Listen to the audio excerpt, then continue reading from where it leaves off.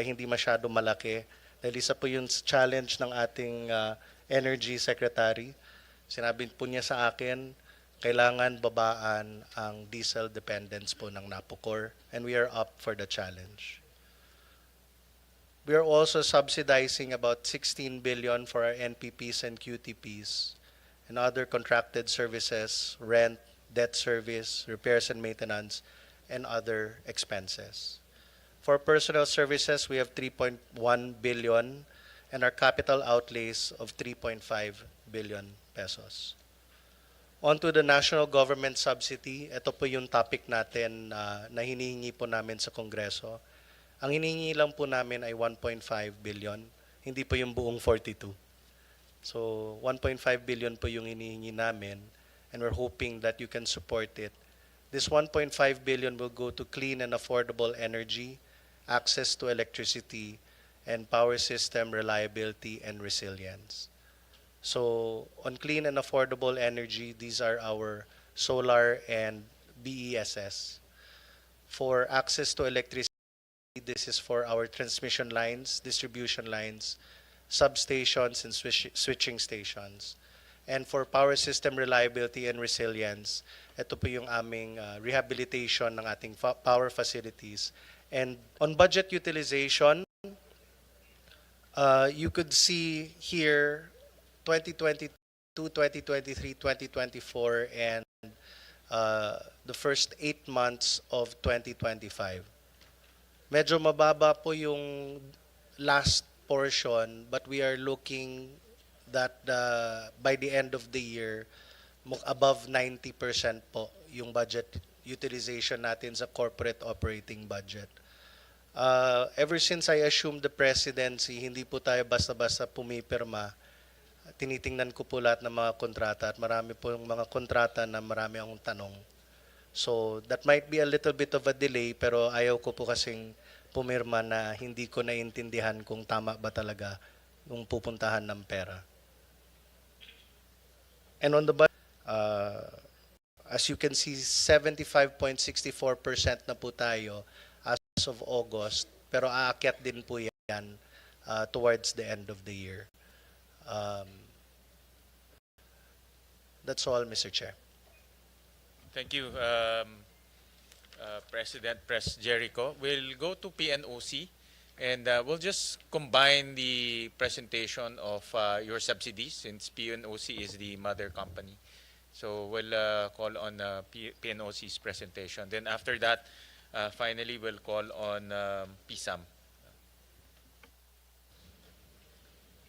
Good morning, Mr. Chair, members of the Senate Committee. This is the presentation of the Philippine National Oil Company. Next slide, please. This is the mandate to authorize exploration, exploitation, development, and utilization of all forms of energy resources. Our vision is to be a strategic niche player, and our mission is to complement the efforts of the private sector. Next slide, please. These are major accomplishments in terms of remittances to national government over 3 years. We have remitted 1.6 in 2022, 2023 2.6 billion, and 2024 2.46 billion. In spite of the approved budget in 2025, 1.25 billion, we are projecting a net income of 1.79 billion, and that out of that 179 billion, we're expecting 895 million to 1.34 billion remittance to the national government. Next slide, please. This is the proposed corporate operating budget, NEP level. We are proposing a 5.8 billion distributed in terms of capital outlay at 4.723 billion, and MOOE at 848 million, and the personnel services at 237 million. The biggest chunk of the COB is on the capital outlay at 81%, followed by MOE at 14, and 4.0% for personnel services. Next slide. This was the proposed COB and was presented. The capital outlay consists of the following particular projects, and it's about 4.7, and the rest MOE and the personal services, totaling to 5.809 billion. Comparatively, 2025 versus 2026, as shown in the right side of the slide, the increase in the capital outlay from 0.17 last year to 4.72. That is the major variance in the budget. Next slide.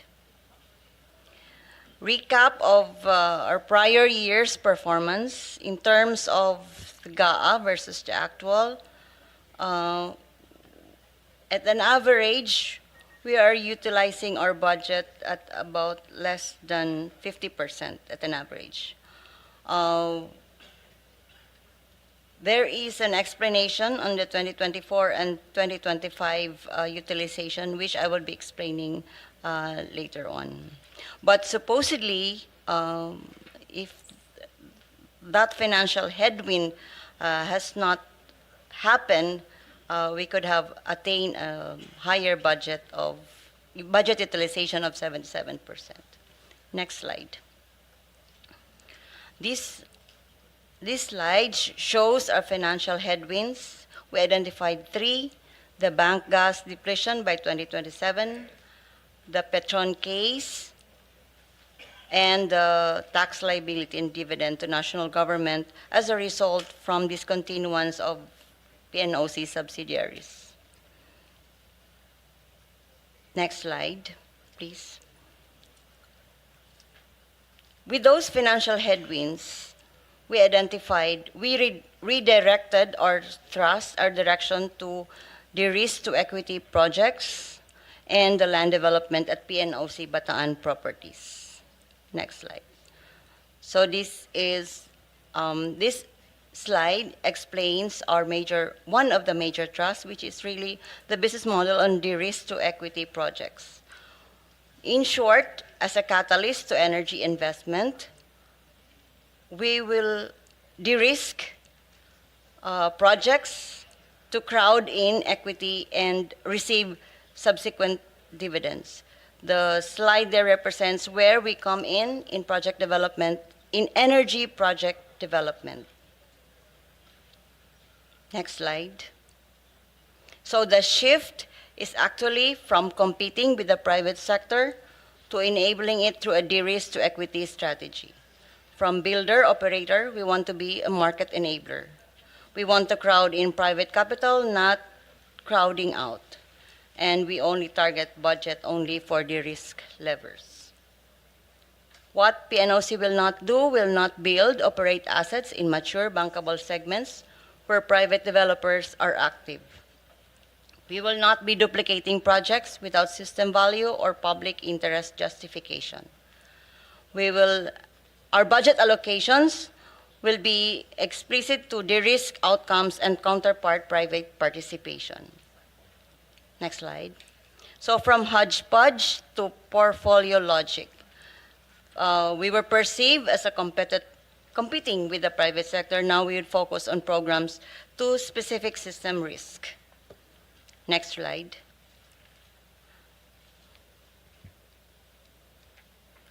So these are the de-risk to equity projects and technologies, and we have here the financial run for each of these technologies. So what we are asking is for 2026, where what we are budgeting is the 520, and the succeeding years for 2026, 27, 28.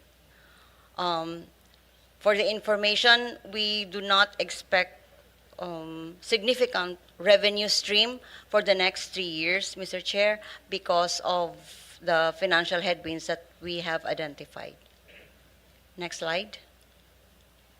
Okay, so this is also a simulation run for the equity returns that we hope to achieve when we now de-risk, when we now develop the de-risk to equity model. Next slide.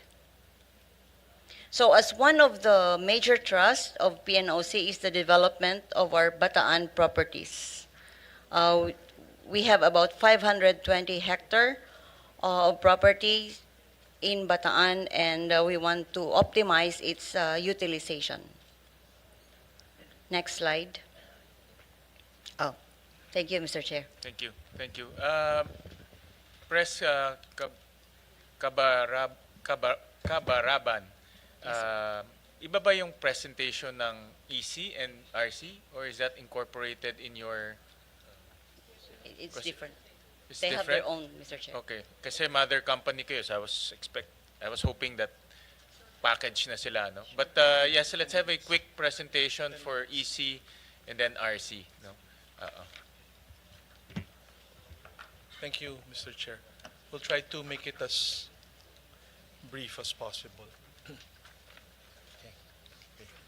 So good morning, Mr. Chair. Good morning to our honorable senators, to Secretary Garin, and to undersecretaries, as well as my colleagues in the energy sector.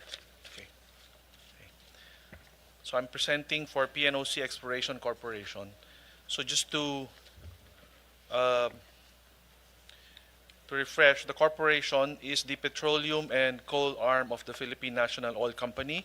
We are engaged in the exploration, development, and production of oil, gas, and coal resources. PNOC operates without national government subsidy and relies mainly on internal generated funds for its activities. Next slide, please. So PNOC currently holds interests in 6 active petroleum service contracts, namely SC-57 Calamian, SC-59 West Balabac, and SC-79 Araceli, which PNOC operates, and SC-38 Malampaya, SC-58 West Calamian, and SC-75 Northwest Palawan in joint venture with private companies.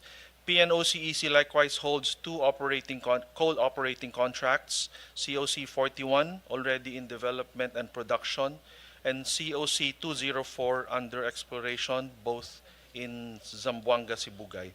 Next slide, please. For SC-57, PNOC completed the processing of 1,519 square kilometers of 3D seismic data acquired last year, and continued technical interpretation to firm up drilling prospects. PNOC likewise initiated preparatory farm-out activities. For SC-59 West Balabac, PNOC undertook preparatory technical work for drilling identified prospects. Next slide, please. For SC-79 Araceli, PNOC completed seismic interpretation and evaluated options for geochemical survey. The corporation also evaluated and continues to evaluate new domestic petroleum blocks for possible application, nomination, or farm-in, including newly awarded areas. Under COC-204, PNOC completed regional exploration, drilling, and geophysical logging, and continued evaluation of potential reserves. Next slide, please. As of end of September 2025, our net income is at almost 1 billion pesos. Earlier this year, PNOC remitted 347.75 million in dividends to the national government from the prior year's income. PNOC also continues to conduct CSR activities in our host communities. Next slide, please. For SC-38 Malampaya, production and sales of natural gas and condensate continued under the consortium led by Prime Energy. 3 new wells were spudded, namely Malampaya East, Camago, and Pag-asa. In the Cagayan Basin, PNOC continued site preparation and procurement for exploration and drilling, both for Chico 1 and Mangosteen 1 workover. Coal mine development and production under COC 41 continued alongside preparatory procurement for Mine 4. Next slide, please. So PNOC-EC has identified several investment opportunities. PNOC-EC is looking for partners in SC57 to share costs and risks, and likewise in COC 41 for development and production. PNOC-EC is also exploring overseas equity positions in coal outsourcing and is evaluating downstream gas assets, starting with potential participation in the Ilihan gas pipeline in support of indigenous gas development. Next slide, please. So for 2026, PNOC-EC requires an indicative budget of 11.102 billion, 7% lower than 2025. Of this, 10.183 billion is for exploration and production, 194 million for capex, and 725 million for our operating expenses. Next slide, please. So to break down PNOC-EC's 2026 indicative budget, so 10.183 billion will be for exploration and production projects, specifically 2.932 billion for SC 38 Malampaya, 973 million for the Cadlao field, and 4.631 billion for petroleum exploration. 1.85 billion for coal projects, 65 million for native hydrogen. 193.88 million by way of general capital expenses and 725 million as general operating expenses. Next slide, please. So for 2026 programmed activities, SC38 Malampaya will continue production and pursue development works under the Sinagtala project and the drilling of Bagong Pag-asa aimed at extending field life.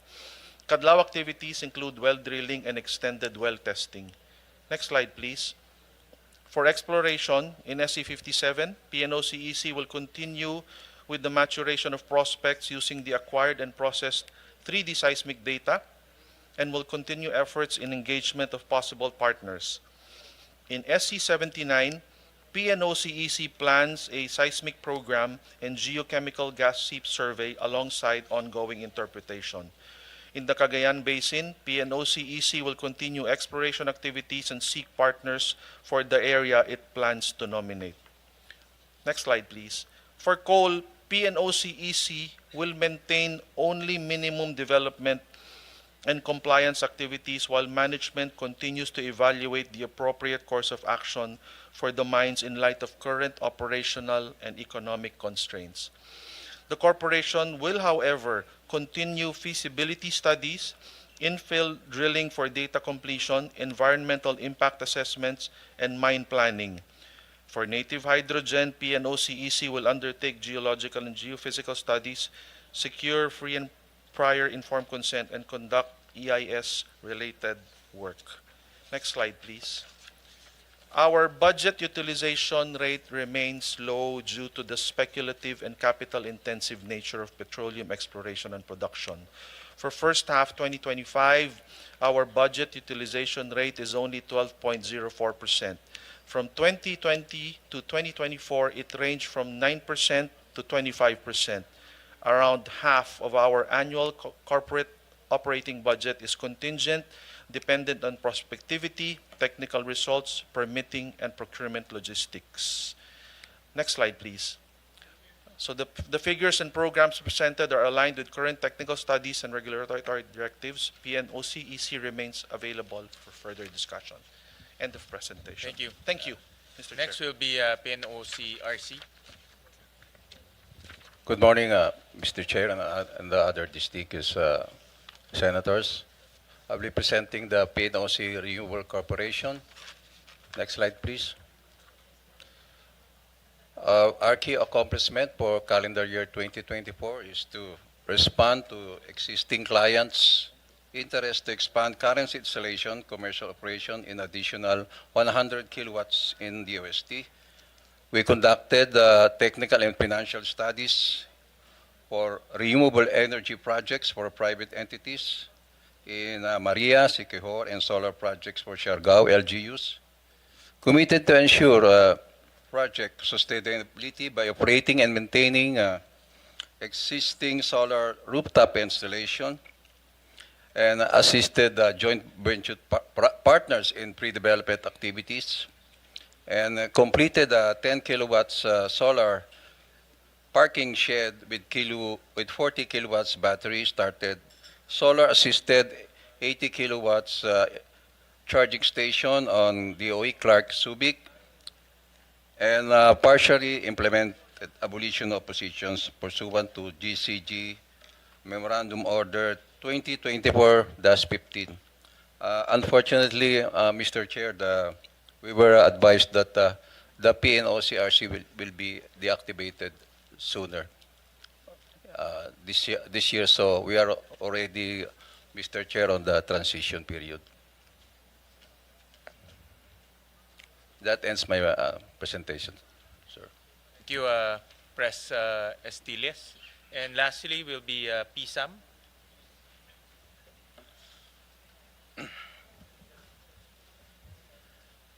Good morning, Mr. Chair, honorable senators. I'm here to present the accomplishments and budget of PSAM for 2026. Next slide, please. This is a summary slide of the accomplishments of PSAM, and I will go through these accomplishments in the next few slides. Next slide, please. With regards to the generation assets, we have privatized 46 generation assets totaling 9,823 megawatts. We have privatized the transmission business via a concession agreement, and we have disposed of 1,487 hectares of real estate. Next slide, please.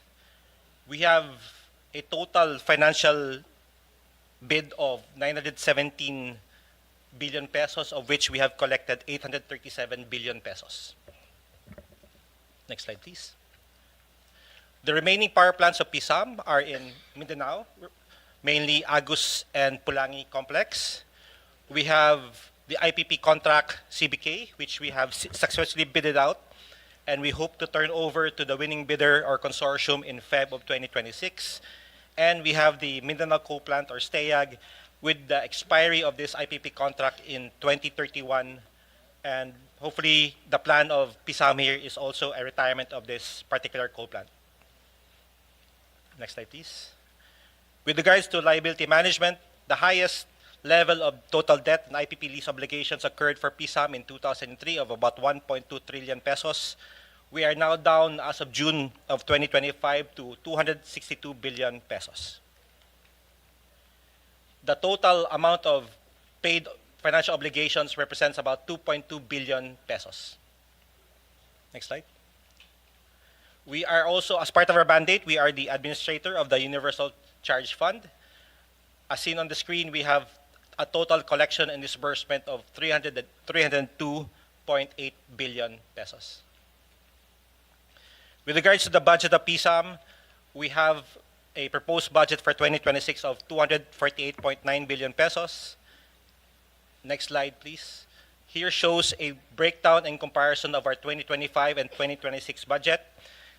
Please note, Mr. Chair, honorable senators, there are huge differences in 2026 because there was an assumption of PSAM here that the corporate life of PSAM ends in 2026. Therefore, we made assumptions on PS for the separation and benefits of employees, and all of our debt were supposed to expire in 2026. So particularly in PS, we have a variance of about 377 million representing separation pay. We have a PSAM MOE of about 232 billion pesos, of which 170 billion of which are expiring obligations, but we are now in the process of negotiating these liabilities for a 10-year life in accordance with the 10-year corporate life extension of PSAM. We have a 10.3 billion requirement for Transco and a 2.2 billion requirement for the Napacor Operations and Maintenance Agreement for the Agus and Pulangi, for a total proposed budget of 2026 of about 248.9 billion pesos. Next slide. Here is a line-by-line breakdown, Mr. Chair. As you can see, the biggest item in our budget represents the debts and IPP lease obligations, followed by the remaining IPP costs that we currently have, such as San Roque IPP, Bakun IPP, CBK IPP, Mindanao Coal IPP. Next few items are with regards to the budget funding for the NPC operations and maintenance agreement for Agus and Pulangi and the Transco funding. Next slide, please. With regards to our budget utilization for 2024, we are at 97.96 budget utilization. And for the first semester of 2025, we are at 46.72%. However, we project for the by end of 2025, we will be at 90% or higher. Next slide.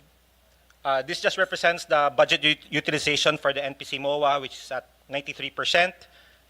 And for 2025, next slide, we are currently at 32%, and however, again, we expect to be at 90% by end of year. That ends my presentation, Mr. Chair. Thank you. Maraming salamat, President De La Serna. As a matter of tradition, we always give priority to the chairperson of the standing committee. And so we recognize Senator Pia Cayetano for her question, to propound her questions. Thank you. Mr. Chairman, I probably have just 2 or 3 questions. I just met with them, I think, 2 weeks ago, and I have a few other hearings coming up. So just a statement, and then after that, no, just very few questions. So I always start my interventions with a reminder, well, by stating that I'm also the chairman of the Committee on Sustainable Development Goals, Innovation and Futures Thinking. And so as we listen to your budget, obviously we're concerned about energy security, the effect on the economy, and our commitments to the UN Sustainable Development Goals. But these commitments we have go directly to the lives of our people. So SDG 7, which is of course affordable and clean energy, that is exactly your mandate. SDG 9, innovations, industry, and infrastructure. I'll go into my first question very quickly. No? Well, observation, and then maybe a quick reply from the Secretary, ERC. So for industries, no, for us to build industries. In 2019, I sponsored the CREATE Law.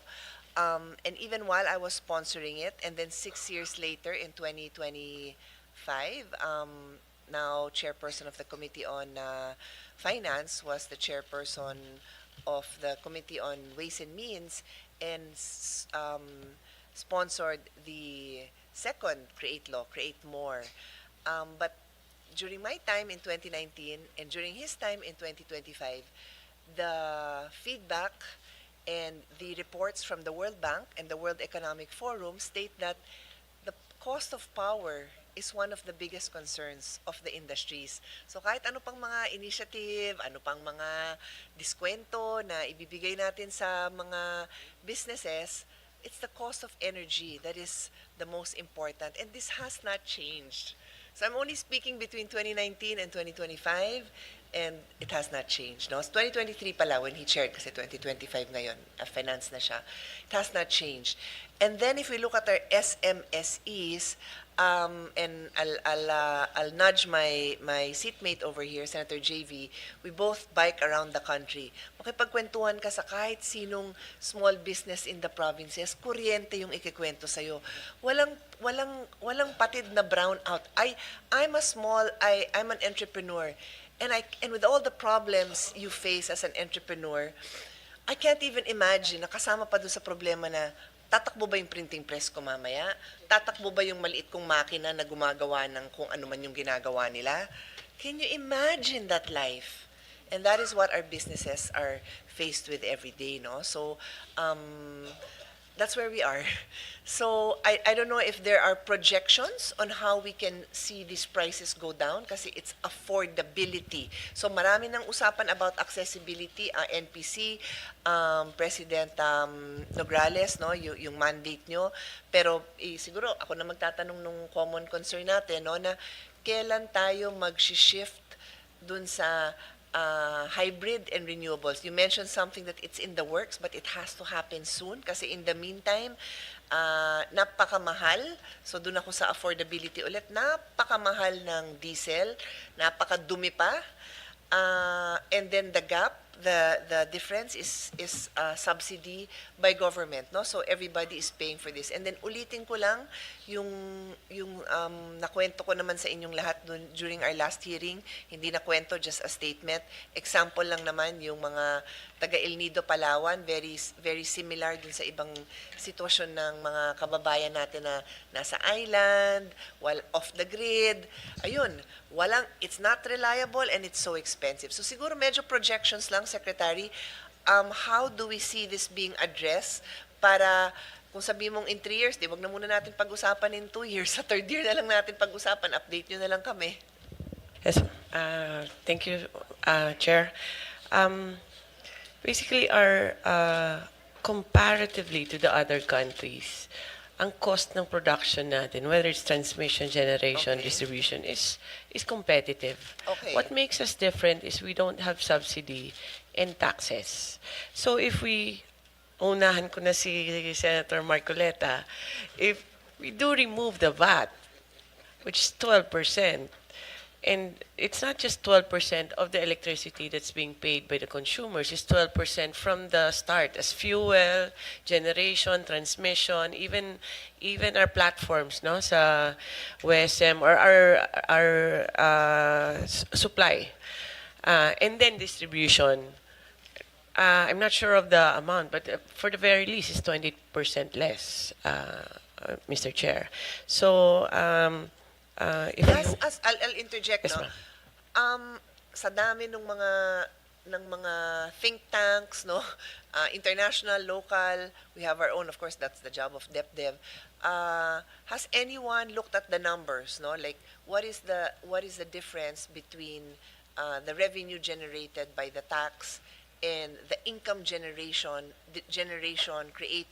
organically created by the businesses and all the after effect, no, on how it flows to the entire community. Kasi sa ibang hearings ko and sa Ways and Means, talagang there's always a group that will give us those numbers so that we know, like by not preventing and doing whatever we can to prevent smoking, ito yung effect. O may taxation ka nga sa smoking, sa vaping, nasingit ko pa yung advocacy ko, ganun talaga buhay. Exactly. May trigger. May taxes ka nga doon, pero yung pag-o-hospital, yung loss of job, loss of income, so ganun din. May ganun kaya tayo, Secretary? To our limited capacity in doing economic and financial calculations, no, our planning does have some assessment of what is the impact of the industry as far as job generation and other businesses that thrive around this industry. We can give that to you, or do you have the Somebody data have now? it already? You have a data now, or we can submit. If you can find Yeah, it yes, now ma'am. within the hearing, that would be We'll great. submit to you, ma'am. Yeah. Kung kayang mahanap ngayon habang nag-uusap sana tayo, that would be the best, di ba? Para we can already discuss. Kasi ito na yun eh, you have 4 senators here. You know, if we need to make big changes, maybe we can.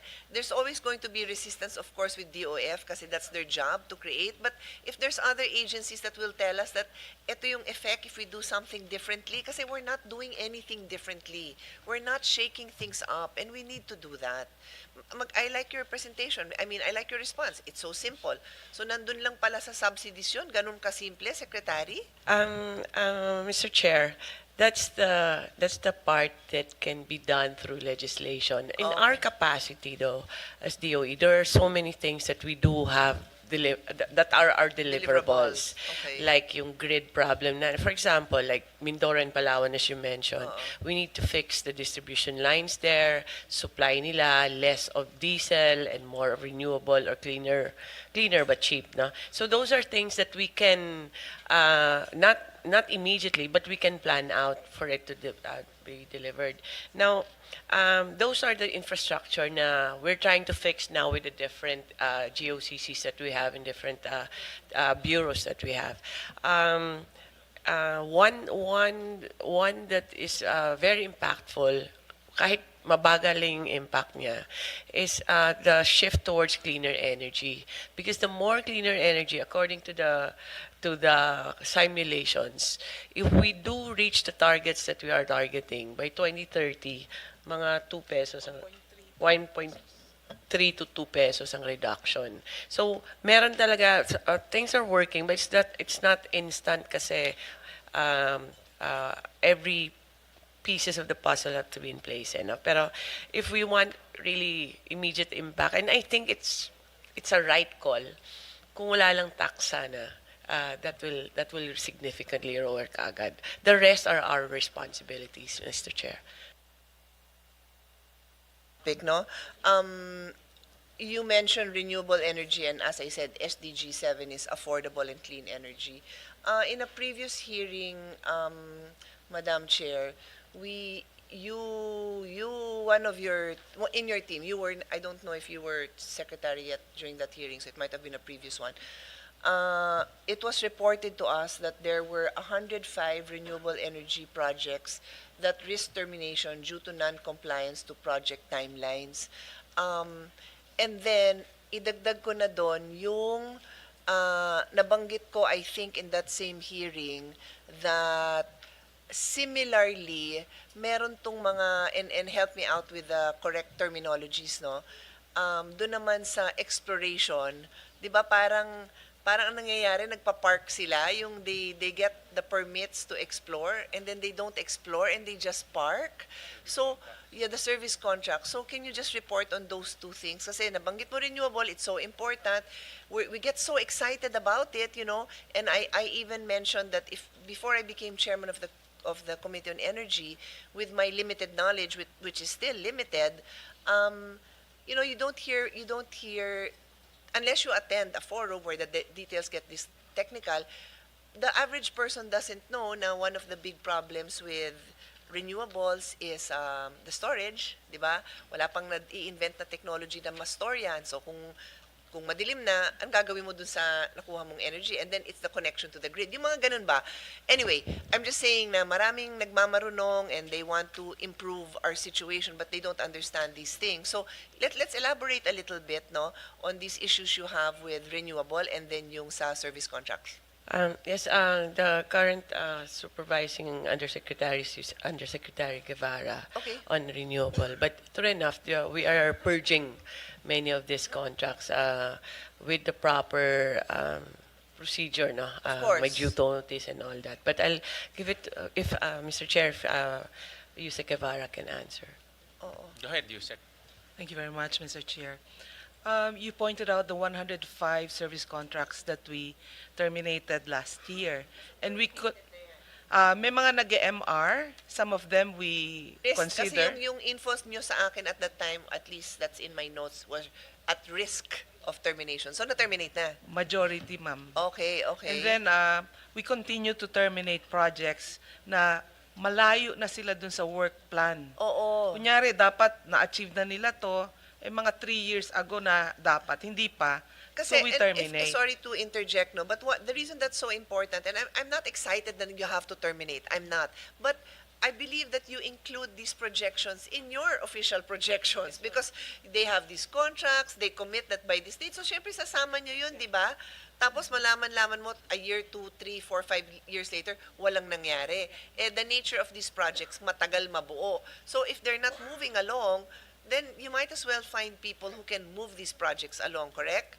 So that's why lang I want to put that on record, that it matters because our goal to be, is it 50% renewable by 2040? Tama? 50% renewable by 2040 is now affected. Imagine if you relied on that, and sino bang may ayaw na less government intervention? Bahala kayo, sige, private, go ahead, do as much as you can.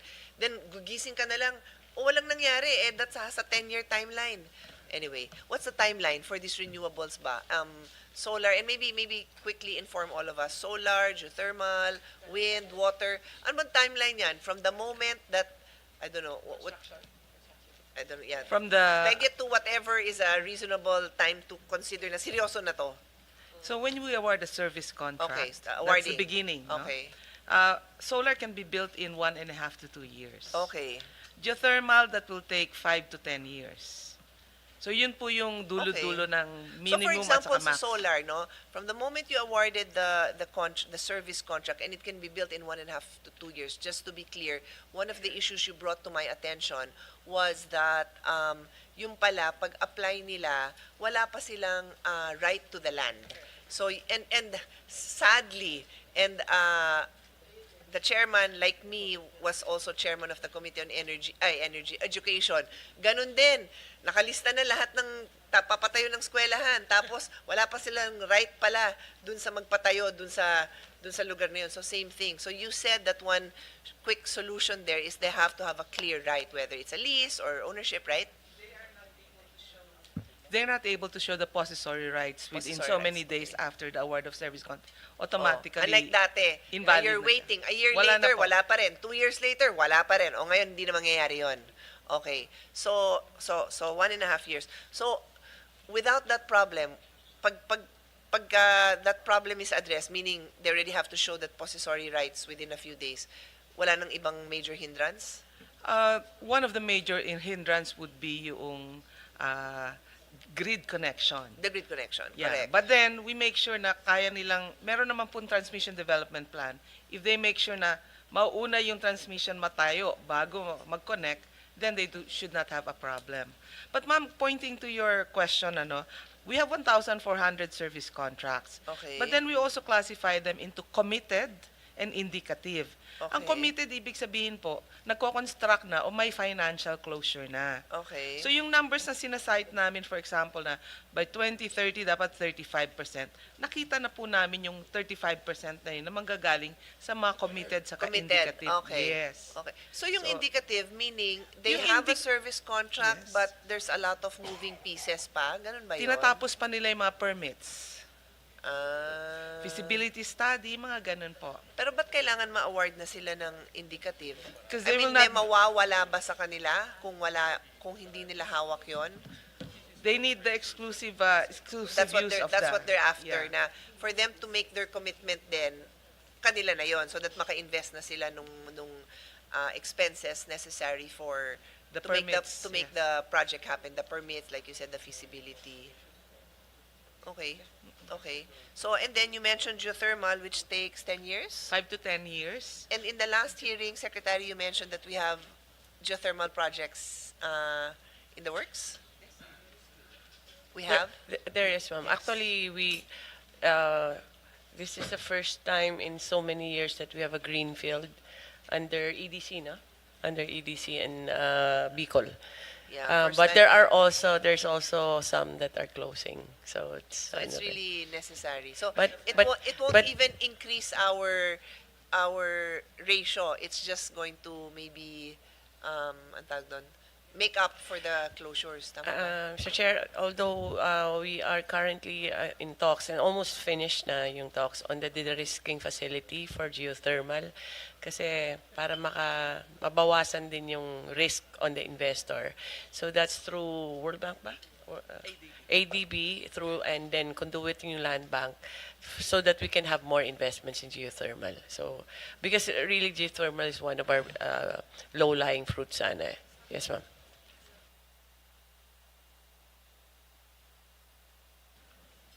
Ma'am, yung pong sa to assure din na we will have the supply that we promised by 2030, meron po tayong green energy auction. And this year we're holding 4 green energy auctions. And so far, ang winners po natin ay 16.6 gigawatts na. Okay. So by the end of this year, baka umabot na po tayo ng 20 gigawatts. So assured na tayo hanggang sa 2028 to 2030 na mga developments. Okay. Kasi pag green energy auction, merong performance bond, they really have to deliver. Otherwise, they pay the government. They will lose the performance bond. Right, right. Okay. I'm looking lang for a news article that Ito. Who's in charge of nuclear? Ikaw din? Anyway, Yes, ma'am. there was an article a day or two ago. It says the Philippines has emerged as one of the front runners in the nuclear deployment in Southeast Asia. Paano nangyari yun? overnight, naging frontrunner tayo. May ginawa tayong, ano mga Yes, ma'am. groundwork natin? We- Kasi, sandali ah, ito si Senator JV. Yesterday, last week, we welcomed the Speaker of the House of Hungary, di ba? Kasi binisita namin siya roughly a year and a half ago, parang early part of 2023. Yeah. And then, nag-side trip ako sa Vienna and I had a meeting with our ambassador. And at that time, a year and a half ago, we have done nothing. Nothing. And then now we're on the forefront. Ang galing talaga natin. What happened? Who can update me? Kaninong PR yun? No, it's, Mr. Chair, hindi yun PR. Ever since 2022, with the new administration, medyo na-revitalize yung nuclear energy program interagency. It just took us time to get back on track. Yes, ma'am. So now we have a nuclear division. We have nuclear division in DOE. We have a roadmap already. Na-review na tayo ng IAEA second time, and we have good grades in IAEA. We're asking for another one pa. The law was passed. We entered into the 123 agreement already with the US and other countries. And we're making headway in a sense that many of our companies are also interested in pursuing and our recent we had surveys now on the acceptance rate ng nuclear, but the recent activity of DOE, other agencies, in fairness, also have activities in this. PhilVox, DOST, PNRI, DND, lahat sila may ginagawa. But DOE issued recently a circular giving let's say, preference or special treatment to the Pioneer One. So it's just more of a framework. And so, why are we considered nauuna sa Southeast Asia? Because we have been steady. Indonesia at one point was ahead of us, but hindi steady kasi their legislative medyo binawi ulit yung authority. Vietnam is also getting ahead also, but it depends on the year na rin or depends on the country. But comparatively, we are ahead of the rest of the countries in Southeast Asia in preparation for building the power plant. Hindi po yan PR, ma'am. Totoo yan. Tamo, ang ganda pa nung opportunity mo magpaliwanag kasi I don't think I asked you for that update in our hearing, no? So I meant it na parang akala ko talaga PR, but with very straight to the point responses. I'm happy to note na you seem to have made a lot of progress. Kasi sometimes it's all talk, di ba? So it's good to see. And ang pinaka-importante ko na narinig ko dun is high grades. Kasi ayoko nung puro talk lang. Did you want to add something? I wanted to add lang, I would like to thank the good chairman of this committee kasi he supported NEPIAC for on the budget side for a few years. Kasi with that, we were able to do our public communications, the mga contracts, surveys, and really beefed up the activities of capacity building of NEPIAC, of all agencies actually. Si Chairman, on that topic, nasa Board of Governors tayo ng IAEA for 2025, 2027. Philippines, medyo impressive yun, ha? Kahit na nasa board tayo ng International Atomic Energy Agency. Although it's, my staff just told me, DOST ang nakaupo. Yeah, but still, no, as a country, that's quite an honor to be part of the Board of Governors. So siguro ito na yung last comment, observation ko, no? I think everyone supports renewables. I don't think there's anyone who would say offhand na that's not the right direction to go. It's a UN mandate, our commitment, and it's what we want, clean energy. But I think what has to be clear, and it's embedded, I think, in the energy sector nga, na someone's always paying for something. So, we are paying for the development and promotion of renewable energy. And the ERC has raised the feed-in tariff allowance from 0.1189 to 0.2073 per kilowatt hour, which would lead to higher power bills next month. Tama ba? Is that accurate? Yeah, ERC.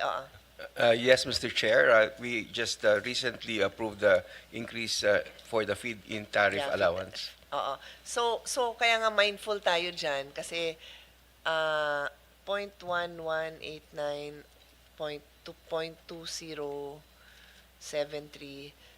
I don't know how much this comes up to an average person's bill. I don't know. Do we know how much? So magkano? Ikaw na mag-compute, Chairman. Utusan pa.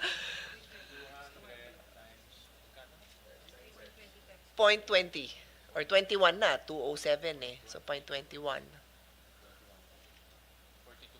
So 42 pesos. So isang kainan din 'yon, 'di ba? Isang kain din 'yun sa karinderya. So sa akin, so everyone is paying for us to promote renewables, to promote and develop. So sa'yo din to, babalik din to kay NPC President, no?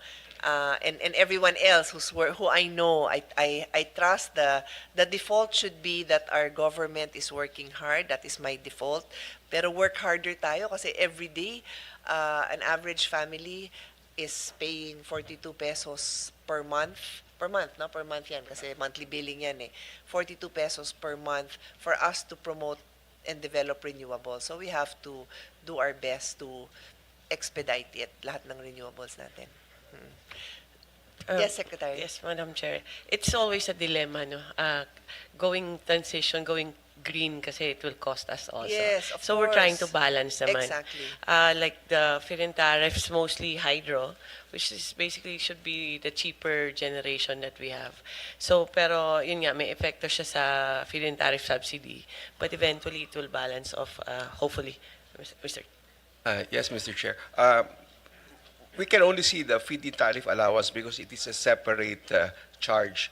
But what we cannot see is actually the reduction in the overall generation charge in WESM, for example, because these renewable energy technologies that are on mass dispatch, they would not offer any price in WESM, and they would actually reduce the quantities that will have to be traded in the spot market. Correct. And with the reduction in the quantity, there can be a downward adjustment to the overall clearing prices at WESM.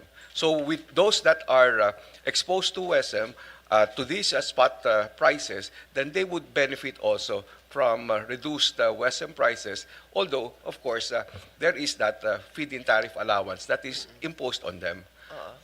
Yeah, thank you for that clarification. So in the bigger picture, itong pag-push itong feed-in tariff, which is yun nga, meant to pay for the promotions and development of renewables, is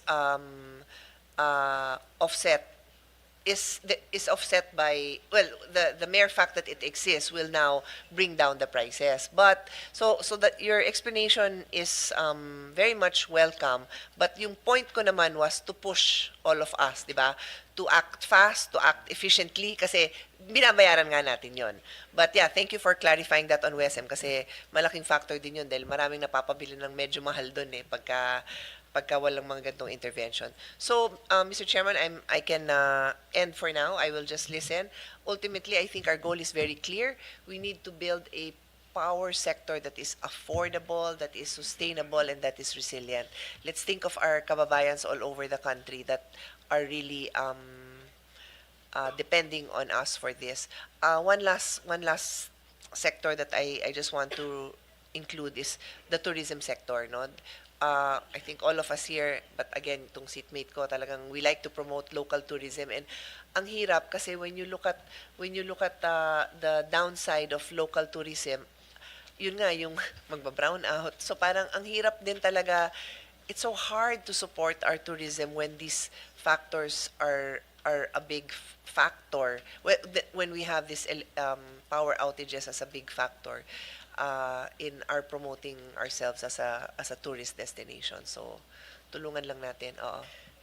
Mr. Chair, just just for example, we are aware and we are also working with the OT. For example, for Siargao, Oo. trying to find funding to improve whether it's the subsea cable or the distribution lines within.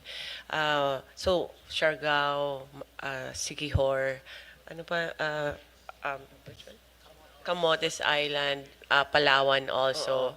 We're trying to work with MIC, even our whatever is available with the DBM and NEA to focus on these areas. And we've had several meetings already with our different agencies for Okay. this.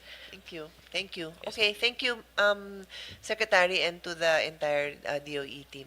Thank you, Mr. Chairman. Thank you, Senator Pia. Next will be Senator Marcoleta.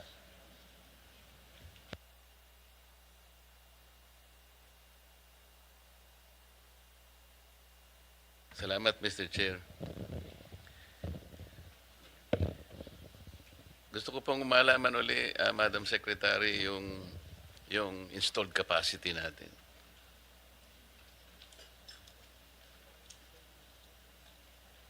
Mr. Chair, can Yes, Yusek ma'am. Guevara answer? She's the supervising undersecretary for power. Thank you. Mr. Chair, 30,000 megawatts po yung ating installed. Yung dependable po, okay po. Megawatts. And Yung then you're ating saying dependable is 27,000 megawatts. yung consumption po natin. Ang peak po natin is about 19,000 megawatts po. 19. Apo.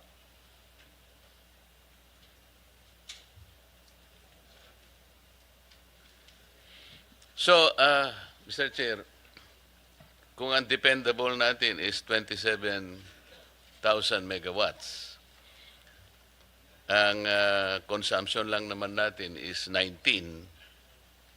Ito sobra-sobra ang ating capacity, di ba? Mr. Chair, palagi po tayong, hindi po natin pwedeng tawaging sobra-sobra kasi po nakikita namin yung... Hindi, mathematically, sobra-sobra Mathematically, talaga. opo. Okay. Yes.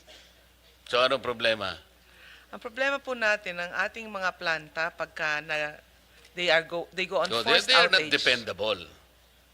Kasi sinasabi mo, dependable. Something that you can depend on. Yes. Tapos sasabihin mo sa akin, may problema yung mga planta natin. So, hindi sila dependable. Ano talaga yung dependable?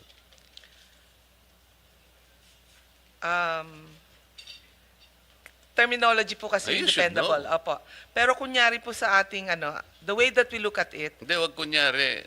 if you look at the outage Real rates, tayo eh. Oo. opo, yung pong ating 19 gigawatts na need, nasusupplyan po yan ng ating mga supply, Hindi, ng mga teka muna. generators. Nasaan yung hindi dependable? Yun ang, kasi yun ang problema eh. So we should at least produce 19 gigawatts, di ba? Kasi yun ang demand eh. Yes. I mean, logically. Logically, pero Nasaan ang problema? Kasi yung 27 na ito, yes. napakalaki. Meron tayong sobrang 8,000 megawatts. So itong problematic na ito, ano bang ginagawa natin? Ba't di natin ma-address? Palagi na problema si Sharon Garin. Opo. Ang mga planta po kasi hindi located in one location. Pati po yung mga consumers natin hindi in one Hindi, location. alam na natin lahat Opo. yun naman. Hindi naman pwedeng ilagay mo lang sa isang lugar Yes. yun. Alam na natin yun. Ang sabi ng chairman natin ng energy, kailangan major overhaul ito. Hindi yung usap na lang tayo ng usap. Tayo rin nagkikita-kita every year. Pero hindi natin nahihit yung problema eh. So meron tayong, essentially, meron tayong 8,000 megawatts na sobra. They appear to be sobra talaga. Ganda sana ang advantage natin. Pero bakit hindi, yun ang striking natin. Anong problema nung dependable sana eh. If we do something about it, baka maging dependable. Let's say half of it, hindi na yung 27. Hindi na yung 8,000, maski na yung 4,000 na lang. May sobra ka pa rin. What do we do? Time mo nga. Mr. Chair, tama po kayo, Mr. Chair. Yung 8,000 na dependable, ang iba dyan hindi talaga dependable kasi nasisira palagi yung iba. Hindi Now, talaga dependable. hindi Because dependable. hanggang ngayon, we are struggling. There are, yes. Lahat po ng presentations na narinig ko this morning, they're about our struggle. Yes, sir. Our continuing struggle to ensure quality, reliable. Preferable. Hindi, wala mo. Hindi ka puro. Wala muna. Mamaya na tayo. Ang sinasabi ng batas, quality, reliable, meron pang isang word eh.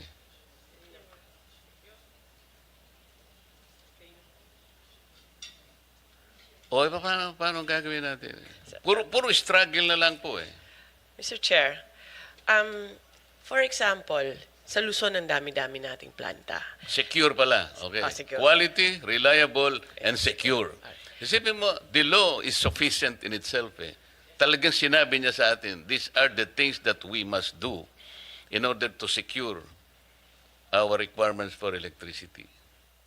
For example, Mr. Chair, sa Luzon, daming planta natin from Bataan to Batangas, no? Pero ang Visayas, iba rin yung characteristic ng Visayas. Kahit marami sa Luzon, limited naman ang linya. So, pag in-assess mo yung Panay, kulang talaga doon.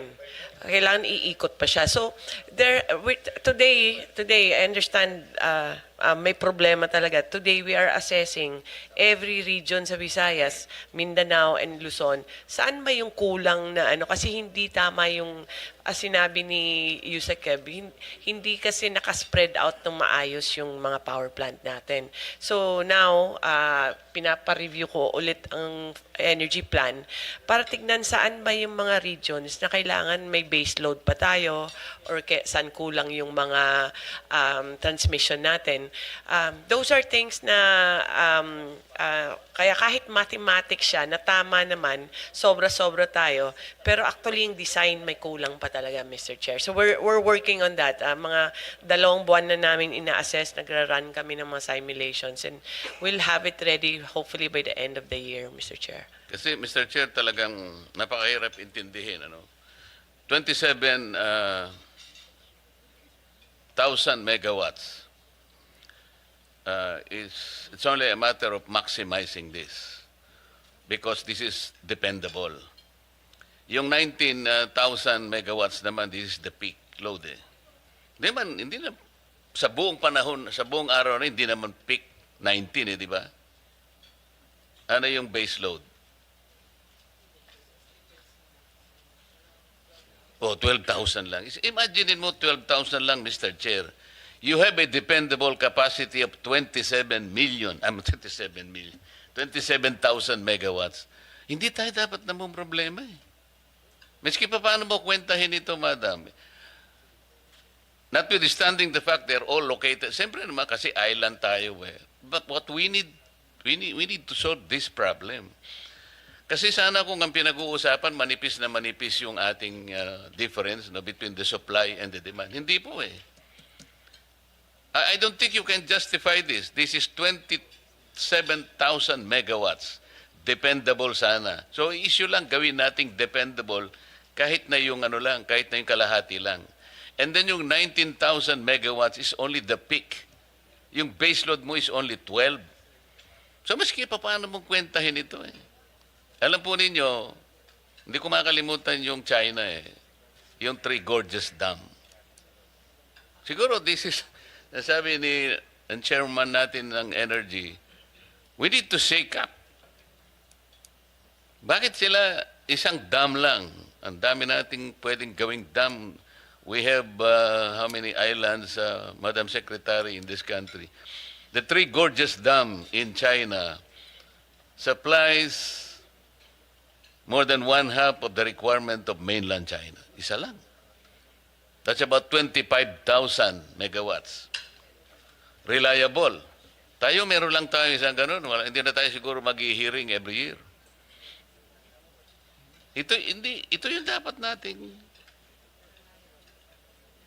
Kasi, okay, meron tayong requirements sa renewable. kahit ano pong gawin natin sa renewable, hindi po siya magiging kasangkapan para sa baseload. Renewable energy, hindi siya pwedeng dependable facility for baseload. Very, very fleeting po yan. Wind, solar, maganda lang po yan sa salita. Di ba? Yun po yung ating pinipilit na, no? Gawin din natin po yan because of our issue on environment. Pero yung baseload po natin, teka muna, ano po yung energy mix natin dito, Madam Secretary? Dito po sa 27,000 dependable capacity, ilan ang coal? 43.7% po. 11,800 megawatts. Ilang percent, ma'am? 43.7%. 43%. Diesel? Ang diesel, oil-based po is Oil. 2,880, Oh, 2,684 megawatts. 9%. 9.9. 10% sabihin na Apo. natin. Ano pa po yung ibang fuel natin? Natural gas, 15.2%. Saka renewable, 31.2%. 15% ang natural gas po. Renewable. 31.2%. So that makes up 100% already. Yes. So talagang hindi po tayo makakaalis talaga sa coal sa ngayon kahit ano pong gawin natin. For now, di po. Kahit na sabihin natin ito ang pinakamaruming fuel natin, ang sa ngayon, dito pa rin tayo. Ano po? Opo. Unless yung natural gas natin, pagbaligtarin natin siya ay maging 43, Masyadong mahal po. meron naman tayo rito, kaya lang hindi natin malaman kung makakakuha pa tayo, hindi na. Talagang wala na tayong sources ng natural gas, madam. May bago pong mga wells. Mr. Chair, we have contracts pa mga bago ngayon eh. Pero siguro mga 5-7 years pa yan at pwede siyang mag-produce for us. Medyo late lang tayo Thank you po. Mr. Chair, meron po tayong Interagency Energy Efficiency and Conservation Committee, IAEECC. Ito po ay na-create under Republic Act 11285. Tama po. Encouraging all government entities to install and utilize solar PV system or any equivalent renewable energy technology in their government-owned facilities. Bakit po ang title encouraging? Mr. Chair, if you allow Undersecretary Marasigan can Ay, ikaw may kagagawa na naman ito, ha? Sige, tira. Thank you, Mr. Chair. Thank you, Honorable Marcoleta. Under the Energy Efficiency Act, yes, it's mandatory for all government agencies. Hindi, to- nakalagay nga, encouraging. It's not Sir, mandatory. mandatory, sir, yung 10% reduction ng kanilang Hindi kasi ang energy title, consumption. encouraging kasi. Opo. Alam mo, you'll be guided by the title. Pag sinabi mong ini-encourage mo lang, may option eh. Hindi siya talaga tutupad eh. Pero pag sinabi mong mandating, wala kang option kung di sumunod eh. Tama. Tama po. Kasi halimbawa, in-encourage ka lang ng tatay mo. Nung bata ka pa, ligawan mo si ganito. Mukhang ayaw mo. Meron kang gusto, di ba? Hindi ka susunod. Pero sinabi niyang, kasi lalo na nung panahon mo, pag sinabi ng tatay o ng nanay, hindi pwedeng hindi tayo sumunod. Ganun ang Pilipino eh. Pag sinabi mong mandating, nandun yung puwersa ng batas eh. Di ba? Tama po. So, kaya ganun po yung aking ina-emphasize, Mr. Chair. Ito, nakalagay, the solar PV system or equivalent RE technology to be installed must initially supply at least 20% of the agency's electricity requirement. O nangyayari na ba ito? Yes, Mr. Chair. Hindi, Honorable. nangyayari na ito. Meron na pong nag-i-install. O malayo yung sagot mo, pare. Sinasabi ko na nga sa iyo huwag yung encourage Pag minandate mo, lahat sila, this is addressed to all agencies Para sasagot mo, meron na po. Kaya hindi tayo nagkakaroon ng 20% ito At least. Ngayon, kung magawa niya 25, 30, di lalong maganda. So itatanong ko nga kasi it has been more than 2 years, sir. O puro tayo resolution. So ilang ahensya na ang napakabit ng solar panel o katumbas na renewable?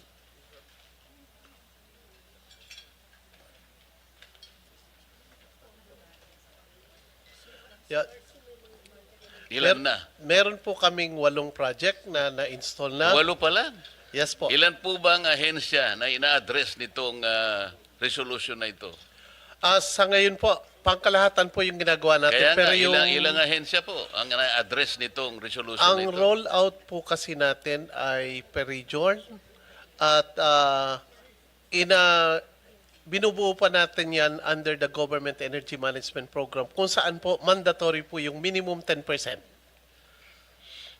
O yung ginawa niyong mandatory, 10%. Ang sinasabi ng resolution, 20%.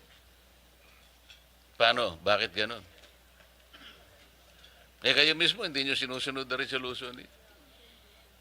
Kaya nahihirapan ng kasasagot ang ating secretary. Ang 10% po kasi is the reduction in their consumption. So isang tool po yung pagtatayo ng mga renewable energy like solar rooftop installation para matulungan sila sa reduction. Pero hindi naman po ibig sabihin nun is hindi na sila mag-a-apply pati. So ilan po yung tinarget natin, more or less, agencies? Sa ngayon po talaga nasa rollout pa lang po kami at including the local governments naman po ang kasama na namin. Kaya nga, bigyan mo ballpark, ilan po ang agencies na tinatarget nitong resolution na ito? Mr. Chair, dapat yan lahat, no? Kaya nga, Pero, mga ilan? Minimal pa lang ang nagawa. Kasi ang process yan, mag-audit kami, magmumowa, may audit sila, titignan namin yung mga pumbilya, tapos i-advise namin kung anong solar ilalagay. No? So, right now, we have agreements with DOH. I think, ongoing And some yung CHED, LGUs. TESDA, and then some LGUs dito sa Metro Manila with Valenzuela, Navotas, Makati, we're entering to agreements para ngayong year sana maumpisahan na siya full scale. But we cannot just say to all agencies, so i-reduce nyo kasi they need our technical assistance na rin para malaman nila anong aircon yung lalagay nila, anong bumbilya. So with the limited capacity that we have, it's small compared to the whole whole of government. Yeah, alam ko Mr. po Chair. yun, Madam Secretary. Kaya ko lang tinatanong if it is addressed to all agencies. Para lang malaman natin gaano tayo kabilis, gaano tayo ka-slow. Let's say X number of agencies. Ngayon, ang sabi mo after 2 years, ilan yun? 6 o 8 pa lang nakapag-comply. So you have, let's say, 1,000 agencies as the targeted universe.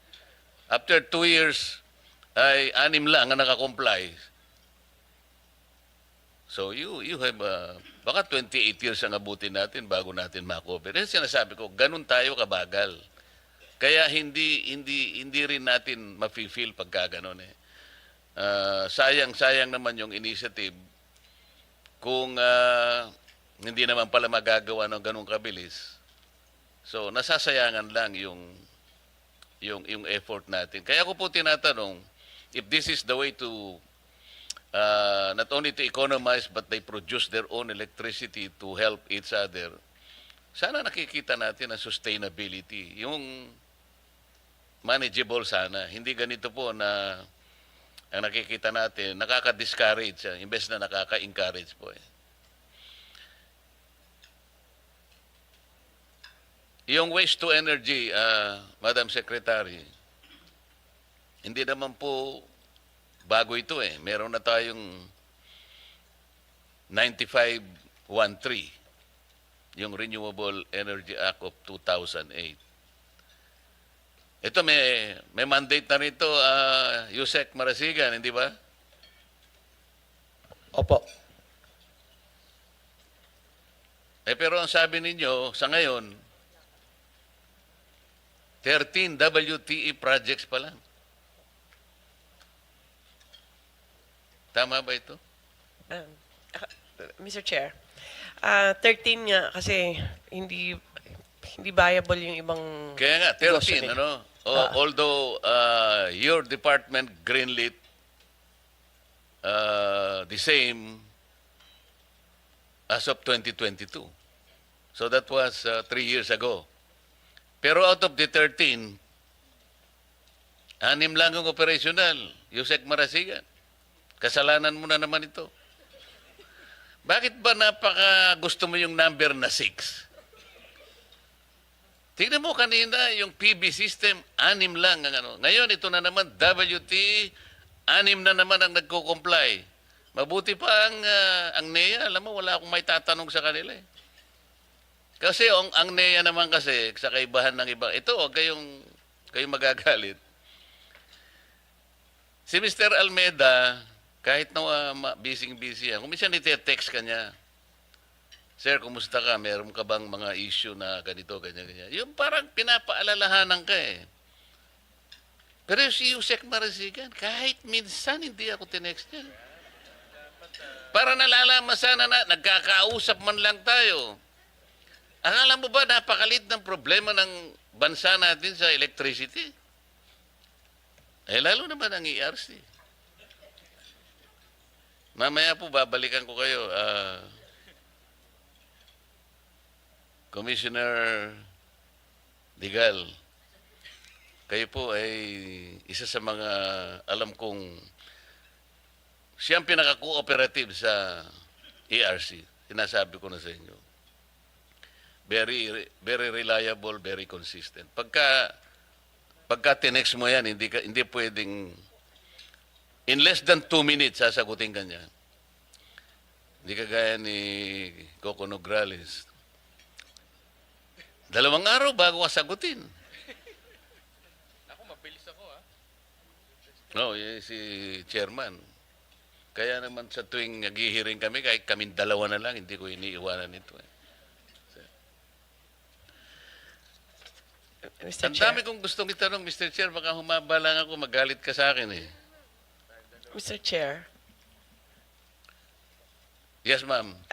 yung sa WTES, marami talagang nagiging hindi feasible. So right now, meron po kaming nakaset na i-auction na namin yung WTE, especially Metro Manila.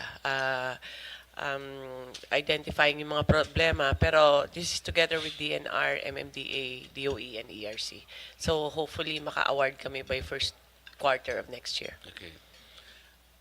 And Mr. Chair, dadako ako ngayon dun sa affordable. Kanina pinag-uusapan natin yung quality, reliable, and secure supply of electric power. Pero yung affordable, nandun din po yun. Section 2, paragraph B. Tama, President Nograles. So yung affordable, ito yung walang kamatayang issue, yung affordable na to. 24 years ago, we crafted a law. Ang pangalan ay IPIRA. Talaga yung nakalagay, affordable. Tapos pagka binasa mo pang pababayan, transparent and competitive. Mga ganun competitive price of electricity, fair, under a regime of free competition in order to make our products globally competitive. Nakalagay. Pero talaga pong hindi natin very, very elusive yung affordable. Kasi unang-una, tingnan po ninyo yung lifeline rate program natin, which is stipulated under Section 23 of EPIRA. Merong kasing ladderized yan Pero in case of Meralco, alam po ninyo yung 100% na free lang, 20 kilowatt hours. Kawawang kawawa. Para malibre ka ng 100%, kailangan ang ginagamit mong kuryente hanggang 20 kilowatt hours ka lang. Parang nagsindi ka lang ng 3 bumbilya maghapon, tapos tigilan mo na yan. Bakit po ganon, Madam ERC? Sa Meralco, ang consumption bracket discount niya po ay, let's say, 0 to 20 kilowatt hours, 100%. Samantalang sa Ilocos Sur Electric Cooperative, 0 to 15, 30%. Ano? Sa Tarlac Electric Cooperative, 20%, 20 kilowatt hours, 100%. Sa Surigao del Sur, electric, Surseco 2 yata ito. 0 to 15 kilowatt hours, 20%. Sa Pampanga, 0 to 15 kilowatt hours, 50%. Sa Antique, 1 to 15, 7%. Hindi ko po maintindihan ito, ba't nagkakaiba-iba? Electric Cooperative sa Pelco 1, 16 to 20 kilowatt hours, 40% ang discount. Yung Anteco, 16 to 20%, 5% ang discount. Bakit po ganito? Talaga pong hirap na hirap ako rin. Bakit hindi po at least uniform ang pagbibigay ng discount? Hindi ko po sinasabi na dito sa discount na ito ay talagang sapat na para maiangat natin dun sa affordable. Dito pa lang ho, naguguluhan na ako. Gusto kong pag-aralan, kaya lang, pasensya na po kayo, napakahirap intindihin ito. Bakit po nagkakaiba-iba? Mr. Chair, can I respond? Yes, sir. Yung pong original na Lifeline program na ngayon ay pinatutupad pa, ito ay nadisenyo noong time na ina-unbundle natin ang rates ng mga distribution utilities. At ang nangyaring disenyo ay per distribution utility. Dahil ang Lifeline program ay isang paraan ng pagsusubsidiya ng mga marginalized consumers, nung nadisenyo ito, ang subsidy ay manggagaling doon sa subsidizing class within the same distribution utility. At yung isa-subsidize niya ay yung mga marginalized doon din sa same na distribution utility. May mga distribution utility na malalaki tulad ng Meralco na kung saan marami ang pwedeng panggalingan ng subsidy. Kaya nung dinisenyo siya, ang isang pamantayan naman na ginawa ay dapat yung subsidy charge o yung Lifeline subsidy charge will not exceed 10 centavos. At nung dinisenyo, tiningnan kung magkano ang malilikom kung ito ang limit, nakita na sa halagang 10 sentimo na i-charge mo dun sa subsidizing class ng Meralco customers, maaari ka pong makapag-extend ng discount up to 100 kilowatt hours na konsumo ng mga marginalized or yung low consuming.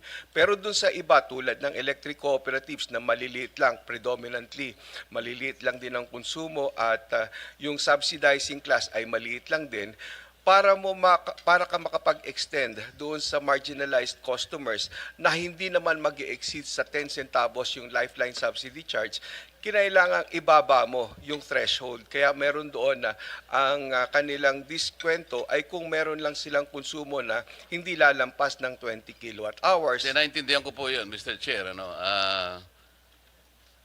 Ang hindi ko po makuhang mabuti ay yung pinag-uusapan natin na lifeline rate. Lifeline kasi, ibig sabihin talaga pantulong eh. Bakit ang Tarlac Electric Cooperative sa Limbawa nakakapagbigay, nasusundan niya yung sa Meralco na yung 20 kilowatt hours, 100% na ililibre niya. Katulad ng Meralco, bakit lahat na ay walang nakagawa ng ganon? Isip-sipin po ninyo, yung Pampanga, mas malaki ito kaysa sa Tarlac. Hanggang 15 kilowatt hours lang ang 50% niya. Yun ang hindi ko makuha. Paano, pag sinabi po ninyong, halimbawa, yung 15 kilowatt hours na consumption ng isang household, yun lang ang bibigyan niya ng kalahati, 50%. Gaano po ba yun? Hindi po pang buhay yun eh. Hindi lifeline yun eh. Lalong-lalo naman yung iba, walang nakaano kahit isa. Ito, Cooperative Inc., Anteco, 16 to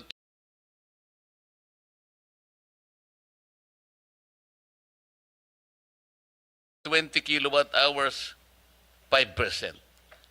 Eh siguro po kung langgam lang ang pinag-uusapan natin, sa langgam pwede na po ito.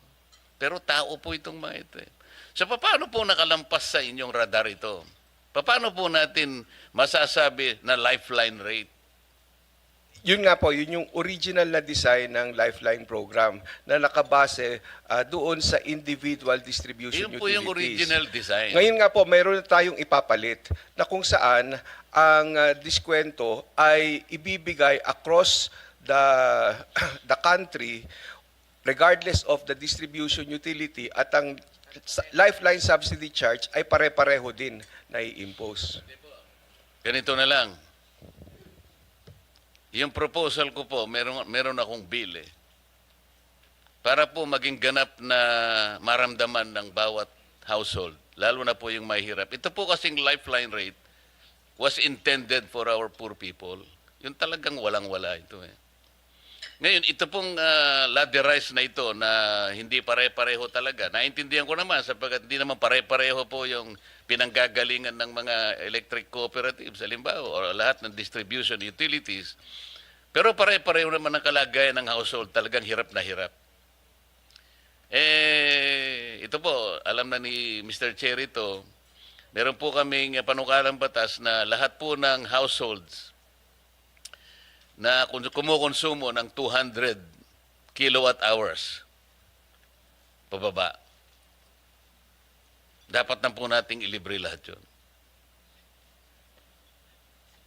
Hindi po kayo makasagot.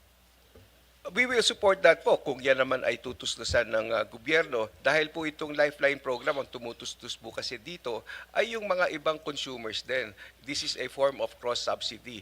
Pero yung pong inyong prinsipyo na pinapanukala, ito po ay ang gagawin naming bagong disenyo ng Lifeline program na kung saan ang makakabenepisyo doon sa diskwento ay across the board pero hindi lang na maibibigay yon at 200 bagkus maaring ito ay 50 kilowatt hours, 50 kilowatt hours at 30 kilowatt hours. Ganun lang po kasi pinag-aaralan natin naman din ang magiging impact niya doon sa Lifeline subsidy charge. Hindi naman po kayo magpapasyan yan eh. Kung halimbawa na naipasya ng Kongreso na ito ang maging panuntunan natin, 200 kilowatt hours parang subsidy na po sa lahat na. Yun po kasi ay talagang makakatulong sa marginalized sector ng ating bansa. Siyempre po, isa-subsidize ng gobyerno yun eh. Tingnan po ninyo, ang philosophy po behind that is napakarami ng binibigay nating mga subsidies ngayon. Lalo na nakaraang eleksyon, meron kayong AKAP, meron kayong AX, meron kayong TUPAD, meron kayong MAIP, bukod pa dun sa 4Ps. Alam po ba nyo kung magkano yon ang total for this year? 194 billion pesos.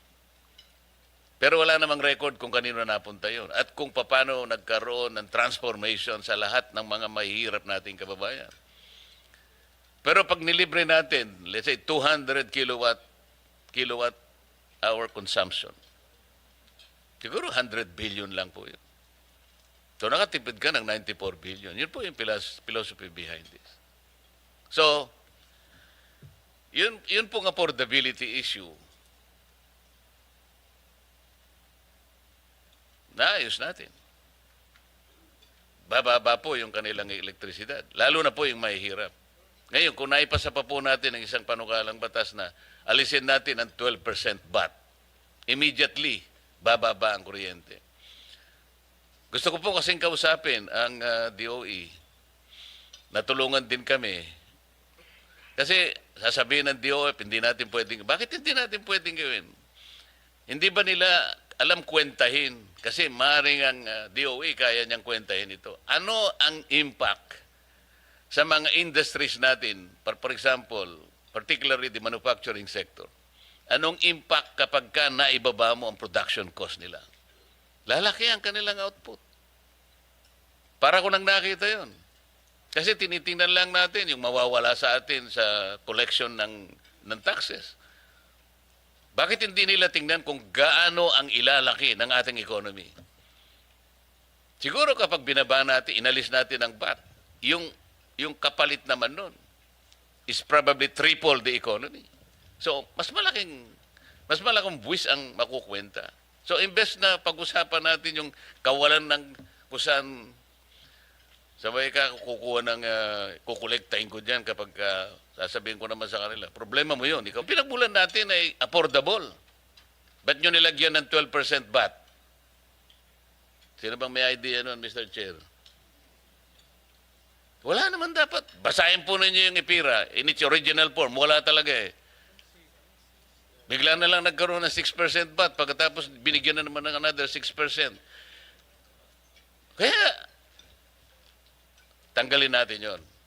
And then we will present a study na kapag ginawa natin yon, ang ating manufacturing sector talagang lalaki. Ito po yung problema. Bagsak po ang manufacturing natin. It is not contributing significantly to our economy. Ang ating pong GDP is consumption-driven. Dapat production-driven. Imagine po nyo yung ating cement industry, Mr. Marasigan. Yusek Marasigan. 70% ng production cost is electricity, power. Kaya po hindi sila gumiginhawa. Ang nakikinabang po ang Vietnam. Ayun pong mga cold storage natin, kaya hindi tayo makaimbak ng pagkain natin. 60% is electricity. Subukan ninyong ibaba ang production cost by way of reducing the rates of electricity. Para ko nang nakita kung gaano ang threefold, maybe fivefold giginhawa ang ating economy. And then, from there, we can collect more taxes. Yun ang gusto naming i-present na alternative. O di, bumaba ang kuryente, tumaas ang economy. Dapat yun ang aralin natin.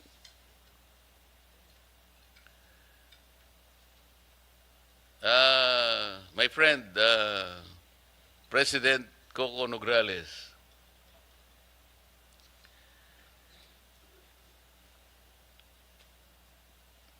paano yung ano ba yung gusto kong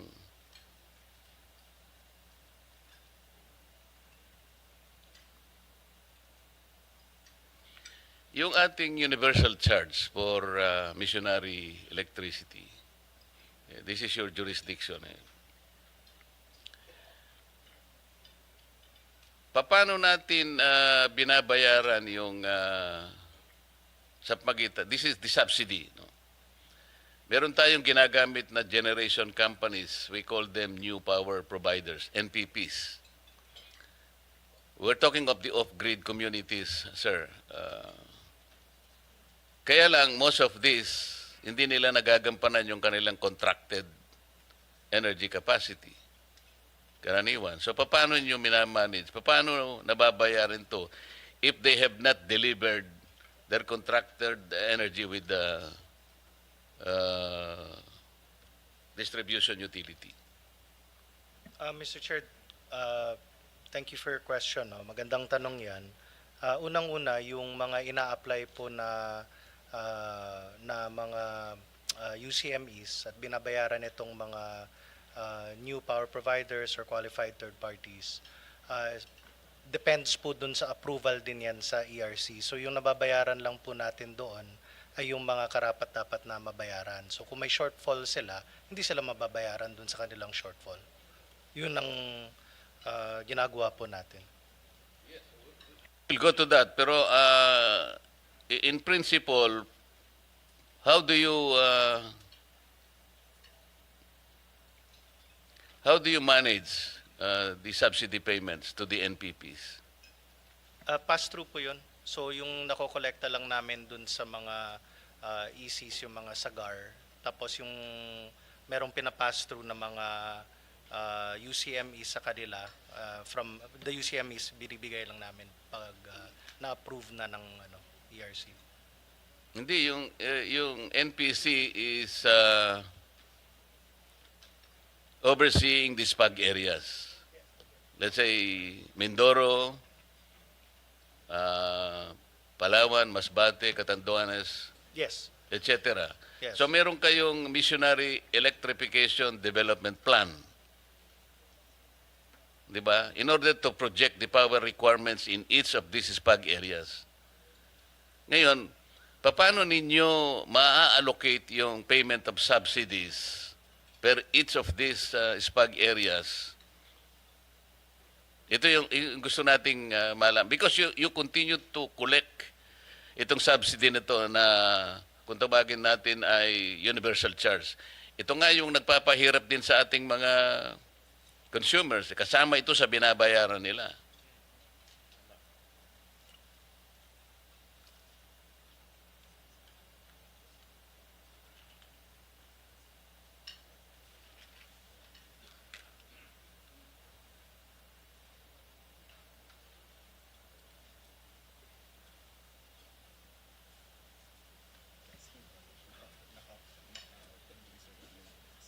Yeah, so meron silang mga claims, Mr. Chair. And yung mga claims ng mga ito, syempre bine-verify po natin yung performance nila. And kung hindi nila naaabot, hindi po namin sinusupport yung claims na yan. And naka-budget din naman yung mga subsidies na ito. And Yes, but we have to start with the UKME allocation. Kasi kayo nag-a-approve ng plan. Yes. Alam ninyo kung magkano ang allocation in each of these PAG area. Meron po tayo. Mga So, allocations.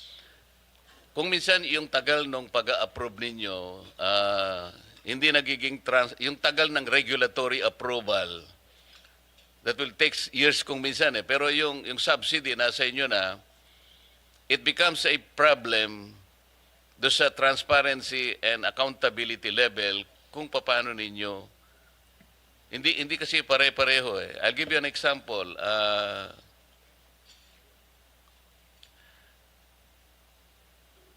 Yung what do you call this? On October 2, a demand letter of Power One Corporation for payment request of about 140 million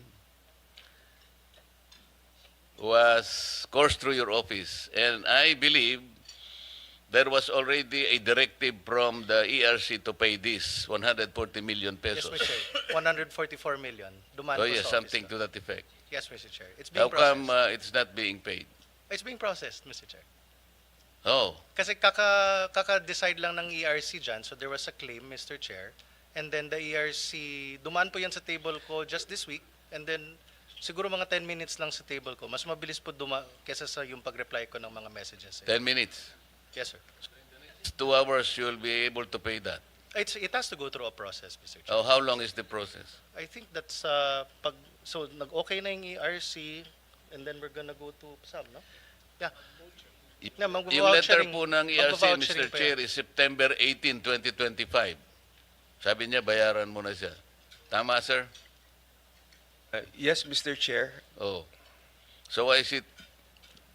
May mga So ilang internal, araw ang processing? may internal processes po kami. So pagdating sa amin, that's a few, Yeah, but I think the chairman would like to know how many days will it take? I think from now, probably we're going to pass it on to SAM, and then SAM will already release it. Siguro less than 30 days, Mr. Chair. Tag- Less than Mr. Chair. 30 days. 30 days daw? Less than.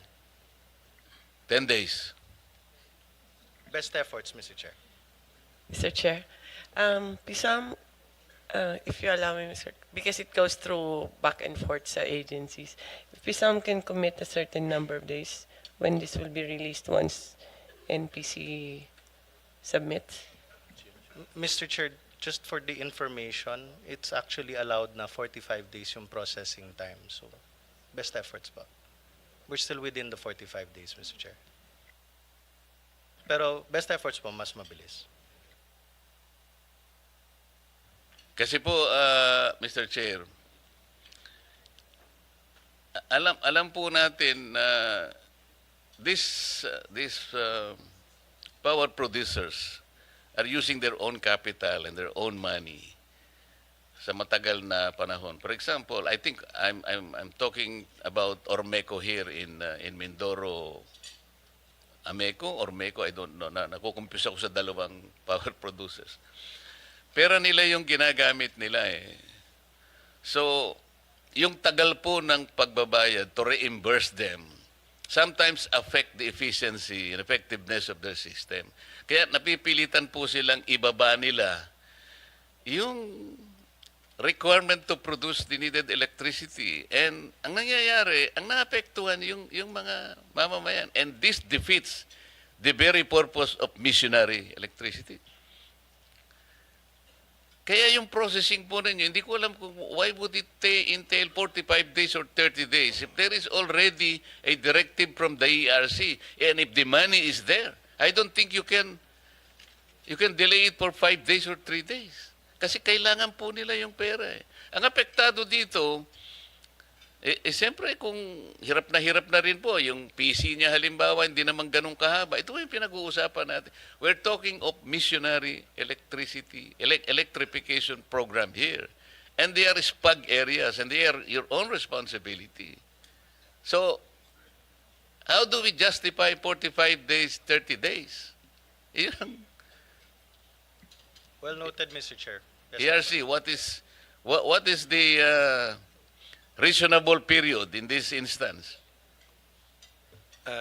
It depends on their internal process, but of course, around the 15 days would seem already to be reasonable. I heard 5 days.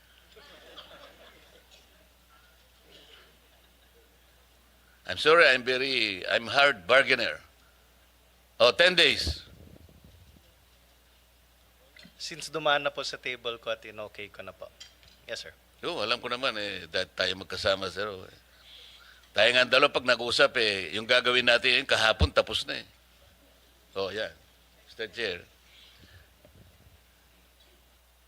Okay, titigilan na kita.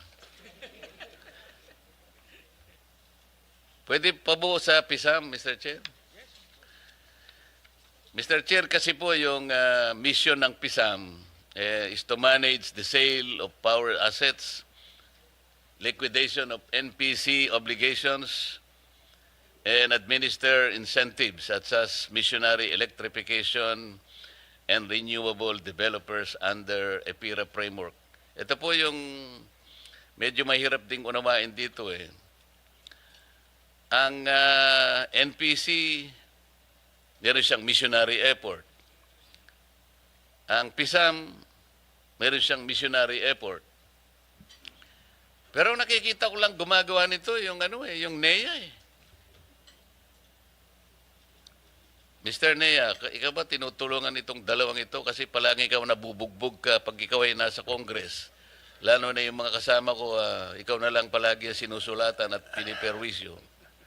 Maganda po ang samahan namin sa Energy Family ngayon. We are all working as a team, Mr. Chair. Tinakot ka ba nila?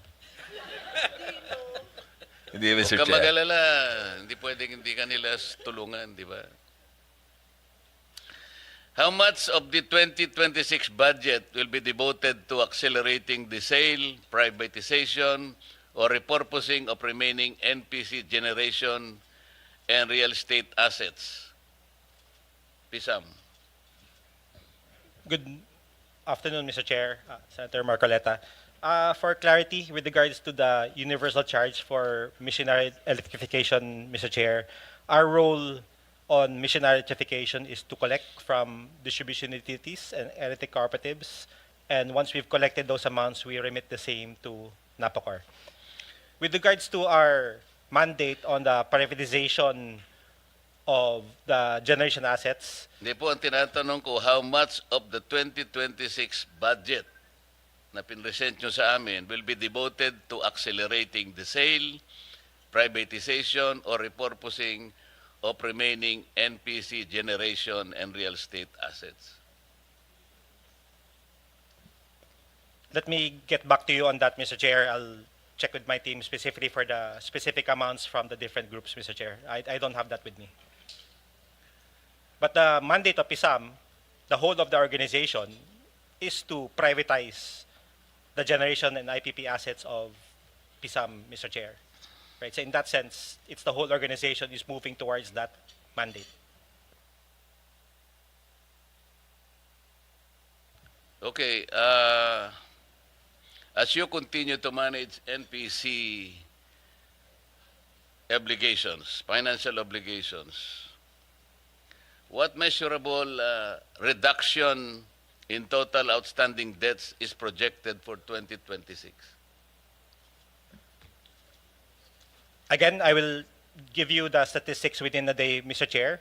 But for sure, I think we have been very efficient in our debt, in the managing of the debt obligations, specifically in our partnership with Land Bank and the Development Bank of the Philippines. It has proven to be a very good relationship. We're in coordination with Land Bank, President Inet, and DBP, President Mike. It's been proven that we have been able to reduce the cost of borrowing vis-a-vis borrowing from private banks, Mr. Chair. Senator Marcoleta. Wala pa kayong naibibigay na information sa akin. How can you sure that you are very, very sure about it? We definitely... Halimbawa, yung universal charge. Kasi ang pinag-uusapan lang natin, yung nandun sa affordability na naman tayo. May connection naman kayo in lowering the charge of electricity rates. Sa universal charge pa lang, kaya po tayo interesado rito, lalong-lalo na yung stranded contract cost. Bakit po hanggang ngayon ay kasama pa rin sa billing ng isang ordinaryong household yung payment ng stranded cost kung talagang nagagampanan ninyo yung mandato ng batas na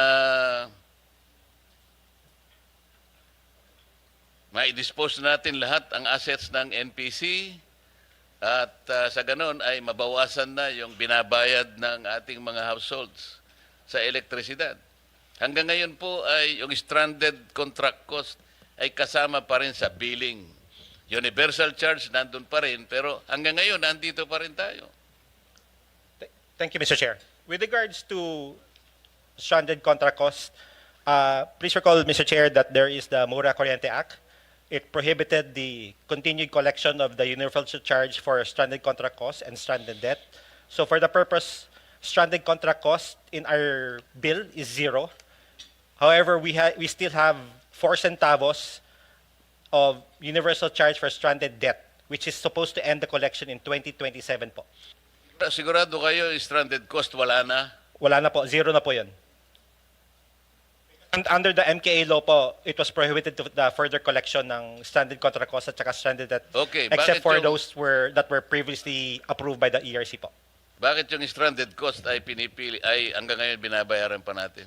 Wala na po. Wala na, hindi naman po nyo makita yan sa bill nyo po. Kung sa Meralco po kayo naka-residence, wala na po yan sa Meralco bill, yung stranded contract cost. Ano na lang ang nandoon? Stranded debt of about 4 Okay. centavos. Bakit po Na pati stranded debt ay binabayaran pa? per the MKA law, Mr. Chair, Senator Marcoleta, the MKA law prohibited also the collection of stranded debt except for those that were already previously approved by the ERC. Therefore, the remaining stranded debt or the approved ERC for stranded debt is about 4 centavos and the end collection date for this particular item is in 2027, Mr. Chair. So, Senator Mr. Marcoleta. ERC is throwing the issue to you. Hindi po. It was a previously approved ERC decision long ago, Mr. Chair. We continue to collect that, and once it's fully collected, we project to end in 2027 po. Yung stranded debt, Opo. by 2027, wala nang babayaran. Yes, Mr. Chair, Senator Marcoleta. So that will be 2 years from now. Yes, Mr. Chair. Pero yung corporate life po ninyo ay hanggang kailan po kayo? Under EPIRA, Mr. Chair, the original corporate life of PISAM is supposed to end in June 2026. Paano natin masisiguro hanggang 2027 na sinasabi mo? Ang Ayun po. buhay mo So, hanggang next year. the corporate life was given an extension via RA 12179 for an additional 10 years. The law was passed this year, extending the corporate life of PISAM to June of 2036. Nakalimutan ko lang na barahin yung batas na yun. Dapat hindi ka na hanggang 2026 ka na lang kasi hanggang ngayon hindi namin mapili yung pagmura ng kuryente talaga eh. Isip-isipin ninyo, ilang years po ang buhay na binigay sa inyo, yung original? The original po was 25 years. So, isip-isipin ninyo, 25 years. Ang tungkulin lamang niyo po, ibenta niyo lang yung NPC assets eh. Di ba? Ang nangyari po kasi, imbes na ibenta ninyo ng bago. Kasi po, halimbawa, nagbebenta kayo ng sasakyan. Sir, bago nyo ibenta yung sasakyan, pagagandahin nyo muna, di ba? Pipinturahan mo. Siguro, papalitan mo ng konti yung mga... Ibig sabihin, lalagyan mo ng burloloy para sa ganun, maging... marketable. Tama po. Well, part of the mandate, as found in EPIRA, Mr. Chair, Senator Marcoleta, we are supposed to optimize the privatization proceeds. So whatever we need to do to optimize that proceeds, we'll do it, Mr. Chair, Senator Hindi Marcoleta. po, pagbebenta muna yung pinag-uusapan natin. So pagbenta mismo ng assets, Mr. Chair, given the limited funds of government, we did not necessarily first improve the asset before actual sale. The privatization plan that PISAM implements, Mr. Chair, is an as-is where is privatization plan. So wala Mr. kayong mandate na improve nyo man lang para sa ganun, pag binenta ninyo ay mas mataas ang halaga? Well, Mr. Chair, Senator Marcoleta, part of the problem of government when EPIRA was passed was there was a lack of fiscal space. So therefore, the amount of funds given to NAPOCOR or PISAM to rehabilitate and fix these power plants was not part of the mandate given to PISAM, Mr. Chair. The mandate was sell as is and let the private sector improve these assets as can be proven from the various plants that were taken over by the private sector. But the problem is there was no mandate for you to use the assets. Ibenta lang dapat eh. Well, except for Agus and Pulangi, Mr. Chair, there's a particular provision in EPIRA that Agus and Pulangi should be retained by government for that from 10 years from EPIRA, and only privatization can be considered after that 10-year period. There were other facilities aside from Agus Pulangi na ginamit din ninyo bago ninyo binenta. So, yung bibili, kumbaga sa sasakyan, ginawa mo munang taxi, nung karag-karag na, tsaka mo binenta. Wala na, for scrap na lang. Kaya ganun na nangyari. Well, hindi naman po. I think the experience of PISAM with regards to the privatization proceeds, Mr. Chair, it's proven that we are able to maximize the value. At least that is your experience. But insofar as our experience is concerned, based also on some facts, hindi ganun na nangyari. Okay. Yes, Mr. Chair. So, Mr. Chair, baka magalit ka sa akin. Ikaw na muna. Okay. Tayong dalawa lang naman, Mr. Chairman. So, one to sawa tayo. Sige, thank you. Thank you, Mr. Chairman. And you pointed out a lot of important items. I'll follow up on those items, Mr. Chairman, Senator Marcoleta. But I'll go to some items in the budget. I'll start off with DOE, Secretary Green. May nakita ko sa budget ninyo na yung advertising expense increased by 65%. And then yung donations increased by 56%. Any particular reason bakit tumaas siya ng more than 50%? I consider more than 50% something substantial.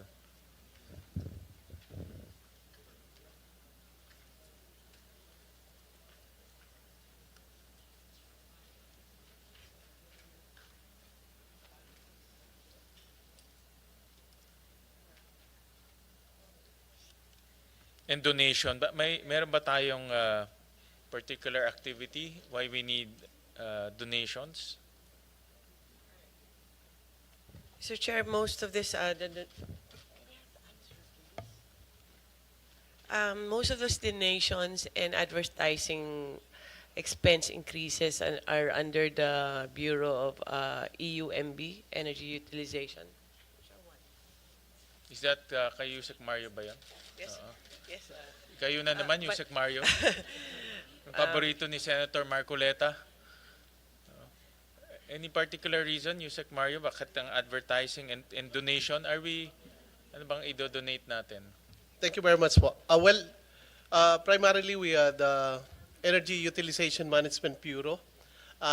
Related po ito dun sa question kanina ni Senator Marcoleta.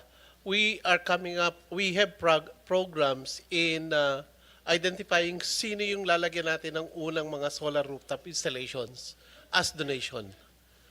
So it's part of that. So magdo-donate kayo ng solar Yes. rooftop Yes. to private? Local government units in To particular. local government units? Yes. Okay. So this is solar rooftop ng donation. Yes po. As incentives, you mean? Yes. But why do you need to incentivize solar rooftops? Hindi ba savings is already enough of an incentive? Kailangan po kasi nating mag-set ng good examples. Kailangan ipakita natin na magro-roll out yun. One of the concerns that we have discussed in the committee is that not all local government units are capable of doing solar rooftop installation. Hindi, I understand that. I understand. So yun po yung isang concern na ina-address Ang natin. concern nila is not the use, but how to procure. Yes, how yung to pong procurement. Kasi actually ito yung problema with local government units. They don't want to spend for it, but they want to share on the savings. Diba? Thank you, Mr. Ang Chair. problema, ang COA, hindi rin na-recognize yun. No? I don't know kung na-change na yung rules. No? Kasi Yeah. in effect, wala kang binibid eh. No? So, Yes po. ang savings, ang parang nakukuha mong, ang nag-share kayo dun sa savings. Diba? So, but how do you value that, no? Yung savings? Yun ang hindi clear under the rules. Well, actually, under the energy service contract concept, any improvements that will produce energy savings will be shared between the third-party participant, the ESCO, Yes. and the owner. Correct. But is that recognized by COA? Yes. Diba? Yan ang problema eh. That concept sa private, matagal na yan eh. No, Mayor pa ako, actually, andyan na yan. Ang problema, yung mga LGUs, hindi nila magamit yung concept because may COA issue. I'm not saying ayaw ng COA. Hindi lang nare-recognize ng COA. The rules for that type of savings sharing mechanism is not so clear. Yun ang kailangan yung i-clear up. Yes po, Tulungan ng mga LGUs. Yes po, including po yung procurement procedures Yes. under yung Correct. ating existing procurement law. Yes. Even with amendments, hindi pa po siya specified. Pero ang tinitingnan natin is this should fall under specific specialized procurement. Correct. So yun po yung tinitingnan natin na avenue on how we can really explain that, not only with our recipient beneficiaries. So it's only ang sa mga LGUs, ang only way nila is outright purchase. Yes. Bibili sila ng solar rooftops. Yeah. No? Pero hindi naman lahat ng LGU Pero, kaya, 'di ba? Yung sir, maliliit. based on our experience, meron naman mga local government units na willing. Like for example, Outright purchase. hindi po outright purchase. Even if meron silang problema or hindi pa klaro yung rules. Like for example, in Siquijor, ang una naging problema natin doon is power supply. But nung i-introduce natin yung energy efficiency and conservation concept, including solar rooftop installation, inaccept at inacknowledge kagad ng provincial government. So nakipagmowa kagad ang Department of Energy. Baka kasi to effect. G2G 'yun. Hindi po G2G yon, kundi ang sinetup natin doon is for a third-party energy service company. And wala silang problema sa COA. So far, wala pa po kasi, no cash out sila Yan ang eh. naririnig ko with LGUs Yeah. eh. No cash out po yung naging arrangement nila. Correct. Mr. Chair, Yeah. Go ahead. we're actually exploring, tama pa kayo, there might be problems with the audit, pero there are other models eh.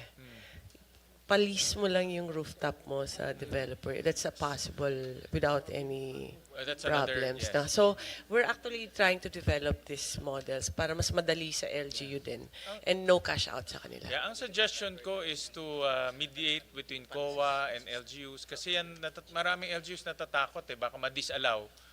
Then kawawa naman yung mayor, no? So I think it's DOE can mediate between COA and alam ko COA ang hindrance doon sila natatakot no?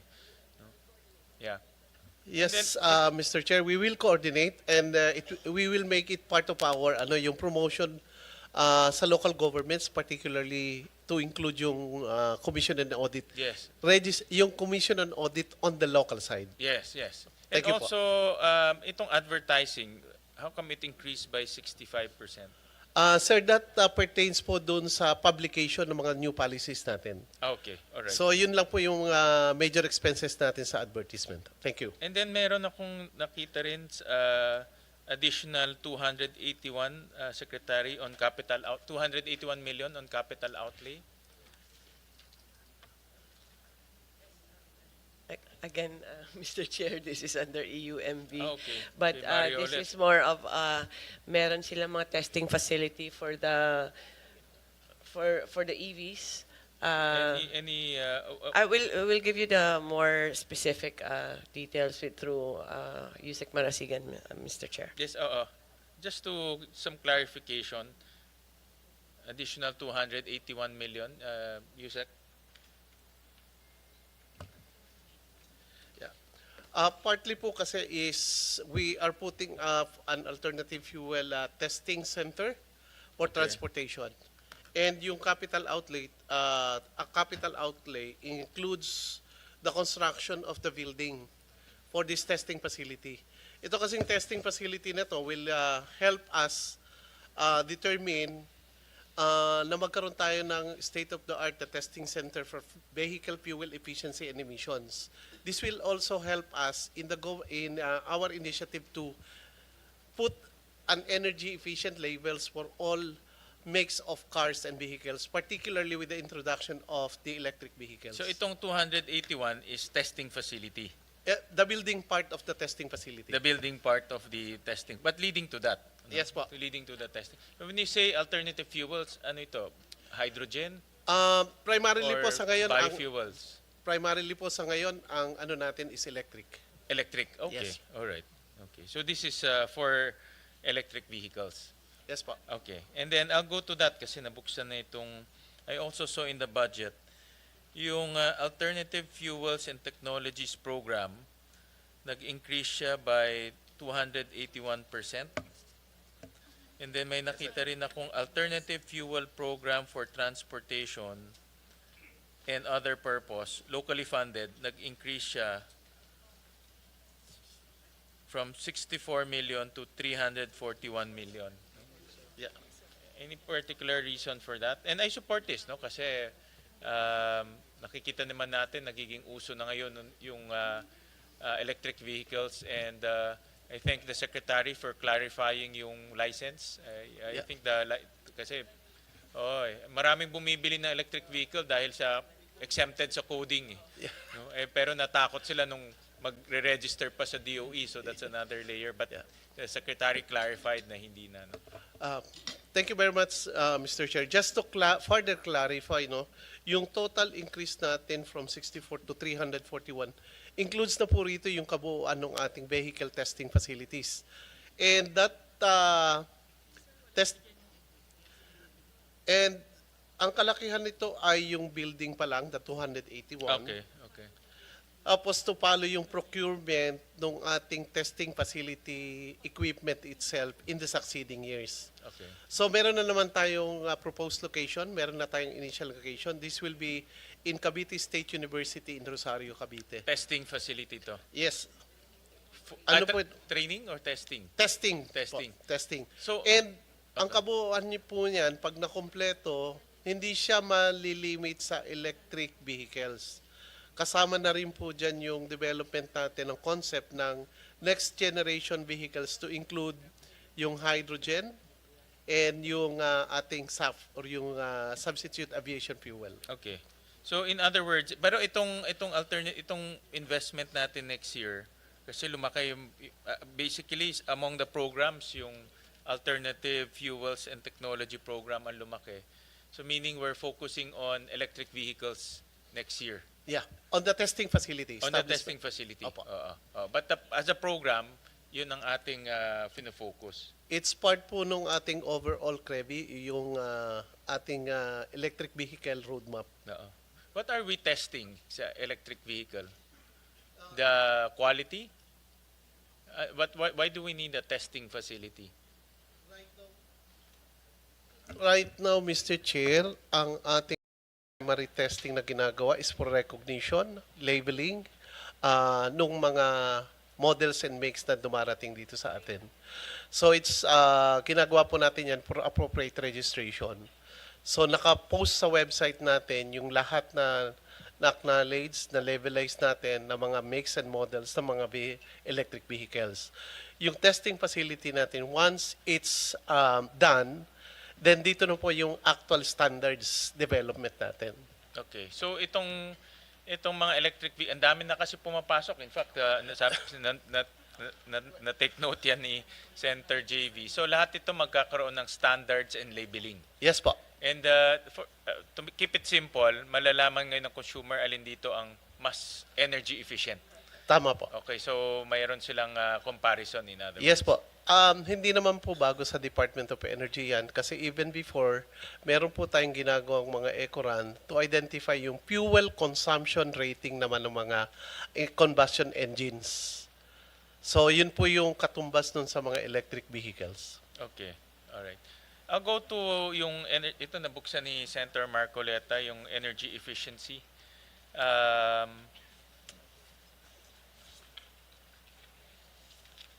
I saw in kanina sa presentation ninyo, can we pull up that presentation, yung sa DOE? Sa energy efficient, yan. So, pag itong kinocompute ko, for example, sa designated establishment, sa energy service companies, and pag binangga to sa total energy consumption of 126,000 gigawatts, ang energy efficiency natin is only 0.73% ang natipid natin. No? And I think this is a low-hanging fruit, to be honest about it. But I was expecting malaking savings from our energy efficiency policy. But after 0.73% pa lang ang nasisave natin. If you also look at itong, let's say, yung energy service companies, less than 1 billion yung investment, yung total investment in designated establishment, maybe respectable at 8 billion. But if you look at the total na save, due to energy efficiency and conservation, it's only 0.73%. Mr. Chair. Yes. Yes, we do understand. There's still a information campaign and education campaign na talagang kailangan dito kasi Filipino by culture is not used to energy conservation. Now, ang low-lying fruit dito is the government agencies actually. So, for example, we have a MOA with DOH na ngayon. Recent lang to, mga 3 or 4 months ago, to audit all the hospitals and hopefully to put solar, as much solar as we could in the hospitals.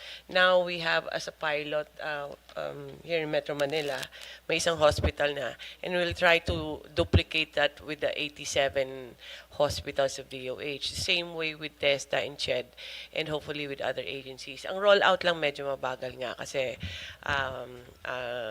limited ang capacity ng DOE. No? But I think starting with all this na government agencies lang, which is the major consumer of electricity in the country, pag nakuha na namin yung tamang model with our MOAs, with all these agencies, TESDA, CHED and DOH, I think it will be faster by next year, Mr. Chair. So, umpisan lang namin ito and see kung anong mas attractive sa mga agencies because, as you said, there's COA issue and procurement issue also.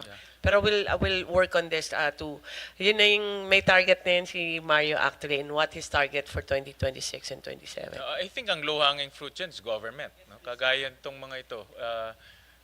Actually, hindi pa kami LED yata eh. No? So, I mean, mga ganitong facilities, kasi under the law, dapat ang mga government should be energy efficient, should use energy efficient technologies. Diba? But government itself, hindi pa tayo umabot sa ganun eh. That's the low-hanging fruit. And then the second would be the designated establishment. Kasi mandated sila talagang magkaroon ng mga officers for energy efficiency. No? So, lahat ba ng designated establishment, lahat ba ng mga dapat maging designated establishment, are they already in the system? Yes, we don't know yet to affirm that all are covered, but we have registered. Nag-start po tayo ng 4,700 establishments in 2022. And in 2024, we are already at 9,278. So nag-i-increase tayo, but of course, the total population ng ating mga registered designated establishment, kailangan pa natin makalap kasi normally sa mga urban centers tayo nakapokus. And yet, we understand naman na meron ding mga qualified or pwedeng maging registered participants doon sa mga probinsya na may mga, particularly may mga SMEs. Yes. Well, malayo pa tayo kung 9,000, no? We're Yes, talking about, I think, Yes. ang large taxpayer natin is about 150,000. Yes. No? So, We recognize po, but it's really difficult. Kulang talaga tayo sa resources. But the campaign is there. those are the nakikita kong pinakamabilis na magkaroon tayo ng results. Government, no? Because under the law, Yeah. Government is mandated and you have the power to compel government through Yes. a roadmap. Diba? And then pangalawa, yung designated. Kasi yung designated, mandatory sila under the law. Thank you. No? Yung mga maliliit, baka pwede pang delay ng konti. Pero yung mga lalaki, mga steel companies, Yeah. cement companies, manufacturing, hospitals, private and public, these are all hotels. No? These are all designated establishments. Eh. So, ang problema, hindi lang na-enforce. Yeah. And yes po. And actually, ang campaign natin is also for all the registered establishment to have their energy conservation managers. Yes. At ang naging dilemma po natin is mostly on the government, particularly the local government units. Kasi it's supposed to be a plantilla position to have an eco managers, but For local governments. Yes. Pero yung private, yung private automatic Kailangan- po yun, Oo. dapat meron. Correct. Duly registered po dapat yung correct. kanila. Pero hindi pa kayo nag-enforce, no? Meron na po. Nag-enforce na kayo? Yes po. Okay. Talagang yung coverage lang natin yung kulang. Yeah, that's why nga you have to enforce na. Yeah. You have to By the way Pagaya po, nung EVs, meron kayong power to mandate establishment to put charging stations. yes po. Yes, Mr. Chair. Dito rin sa energy conservation, may power rin kayo to compel. Yeah. Mr. Chair, actually, I recognize po and I wish to inform you that recently nga po when the Secretary met with the PE2, the ESCO group, the Secretary actually guided us that he wants these ESCOs to be a part of the audit team of the Department of Energy. We can take the phase 1, phase 2 audit, but the third level and fourth level and beyond should be undertaken already by the ESCOs. So magkakaroon kami ng convergence program with the private sector. Kasi kung tayo lang yung gagawa ng energy audit, we cannot cover all. In the clean energy scenario, ano ang contribution from energy efficiency? As of now po, 10% pa lang yung target natin. Kaya ba? Pero 0.1 pa lang, wala pang 0.1, wala pang 0.7 Kakayanin po yan. pa lang eh. Kakayanin po yan. Oo. So, Mr. malayo Chair? pa tayo sa sarili niyong target. Yes, Mr. Chair. Mr. Chair, hoping that Valenzuela will be one of our model cities. It's really the rules ng bidding. I think pag naayos yan, maraming LGU pupunta sa energy efficiency. Yeah, actually, Actually, we tried, no, yeah. to mediate with COA, but I think DOE will be in a better position. yeah, we are even looking on aggregated rooftop installation as part of this energy efficiency. But the aggregation concept is also a more complex procurement process. Kaya medyo hindi kami makatake off. Thank you. Thank you. Thank you for that. I'll go to, let me just look at my notes.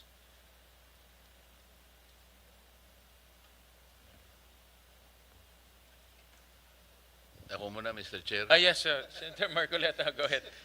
Hindi talaga ako makaalis-alis sa affordability. Pasensya na kayo. Ano?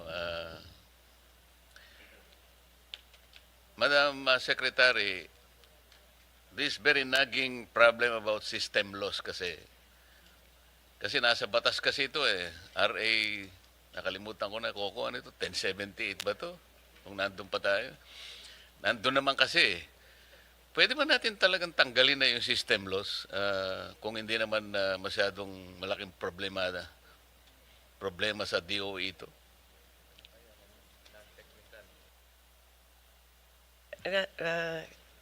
Before ERC, Mr. Chair, I'll just add to the problem of system loss, Mr. Chair. There's also tax on top of the system loss also. Yun na Mr. nga, Chair. only in the Philippines. Yes, sir. May system loss ka na, pagkatapos yung system loss meron pang tax. Hindi ko maintindihan talaga yun. How can you tax something that does not exist? Yes, Mr. Chair. And on the system loss, there has to be a balance. I think Chair Nino can explain better. Because the lower your system loss is, it might be also costly sa DU. So I leave it to Chair Nino, sir. Yes, Mr. Chair. Insofar as system loss, dahil natural yung ibang component ng system loss, talagang hindi may iwasan. But it can be minimized. And to minimize it, kinakailangan din na mag-introduce ng capital expenditures ang distribution utilities or kaya pababain yung kanyang pilferages. So may katumbas yun, so kakailanganin lang na balansihin po. Yung balancing kasi ang problema, Chair, ano? Dahil sa katulad nga niyang pilferage, nangyayari naman talaga ito, lalo na sa Valenzuela at sa Caloocan. Hindi mo narinig, Mr. Chair, ano? Buti na lang hindi mo narinig. Itong mga pilferage sa electricity, sabi ko marami yan ako sa Valenzuela at saka sa Caloocan, ano. Hindi ko lang alam alin yung mas ano. Hindi to kontrolado ng distribution utility. Talagang maraming nagnanakaw ng kuryente. Kaya lang, para ipasa natin doon sa pangkalahatang consumers naman, wala namang kinalaman sa... Siguro, kung ipasa mo doon sa nagnakaw, okay lang yon. Pero yung wala namang kinalaman sa pagnanakaw, pero nakasama sa pagbabayad niya ng kuryente, yung ninakaw ng kapitbahay niya. This is something that is very, very inequitable. Kaya, sa pagbabalanse natin, sino ba yung pinoproteksyonan natin? Yung gumagawa ng kuryente o yung gumagamit ng kuryente? That's the balancing factor eh. Sabi kasi ng Supreme Court decision dito, any expense charged to a consumer by a distribution utility that did not relate to his benefit is inequitable and unjustified. So pilferage, ninakaw ng kapitbahay niya, it did not inure to his benefit. Bakit niya babayaran? So, ito yung pinaka-problema eh. And let's talk about, mag-umpisa tayo para maunawaan nating lahat. Kayo po, ERC and NEA, interested kayo doon sa mga electric cooperatives, doon sa Uniform Reportorial Requirements or URR. Tama? Opo, tama po. Meron tayong pinatutupad na Yun URR. pong, yung pong distribution utility, nung bumili siya sa power producer, X amount, at nung makolekta niya, X amount, meron diferensya eh. Di ba? Tama po yun. So bumili siya sa supplier, nung singilin niya yung binenta niya, hindi niya ma-maximize yung... Yun ang... Technically, yun ang system loss. Tama? Tama, yun po yung konsepto natin ng system loss, yung difference ng kilowatt hours na sinupply ng mga suppliers ng isang distribution utility at saka yung kilowatt hours naman na naibenta ng distribution Kaya utility. nga, so ano po yun? Nasaan po yung problema? Maaaring yung nangolekta, hindi niya nakolekta ng tama. Maaaring yung iba, binulsa niya siguro. Pangkaraniwan, ganun po eh. So, yung technical side po nito, sabi ng Meralco, for example, meron po talagang this is natural in this commodity. Tumaas ang voltahe, di ba? Umusok, may nawala. Siguro nabalatan ng kuryente, lumabas ang kuryente. Sa layo mula doon sa generation to transmission hanggang doon sa kahuli-huli ang bahay na sinuplayan mo. Depende sa layo, di ba? O, yun ang technical. Kaya lang, sabi ko, pinipilit ko nga, bago ka naman nagpasya na gumawa ng kuryente, alam mo na ito eh. Di ba? Halimbawa, ikaw ang may-ari ng Meralco, Mr. Chair. Nung ginawa mo yung Meralco, pati yung iyong mga shareholders, alam nila na meron po kayong risk dito. Meron kayo talagang technical loss. Hindi nyo naman pinag-usapan, hindi, ipapasa natin sa Hindi po eh. Na-recognize na ninyo, from the time you decided to go into this venture, alam nyo na meron kayong technical loss. Yun ang punto. May mawawala at mawawala. Hindi po ba? Yun pong ating mga distribution utility kasi, Hindi, sumagot ka muna. may mawawala at may Yun. mawawala. Pero alam nyo po yun. Opo, Ngayon, nung alam po ninyo yun, bago kayo magpasya na gumawa ng kuryente, sa akin, these are calculated element of risks associated with business. ang Tama negosyo po. po kasi ng ating mga distribution utility ay hindi gumawa ng kuryente, kundi ay maghatid lang. At sa kanilang paghahatid, may nawawalang kuryente at yung kanilang paniningil naman ay pinapastro lang nila yung gastos doon sa kuryenteng i-deliver sa kanilang distribution system at yung kuryente na aktual na naibenta nila sa mga kanilang customers. Yun nga po. Alam nila na bibili sila di ba? From generation, bibili sila doon. Tapos yung transmission, dadalhin sa kanya at siya naman ang magdadala sa household. Alam niya yun eh. May mawawala from generation, from transmission, doon sa distribution utility at papunta sa household. Sa lahat ng dinaanan po ng kuryente na yon, alam niya na may mawawala. Opo, kaya nga po't binabawi yun doon sa power cost niya. Dahil nga yung nawawalang yun ay may katumbas na halaga. At yun ay kasama doon sa kanyang gastos na maaaring mabawi as a pass-through cost sa kanyang mga customer subject to the cap. That was... So, punta tayo ngayon doon sa pagbabawi. Yung non-technical, nandun na yun. Yung nangungulekta, nagkamali ng pagkolekta. Yung hindi niya nabasang tama yung metro. Yung billing clerk, mali yung ganito. These are non-technical. Walang kasalanan po yung ano rito eh. Pati ba naman yun, ibabawi mo? Yung pong non-technical na pinag-uusapan natin dito ay yung karaniwan ay yung pilferages po. Kaya hindi na... So, paano po natin binabalanse yun? Kung hindi, halimbawa, nire-recognize nyo po hindi maiiwasan, paano natin reasonably mababalanse para hindi mabigat sa tao? Yun po ay yung pag-aralan from time to time kung ano yung akmang cap na ipatutupad ng ating mga distribution utilities. So, mula po ng 2001, nung magawa yung EPIRA hanggang ngayon, 24 years later, gaano na po yung pag-aaral? Gaano na po ang effort natin sa pagbabalanse ng problemang ito?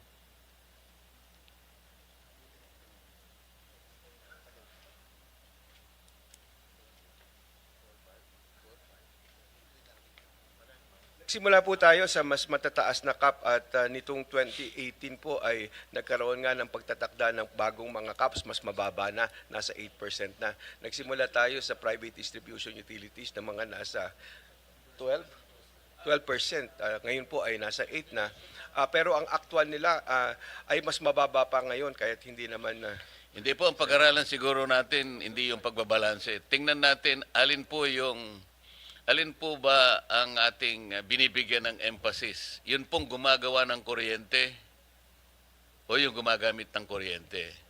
Kasi kung titingnan po ninyo yung mga financials ng mga gumagawa ng kuryente, mapa generation, mapa transmission, mapa distribution, hindi naman po sila nalulugi, sa totoo lang. Siguro kayo, dahil kayo ERC, karaniwan na sa inyo, makita nyo yung financials nila eh. Di ba ba? Sa isa sa mga resolution pa nga ninyo, naglagay pa kayo ng cap eh. For example, meron kayong cap doon sa kanilang yung equity whatever. Meron kayong nakalimutan ko yung term eh. Nag-set pa kayo ng ano eh, parang should be only 36 point something o 13.65% yung cap sa isang distribution utility. Meron po ako nakitang resolution ninyo eh. Pero pag tinignan nyo, hindi po 13.65%. Doon sa particular instance na yun, 22%. Sa mga kapatid, hindi po ninyo, hindi napapanagot eh. Kaya, saan po kayo na nakakita na distribution utility na nalugi? Hindi ba natin pwedeng pag-aralan? Halimbawa, Meralco. Nakita niyo na po ba yung return to equity ng Meralco kung gaano po yung percent? Sa ngayon po, magsisimula na kami ng rate reset. Kaya't matitingnan ulit kung ano yung nararapat na ipasingil sa kanila as part ng kanilang rates na weighted average cost of capital. Di po, sinasabi ko, kung halimbawa tinanggal natin ang system loss, kunwari lang, pumayag na silang lahat at napag-aralan natin dapat ang tanggalan ng system loss kahit na private distribution, kahit na electric cooperatives, o kahit na pa yung off-grid areas, blah, blah, blah. Di ba natin masusuri kung ganong impact, kung malulugi ba sila o hindi, gaano ay kalulugi nila? Palagi ko, hindi sila malulugi. Yun lang po yung gusto ko makita. Let's say 20 billion peso per year na income nila. Lugi ba yun?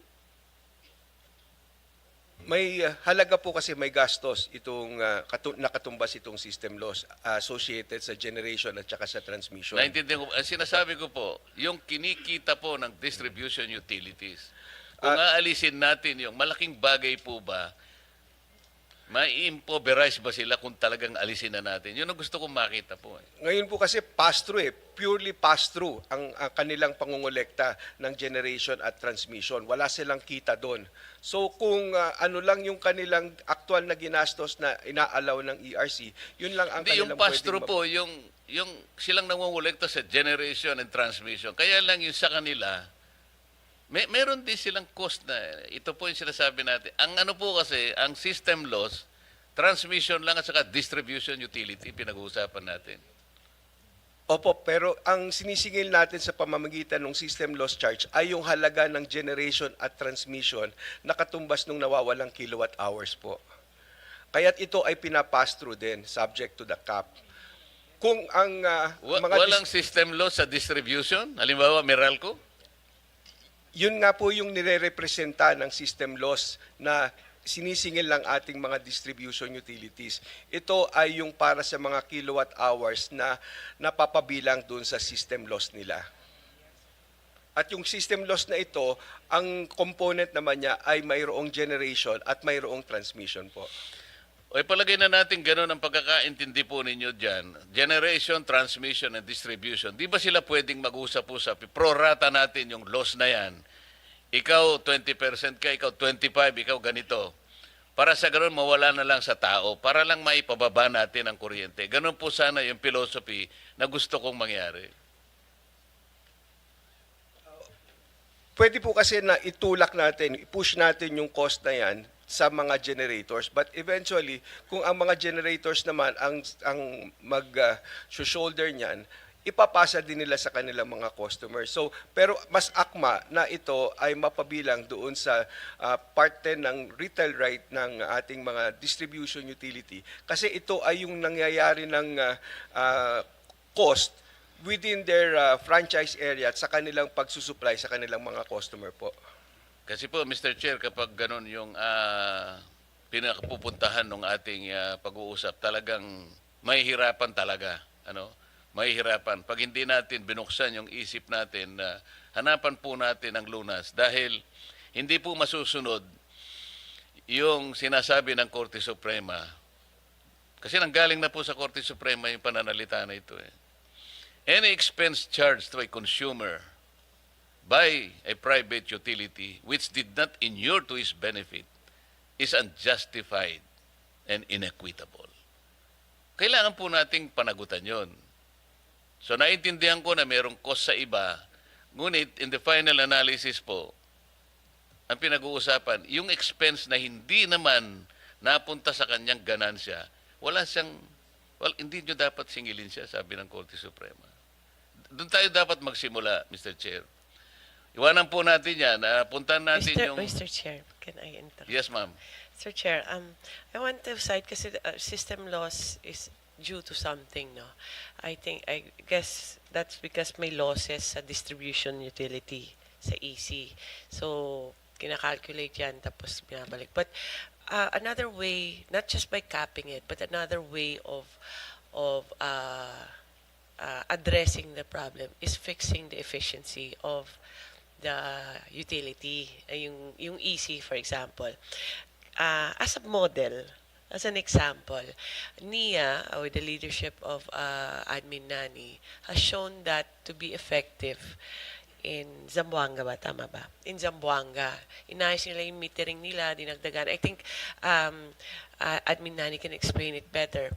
It will cost us a few millions na rin just to ensure na tama yung mga metro nila, kumpleto siya. But it can be done also on the other end, Mr. Chair. Yes, I recognize that, Madam Secretary. Kaya nga yung URR ay mandatory sa lahat ng mga electric cooperatives. Mandatory yung uniform reportory requirements that dito nyo makikita kung ailing sila or underperforming electric cooperatives. Naintindihan ko yun, Madam. Kagaya po nitong feed-in tariff allowance, no? Nag-increase na po ngayon from 0.1189 per kilowatt hour to 0.2773 effective November 2025. Tama, Mr. Chair? Tama po, Mr. Or Chair. 74% increase that will be passed on to the consumers again. So, ito po, pinag-uusapan natin ang affordability. Imbes na naipababa pa natin, lalo papataas po Ngayon, to make matters worse, ito, yung green energy auction natin, prices have not been reflected yet in the billing cycle, pero consumers will soon be charged. So, dalawa pong renewable energy subsidies na po ang rito, yung FIT and the JEA. So, ano pong gagawin ng DOE rito? To manage the overlap in renewable energy incentives para maiwasan natin ang overlap or double charging sa mga consumers natin.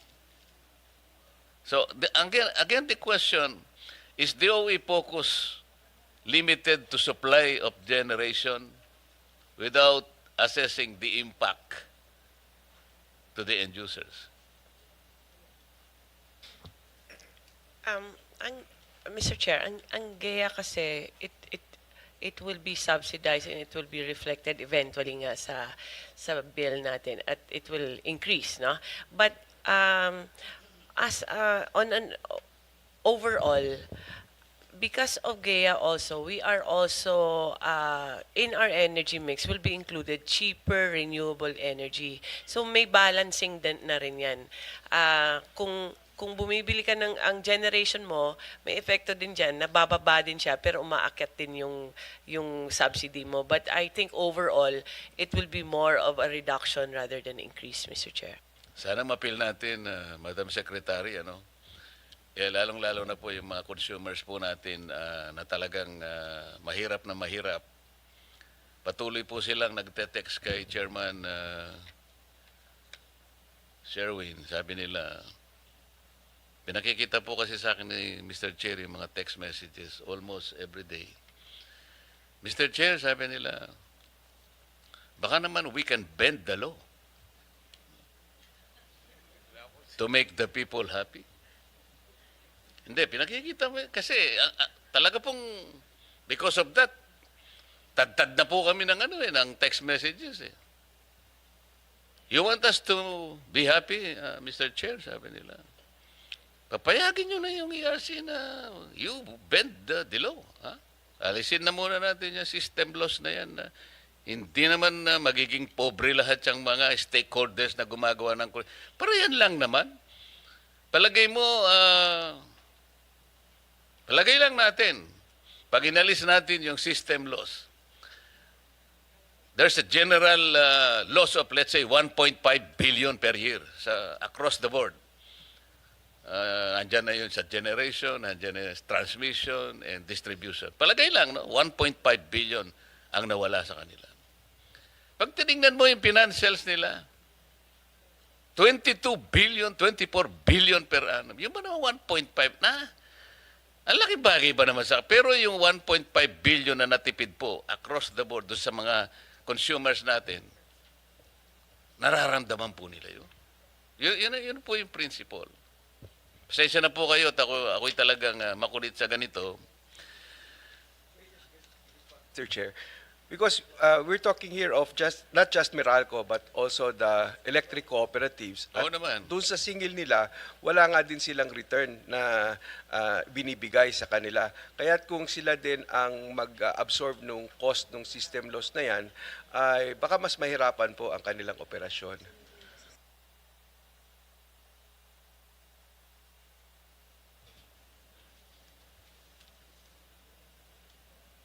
Baka mas mahirapan, ha?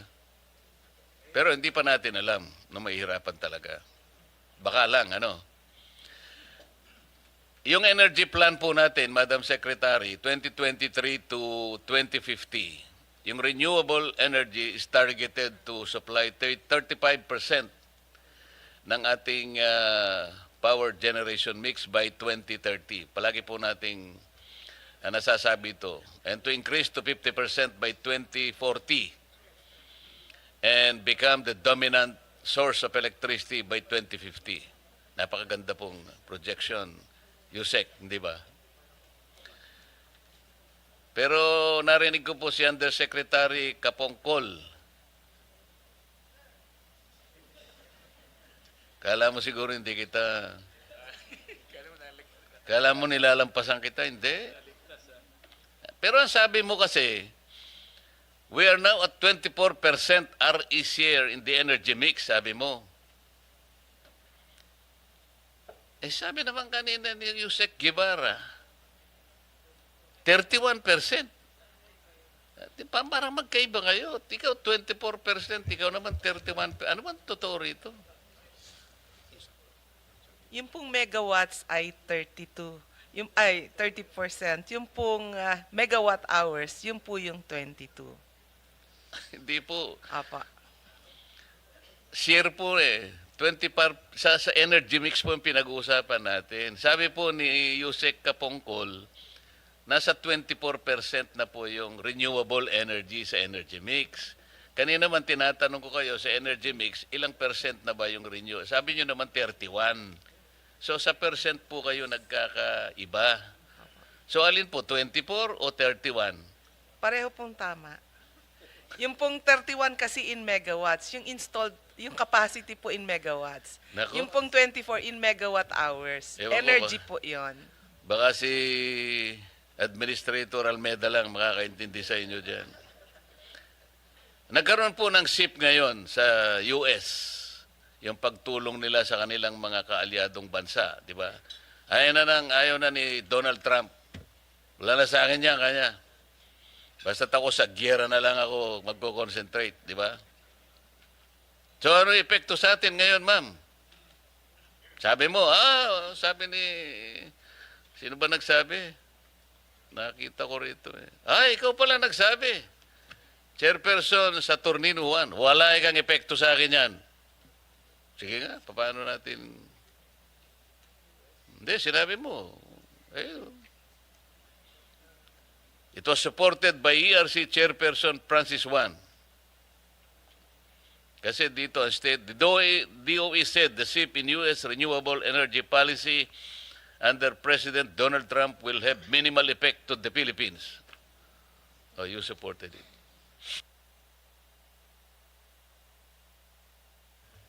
Actually, Mr. Chair, I don't recall that statement made, but yes, we support the Department of Energy's stated position regarding the impact of the shift in the policy in the United States.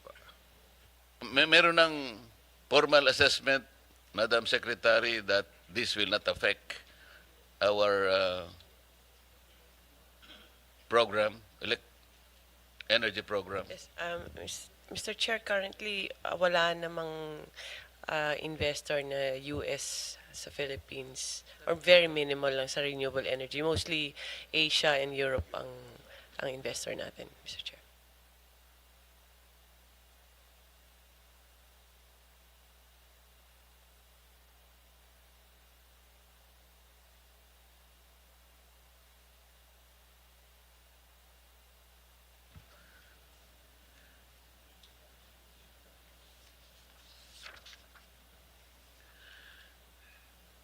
Last June 13, 2025, yung ERC nagkaroon po ng public consultation. Ito yung sinabi mo kanina in your opening salvo. It's about the Nasecor ba yun? Nasecor po yung aming Nasecor ba yun? Versus ERC, di ba? This is in regard to the decision of the Supreme Court that you have to find a new valuation methodology in regard to the regulatory asset base. Ang laking bagay po kasi nito, sapagkat karaniwan dito nagmumula po yung kung saan nyo kinakalculate yung rate po ng electricity, di ba? Ako po ay nagpunta ron. Ako lang po mag-isa. Kaya lang, di ko kayo nakita ron kasi iba yung set ng panel, ano po. Hindi pa kayo ang nagsuggest po ako ng mga ilang bagay doon para makatulong naman. Halimbawa, ang sabi po namin doon, under the new rules, public utility services should be mandated to submit evidence that the assets included under the regulatory asset base are not only in working condition but must also necessary to and are regular that they are regularly and necessary used in their operations as distribution utilities. You know? Kasi po yung old, idle, and unnecessary assets such as recreational facilities and museums should not be included in the RAB. Tama naman po yun. Tama po yan, Mr. Chair. Tapos, ang sabi namin, instead of a single valuation method for all assets, ERC should utilize different valuation methods for different assets. Hindi naman po uniform ang mga assets. And then we also suggested that ERC should publish a standard list of assets category and assign a default valuation method for each category. At saka iba po, marami pa po yun na mahaba lang ito at hindi ko na sasabihin. Meron kaming kinonsider kasi ron. ERC may consider a reasonable and transparent risk premium, example 2 to 3%, to account for sector-specific risks and to encourage ongoing investment in infrastructure. The rate of return should also be reviewed, updated periodically to ensure it remains aligned with the current economic and financial climate. ERC should likewise publish a standard ROR formula or guideline to promote consistency and practicability. I believe I submitted this position statements on June 18, 2025. So, July, August, September, October. 4 months later, wala naman po akong na-receive na anything from you. Kahit na po hindi nyo ko pinasalamatan, okay lang po sa akin yun. Ang gusto ko lang malaman kung ito pong mga suggestions namin makakatulong po sa inyo at sa ating mga mamamayan. Mr. Chair, dito ko lang po kasi gusto na gawin yon yung pagpapasalamat kay Senator Marcoleta O, ikaw naman. doon sa kanilang participation. Niloloko mo na ako niyan. Hindi po, ipapaliwanag ko po kung ano yung inaprubahan naming trending method na kanina naman ay sinabi ko. Personal po namin gusto kayong pasalamatan dahil doon sa inyo pong mga inputs, yun po ang aming naging gabay doon sa pagdidesisyon namin to adopt the trending method for determining the valuation of Meralco's RAB. Ano pa po itong trending method? Dito po ay, gaya po ng nasabi ng ating butihing senador, yung pong assets ay titingnan natin depende sa kanyang klase.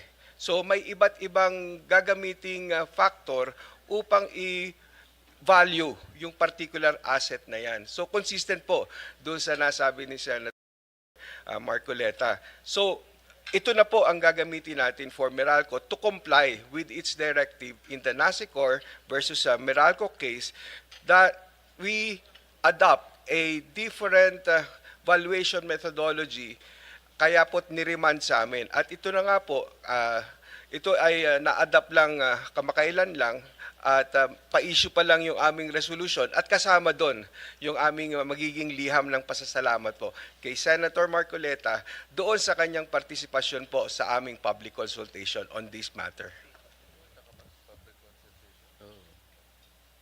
Pwedeng maging congressman ito, Mr. Chair. Salamat po, Mr. Chair. Magaling mambola ba? Senator, thank you for that. Maraming salamat, Senator Marcoleta, for those interventions.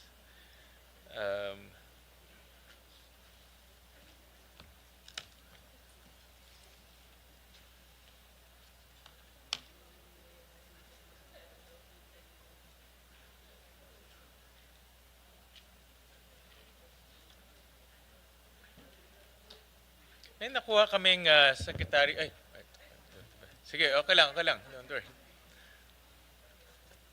Baka bumalik pa ho yan. Huwag kayong mag-relax.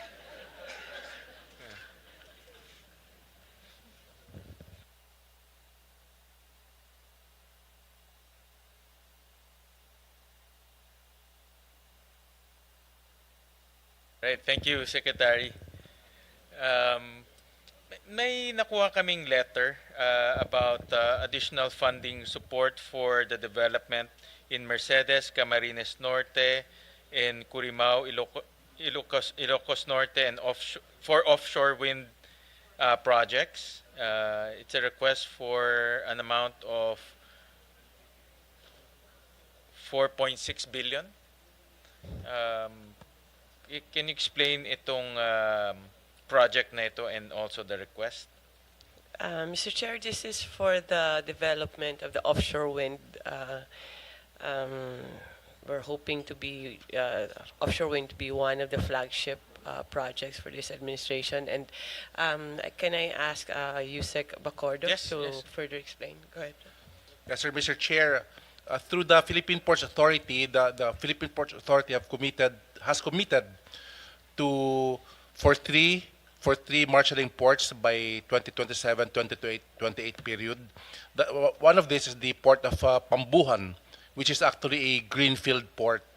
This is going to be a 15-hectare port in Pambuhan, and close to Pambuhan there are about 8 offshore wind energy service contracts within within 50 nautical miles of that future port of Pambuhan. With this port in place, Mr. Chair, that will be on track with our target to have the first kilowatt hour delivered by 2028 from offshore wind.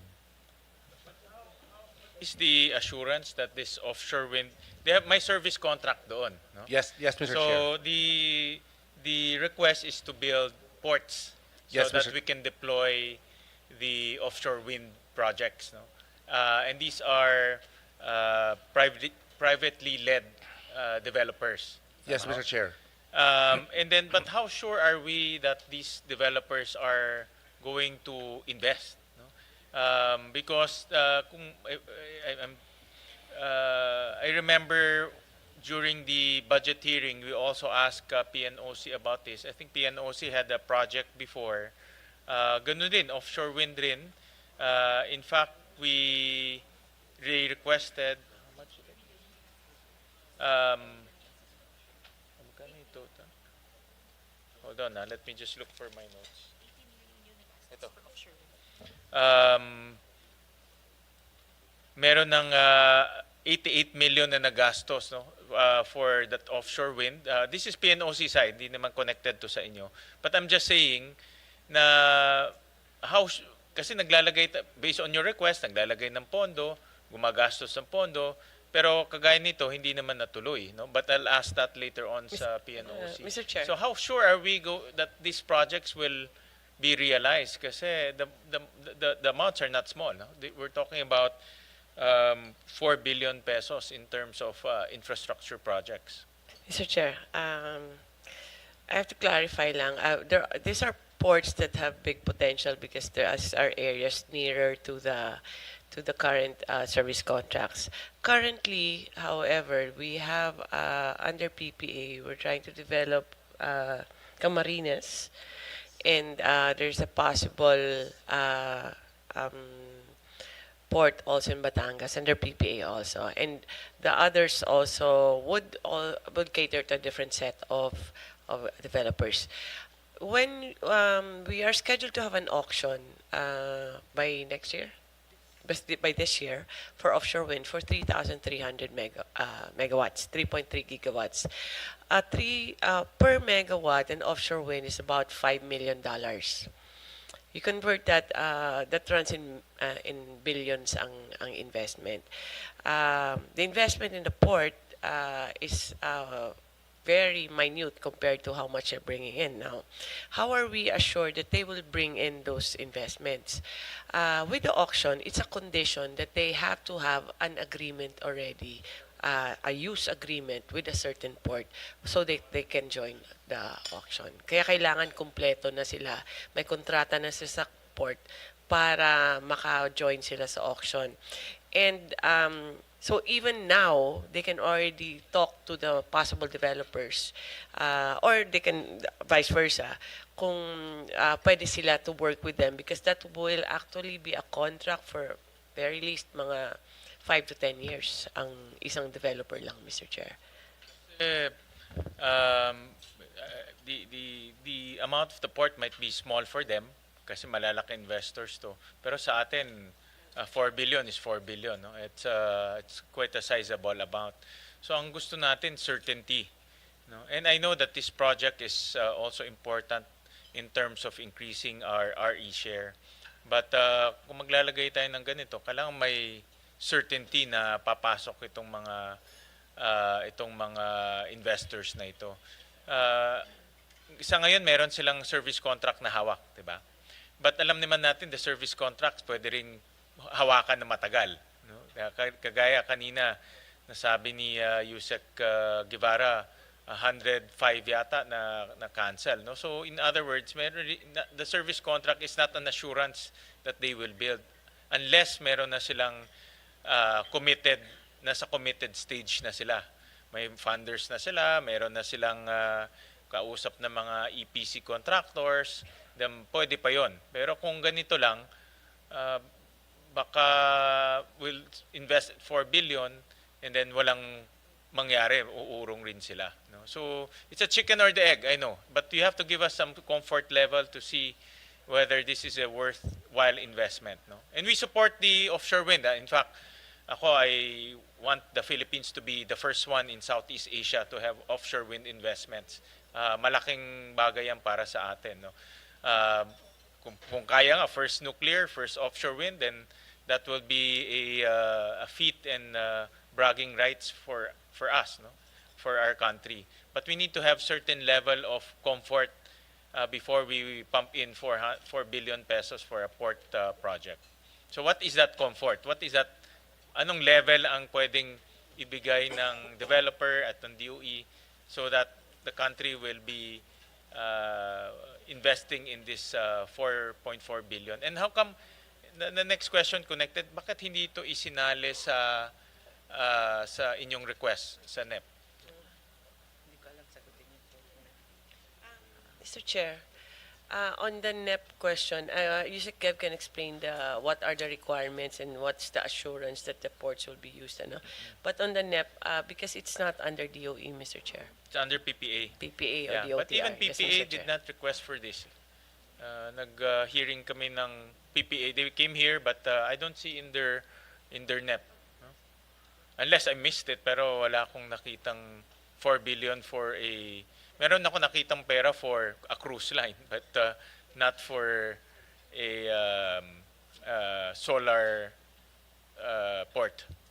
Not solar, offshore wind port. No? Yes, we understand, Mr. Chair. We have had several conversations with PPA, and I guess it's also a matter of prioritization for them.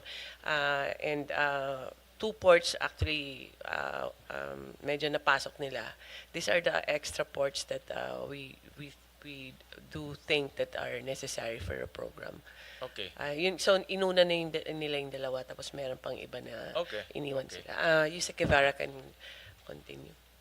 Regarding the level of comfort, we have seen the developers for offshore wind invest in several things. So the studies, the feasibility studies, the geotechnical, the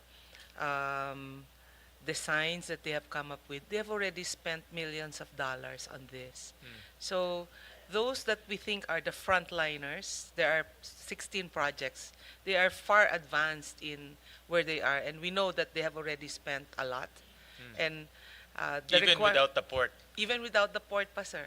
So kaya government naman will have to assure them that the investments that they already made ay matutuloy-tuloy nila na maging offshore wind project talaga. So one company, more than $5 million na yung nagastos niya eh. So we know that they are spending. And also, for them to join the auction that was mentioned by the Secretary, our requirements are very high. They should have had many of the permits already done and the designs already done. So that is the level of comfort for the investment that the government will be making for the offshore wind port, Mr. Chair. So I suggestion ko, well, I think you have may usapan na kayo with PPA on the other ports. But on this particular case, ang suggestion ko is to have some form of financial clause or movement from indicative to committed stage and supply us with those information. So at least we can justify investing 4 billion pesos into an offshore wind port na alam ko kailangan to kasi kung hindi nila malalaunch yung kanilang offshore wind. No? Paano nila ila-launch yun? But we need some advanced stage document para ma-justify natin.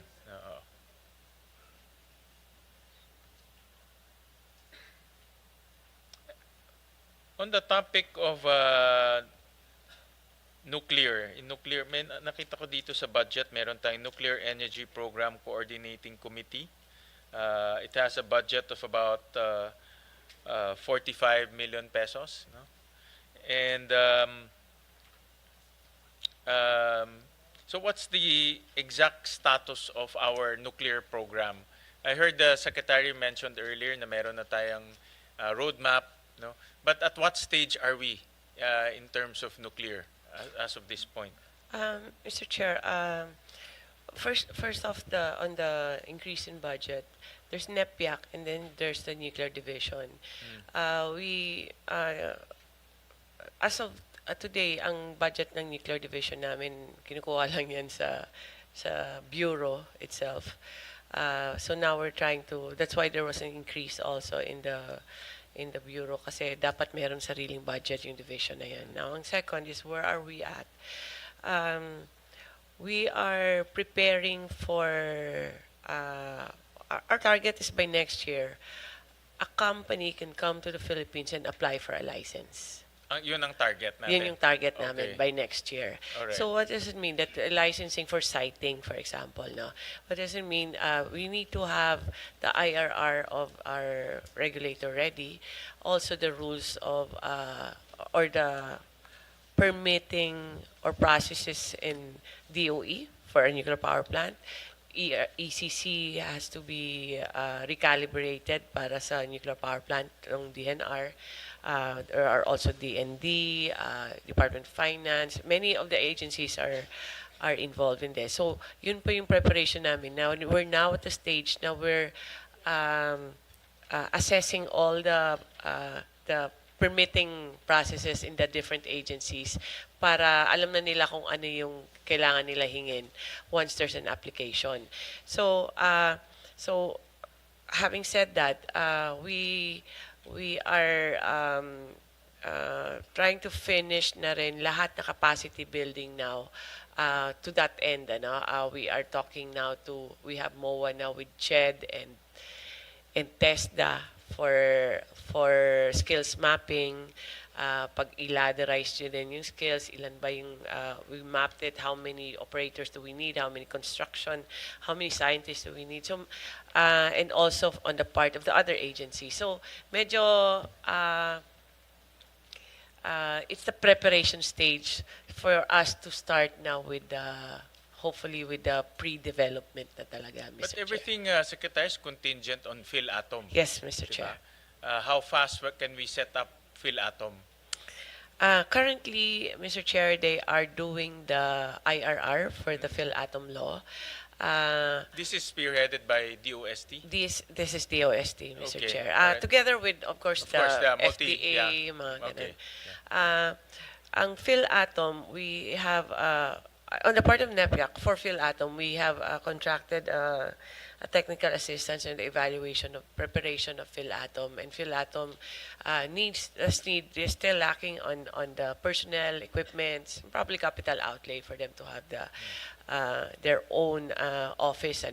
Pero currently, there is also in the transitory, Mr. Chair, na pwede naman yun yung galing sa FDA or I'm not sure in DOST part for PNRI, ang people and the budget that can be transferred to that dapat pupunta sa PhilAtom. But as of now, I don't think it's sufficient enough for them to really be in full force. Kailangan talaga nila ng fresh budget to But be operational. without PhilAtom, mahirap, walang pag-a-applyan ng license. No? Yes. So it's really, everything's contingent on Yes, Mr. on Chair. PhilAtom. But during the budget deliberation of DOST, hindi naman nila, I don't recall DOST mentioning PhilAtom and its creation. No? So that's why I'm asking because, again, no chicken or the egg. Kung walang PhilAtom, walang pag-a-applyan ng license. No? But when during the budget deliberation of DOST, hindi naman nila, I don't recall DOST requesting for a separate item or a separate budget for PhilAtom. Mr. Chair, I'm not sure how they will handle establishing PhilAtom. PhilAtom technically is under the Office of the President, Yes. and then you get all the offices of the different agencies. PNRI by itself is already a regulatory commission. You just have to extract that function and people as well para ma-establish yung commission. I think that might be a good start already for them, Mr. Chair. Hopefully it comes with a budget that's allocated to PNRI, but Correct. that's for the OST to determine, Mr. Chair. Correct. Well, I'm just flagging the department because if the target, and I know in the PEP meron na tayong for the first time may nuclear kasama na siya sa energy mix, no? So in other words, may timetable na sinusundan siya. So I'm just flagging the department on that matter. And also another matter is I saw lumabas yung Department Circular 2025-10-0019. And this is to ensure a ready market for available capacities for Pioneer NPP nuclear power plant. I know the intention, no, for exempting nuclear power plant to CSP, no? Para meron na siyang assured market kasi ang laki, no? We're talking about ano bang pinakamaliit na nuclear power plant? $10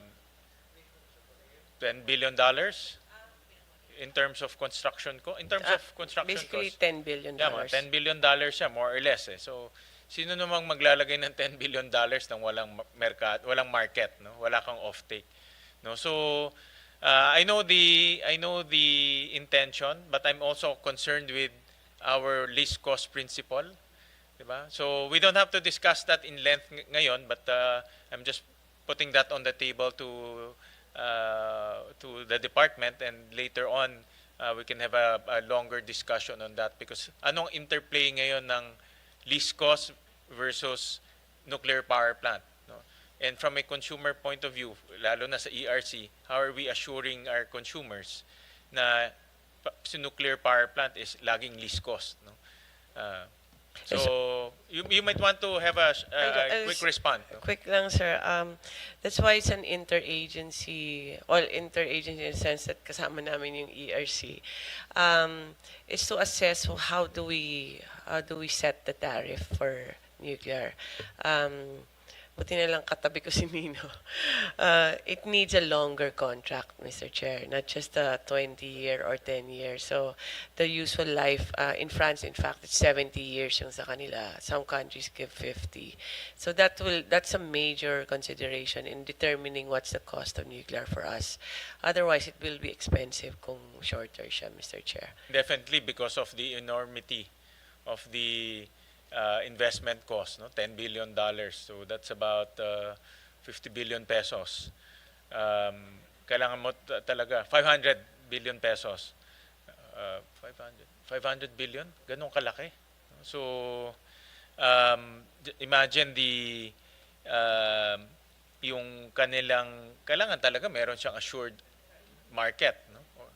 Kasi kung hindi, saan niya dadalhin yung kanyang kuryente? Just another thing, Mr. Chair. Why is there the exemption from CSP is just for the first one, Mr. Chair.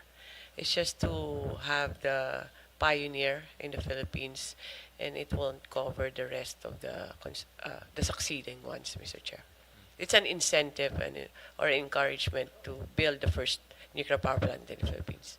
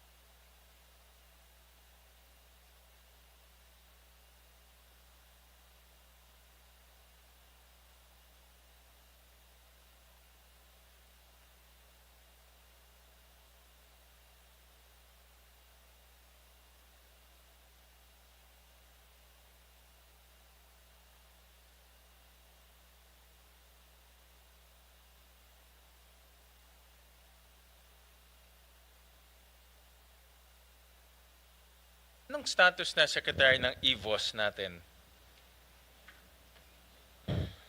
Is it fully operational na? And then also, ERC is part of that, eh, no? So, kumusta ang implementation natin ng EVOS? Is it fully, everything is fully online already? But I get a lot of feedback. May mga nakausap akong developers na okay, positive feedback actually, And they said talagang nakita nila yung efficiency, no? But in terms of achieving full integration of all departments to EVOS, kumusta na tayo dyan? Before kanina to ka Isaac May, no? Before Undersecretary Kapongkol answers, Mr. Chair, EVOS, yes, it's one of the most the pride and joy of DOE, but it's still not there yet, Mr. Chair, to be as we envisioned. It needs more work on the side of the DOE and all the other agencies. But yes, it's has given us much headway in pushing for renewable. Mr. Chair, before Undersecretary Kapongkol explains, I just want to plug in a request, Mr. Chair. Yes, go ahead. There's one issue really of EVOS. It's given 30 calendar days. Pag kompleto na siya, 30 calendar days, dapat ilabas na namin yung decision. Otherwise, it's deemed approved. 30 calendar days converts to 30 minus 8, mga 22 days, working days, Mr. Chair. Currently, we're handling about 26,000, did you say? We have processed 26,000, and we try to keep up naman with the number of people in REMB and the Bureau. But it's really not feasible it's not healthy, let's say. Iba niyan, Mr. Chair, manganganak na lang sa hospital, may perma pa rin. May nakunan na yun dyan. May mga stroke. It's not healthy for, because of that, we've tried to cut it off, the hours, for example, na dapat past 5 o'clock, but still the stress levels you can see it in the records ng turnover, and we're hoping maybe it can be, our wish is just merely put it in 30 working days, no? Yun lang yun. Kasi hindi kasi yan nag-iisa eh. It has to go technical, legal, and financial. Hindi naman pwede na sabay-sabay lang lahat. Kasi kailangan may order siya eh. But that's our concern. Major concern yun sa REMB, sir. Kasi maybe before we were envisioning a few applications per day or per month, but now we're talking about thousands na eh. So it's not really... we'll make the proper request to you, Mr. Chair. What's envisioned when we were drafting that together with all these stakeholders is really a full automated, almost no human intervention system, meaning the system, the paper will hop from one office to the other via digital means, via electronic means. So yun yung vision. So that's why nung pino-formulate namin yun yung lumalabas, no, 30 calendar days. But we're open to listen. So you can send us a justification kung hindi talaga feasible. But that is the vision, no, to get it done as quick as possible. We totally understand, Mr. Chair, and in fact, by using AI na nandyan na, it could even be easier than first envisioned. But we still have to fix our systems. We have to make sure that it's purely digital. It's not manual digital. Yes, and we correct. need Tama. another year for that, Mr. Chair. But during that year, our people in REMB and all the other bureaus actually need a medyo konting break naman sa 30 calendar days. But anyway, we'll communicate with it to you officially and properly, Mr. Chair.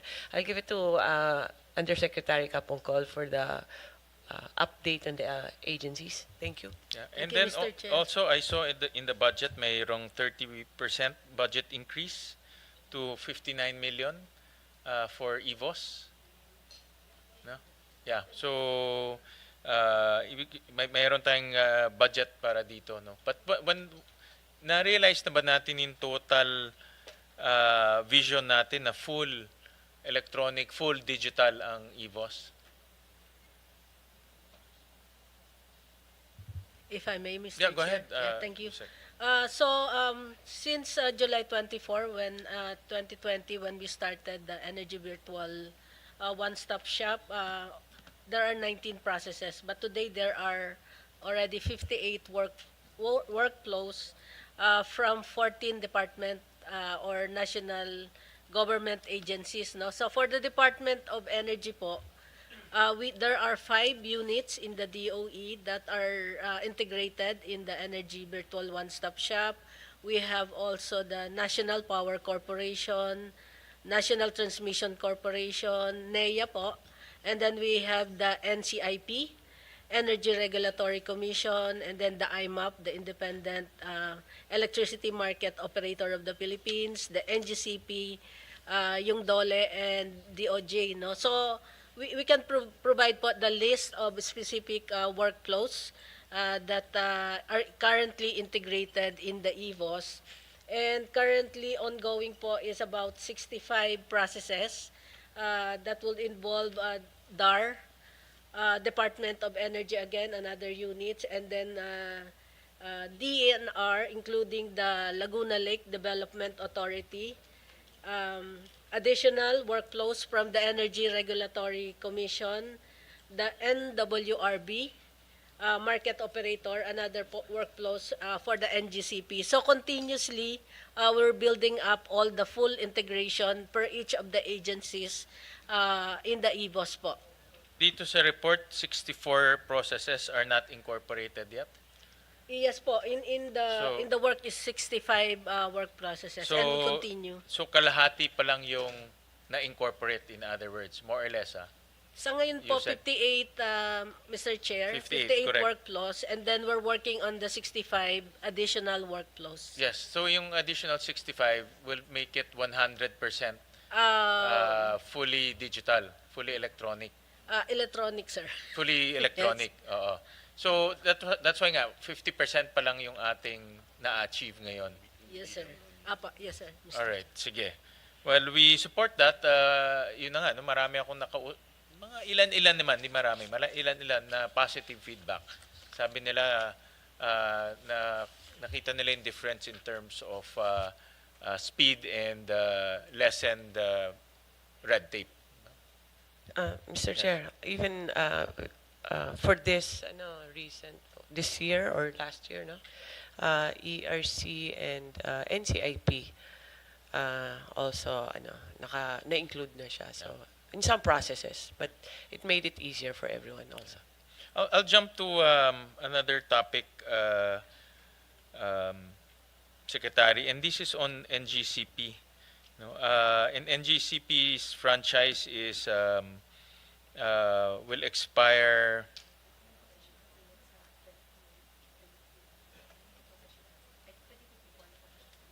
2034. No? Yeah, yung concession agreement. And then last time merong statement ng DOE which I agree, no, na ihiwala yung system operation tsaka yung in transmission, in asset ownership, no, and yung system operation should remain with government. In fact, na-file ko ba yung bill? Na-file ko yung bill? Na-file ko, di ba? In fact, nag-file ako ng bill eh. I'm just double checking na ihiwalay yung system operation and yung asset, no, ownership. Is that still the direction of the DOE? Considering that Maharlika already invested, I think about 20% ba of, if I'm not mistaken, 20% of indirect investment of NGCP. Mr. Chair, I'm not sure if that investment is signed and sealed yet. Hindi pa ba? Alam ko signed and sealed na yan eh. Well, That's the same question I have also, sir. Alright. But now that's the first time I've heard about. Akala ko it's a done deal, no? Because in fact I support that because that will give us eyes and ears, no, inside NGCP. And yun ang nawawala ngayon. Parang we're actually blind to the to a infrastructure that spans from Luzon, Visayas, and Mindanao. So Okay. That's- Mr. Chair, on the question on separating the system operation and the transmission assets, we do support the concept, Mr. Chair, and in fact, in our projects that or proposed projects in Palawan and Mindoro, that's the structure that we are trying to establish na si Transco yung SO. Tapos iba rin yung transmission assets. So at least we can have models already. But in our proposed EPIRA amendments also, if on the part of transmission, we also suggest the separation of the system operator from the transmission assets. So that's still the policy or concept that we're pursuing. Yes, Mr. Okay, Chair. at least we're consistent on that front. I'll go to ERC kay Chairman Nino.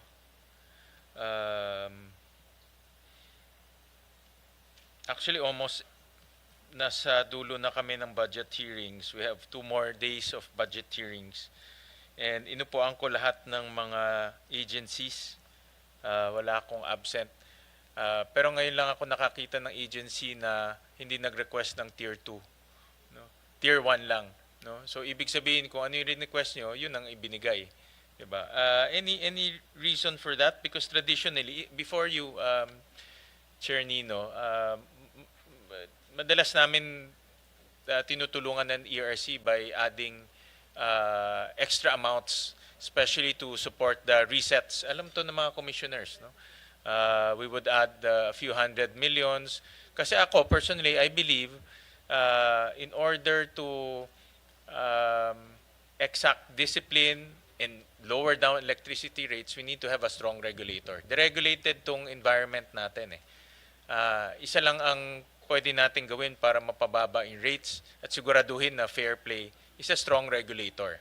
No? So that's why we always augment the budget of ERC. But this time around, hindi kayo nag-request ng Tier 2. No? So any particular reason? And I heard earlier kay Senator Marcoleta, marami ring mga resets na papasok I think next year. No? So Yes, Mr. Chair. Insofar as the plan, because when I assumed office, there was already the proposed NEPs for ERC. I just had to look at the details of what is being proposed and looking at the utilization also, which was comparably very low. that's Then, true also. Actually, that's another considered. The utilization is very low. It would be contradictory for me to be asking for additional budget for certain expenditures when, in fact, those that were provided us, we could not even make use of. But insofar as this year, for the remainder of the year, and to be able to realize our plan, our target to be able to finally restart the reset process by January, we will already be utilizing what is left of our budget for 2025 to be able to procure the regulatory reset expert, the consultant that will assist us in the review of the rate filings of the Group A entrance to the PBR for this coming January 2026. So that is our plan for the rate reset, Mr. Chair. Kasama na siya sa budget for 2026 sa Tier 1 nyo. For 2025, Mr. Chair, yes, that will be utilized, and then that consultant will be providing service until the reset starting 26. 26. Okay. All right. So with that amount, may mga items lang ako nakita sa budget, Chairman. Nakita ko na there's a decrease in the budget of local travel, but an increase in foreign travel. Diba mas kailangan natin ang local travel kasi nag-i-inspect kayo ng mga planta, nag-inspect kayo ng mga DUs. How come there's a decrease in the budget in local travel and increase in foreign?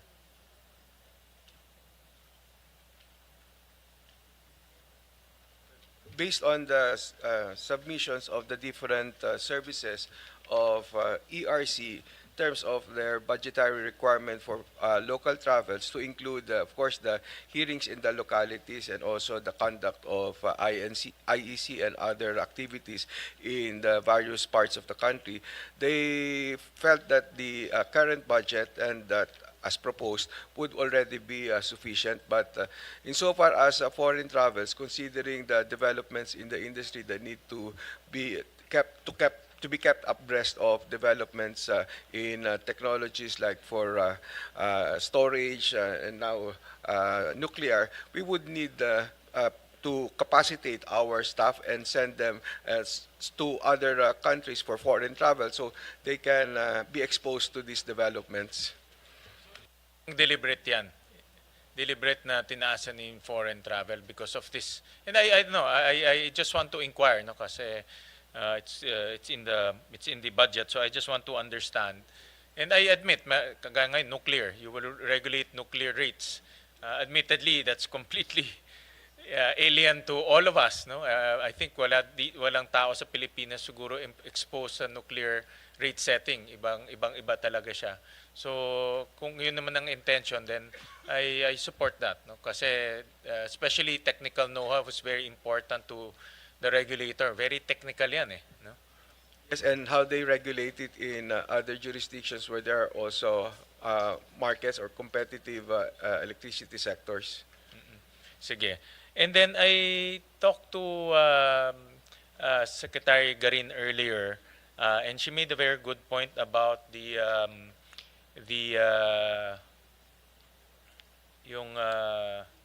Grid management. the grid management committee, no? And I remember your predecessor or two predecessors collapsed that under the ERC, no? And the DOE, our policymaker, views that this is an important facet of regulation, no? So and there's no budget for that, no? So ano ba ang policy ng chairman ngayon on that grid management committee? And I know that's a very technical group, Talagang it's a multi-sectoral, different, all the players are there, and very technical siya. All the experts are there, all the engineers are there. But in the past, I think there was this notion that it's not supposed to be funded by government, no? That's why it was collapsed. So what's the new policy under the new chairman? Thank you, Mr. Chair. As we mentioned in the Committee on Energy during the hearing on the ERC restructuring bill, we actually support the reconstitution of the GMC-DMC either as a inherent part of the ERC organization or as an attached organization that supports or serves as ERC's technical arm. GMC and DMC were created pursuant to the Philippine Grid Code and Philippine Distribution Code, which were issuances of the ERC. They were funded not by government but by contributions from the sectors that they represent. For the Philippine Grid Code, it is funded out of assessment from NGCP, and for Philippine Distribution Code, it is funded out of assessments from the various distribution utilities. However, a previous chairperson found this arrangement to be not in order, so it decided not to act on the budgets of DMC and GMC anymore because ERC was the one approving it, but the assessment is made to the stakeholders. So naturally, these organizations died a natural death. What GMC and DMC were doing at the time that they were very active was actually supporting the ERC in terms of their technical know-how, knowledge, and their expertise that they are able to make use of whenever we refer actual work to them, like review of the distribution utility submissions of their compliance plans to the Philippine Grid Code or Philippine Distribution Code. So they are able to help in the evaluation and in the recommendation to ERC. They are also very helpful in introducing amendments to the Philippine Grid Code and the Philippine Distribution Code, because that is very important, because there is need to constantly update our grid and distribution codes. But when the DMC and the GMC were discontinued, so we found a vacuum in our organization. We do not have any more a technical arm we can rely on. So we are doing it by ourselves. We asked for additional budget for additional manpower, additional engineers, but with the additional budget that was approved in previous years, with the additional plantilla positions that were approved for ERC, what we are able to hire only are the Aero 1, Engineer 1, or those entry-level staff, fresh grads from university, and they don't have that experience that we had when we had the GMC and DMC, because their boards alone were from representatives of various distribution utilities, mid or high level officials with years of experience in utility operations. So we are not able to experience that with our expanded plantilla. So in our restructuring proposal that we are putting together, we're thinking either of having a technical arm embedded already in the ERC organization, or similar to GMC or DMC, as a separate non-stock, non-profit organization where we can have an agreement where they can provide technical support to ERC. Right now, the previous chair actually they issued a resolution to have an interim GMC, and the interim GMC was designated, the technical committee of the PEMC was designated as the interim GMC. But I don't know about what happened to that designation. I think it has not yet been fully utilized, because that is also an option. The GMC, there is attached to the PEMC, there's attached to the PEM board a committee known as the technical committee, and there are also representatives here from the industry that can have or possess that experience and expertise that can also be utilized by the ERC, but we need to just explore the possibility of collaborating with them or coming up with some arrangement. But of course, it would be superior if that committee can reside within ERC. And so for that, we may need to support the creation of that committee through a reorganization of ERC and budgetary support for this committee to be embedded in our organization. I think, Chairman, ang issue rin is, number one, saan manggagaling yung funding, ba? And then pangalawa, possible conflict of interest, no? And pangatlo is transparency, no? So as long as it serves the objective of public service, then we'll support that. No, I think those are the contentious issues before, but but admittedly, it's ako nakikita ko importante yung technical side, no, and the code needs to be updated on a regular basis. Yun ang complication in that part, no. So just if you think that we need to, I think the policymaker thinks that it's an important aspect that we need to look at, just send us a letter, no. Just address the contentious issues of possible conflict of interest, funding, and also transparency, no. Sige, yeah, we'll wait for that. I also saw in your plantilla, Chairman, na out of the 546 total manpower, 253 are contract of service or job orders, which is almost 50%, no? napakalaki siya, no? Considering that this is a highly technical and very important organization because it regulates the entire electric power industry. So, bakit hindi natin hindi maging plantilla sila o regular? Bakit puro kalahati ng manpower natin JO? So wala silang secure tenure, no, wala silang benefits. And yan ang kailangan natin, no, assurance that to our workforce na they will be maintained and they will be given the rightful benefits.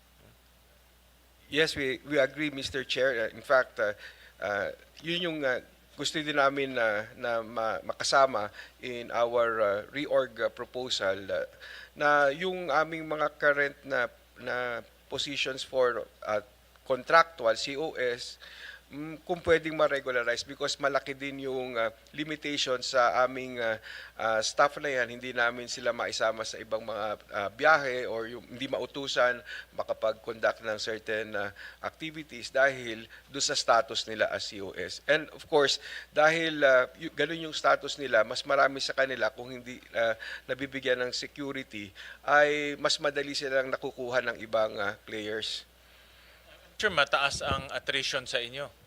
No? Yes, Mr. Chair. Bakit hindi sila nata-transfer nga to plantilla items? Most of them kung Meron naman qualified kayong naman. meron naman kayong hold on, let me just authorized naman yung inyong may mga authorized plantilla items naman kayo. Yung ibang plantilla items din po kasi may mga QS sila or yung qualification standard na sobrang napakatataas na hindi rin maka-qualify yung iba naming mga COS na karapat-dapat na sana at na-train na. Kaya tuloy, hindi rin namin ma-fill up yung ibang mga permanent positions. But we have a pending request with the civil service for the adjustment of the QS for some of these positions po. Kita ko may 103 na vacant positions kayo. Yes, Mr. Chair. So it's really a QS issue. Yes, Mr. Chair. So I suggest you network with the CSC para maayos itong issue na ito. Kasi parang for a regulator, hindi healthy na kalahati ng workforce natin. Hindi siya permanent o hindi siya wala siyang security of tenure. And these are technical people, no? Engineers, economists, lawyers. So again, ako kasi paniniwala ko ang pag-asa na lang natin pababa ang kuryente is regulator. Kung mahigpit ang regulator, kung ang regulator innovative, tapos yung mga technical people magagaling, kayang pababain ang presyo ng kuryente. But it depends on the quality of our workforce and the motivation of our workforce. Yeah. I'll go to another topic na pag-usapan to before. I think some of the commissioners know about this and I made some comments on this. This is on the case nung NGCP reset. I understand that yung final decision nagkaroon pa ng utang ng consumers, no, na 0.0384 pesos per kilowatt hour. And prior to that kasi, what we understand before was yung partial determination, sila may utang sa atin, yung draft final determination, sila may utang sa atin. Pero ang nangyari, I think there was a big debate. Alam ng mga commissioners to. And I think this was heavily debated in your commission. And I voiced my opinion on this. Was the issue of uncommissioned projects or projects that are not commissioned yet. So ang position ko, to put it simply, I know this is a very technical, this is a very complicated matter. But sa akin is just to put it simply and make it, kumbaga apply common sense. Kung di pa tapos yung project, dapat wag tayo i-charge. Diba? Kahit na nag-umpisa na sila magbigay ng piso, pero hindi pa tumatakbo yung project, dapat wag tayo i-charge. Kasi yun yung classic case na ginigisa tayo sa sarili nating mantika eh. Diba? Para sa akin, charge mo kami kung tumatakbo na yung project, kung gumagana na yung project. I understand that the Commission changed the interpretation 3 times. Ngayon ang ginagamit na is yung concept of as spent. Pag may nagastos na, pwede na kayo mag-charge. But sa akin, hindi yun ang point. Ang point dito, tapusin mo yung proyekto. Kaya nga tayo nagkaroon ng issue last time, Secretary of Delayed Projects, di ba? Ilang delayed projects, napakadaming delayed projects. Kaya nga, no less than the President in his SONA said na dapat managot ang NGCP. No? Dapat maging accountable sila because ang nakita niya, yung list of delayed projects that contributed to the erosion of our energy security, no? Particularly electricity. No? So, bakit nag-change ang Commission interpretation at pinayagan yung as spent rather than pag-commission na yung project? Yes, Mr. Chair. I was not privy to the discussions of the previous commission, but insofar as the regulatory framework for our private distribution utilities and the transmission provider, NGCP, when we adopted the performance-based regulation, kasama dyan yung sa NGCP, inadapt natin yung performance-based regulation na forward-looking based on forecast ng utility. So, ibig sabihin, ang kanilang filing ginagawa sa year 1, halimbawa, or the year before the first regulatory year of that regulatory period. Pino-forecast nila yung kanilang magiging expenditures of OPEX at saka yung CAPEX at isinasabit nila sa ERC.